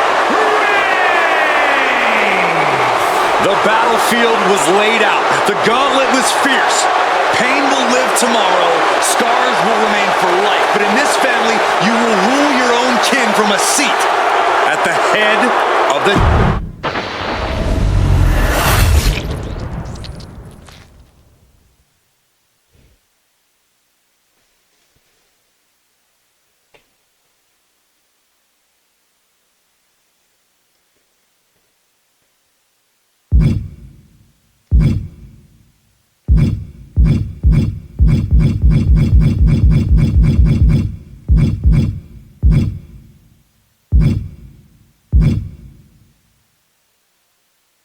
ఇది కావాలంటే ఆడొచ్చు మళ్ళీ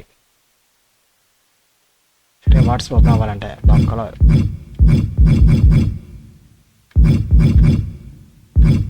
super పిటిషర్స్ ఉంటే ఇచ్చేస్తే అయిపోయినట్టే okay friends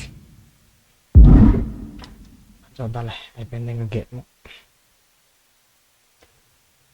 complete అయిపోయిందప్ప game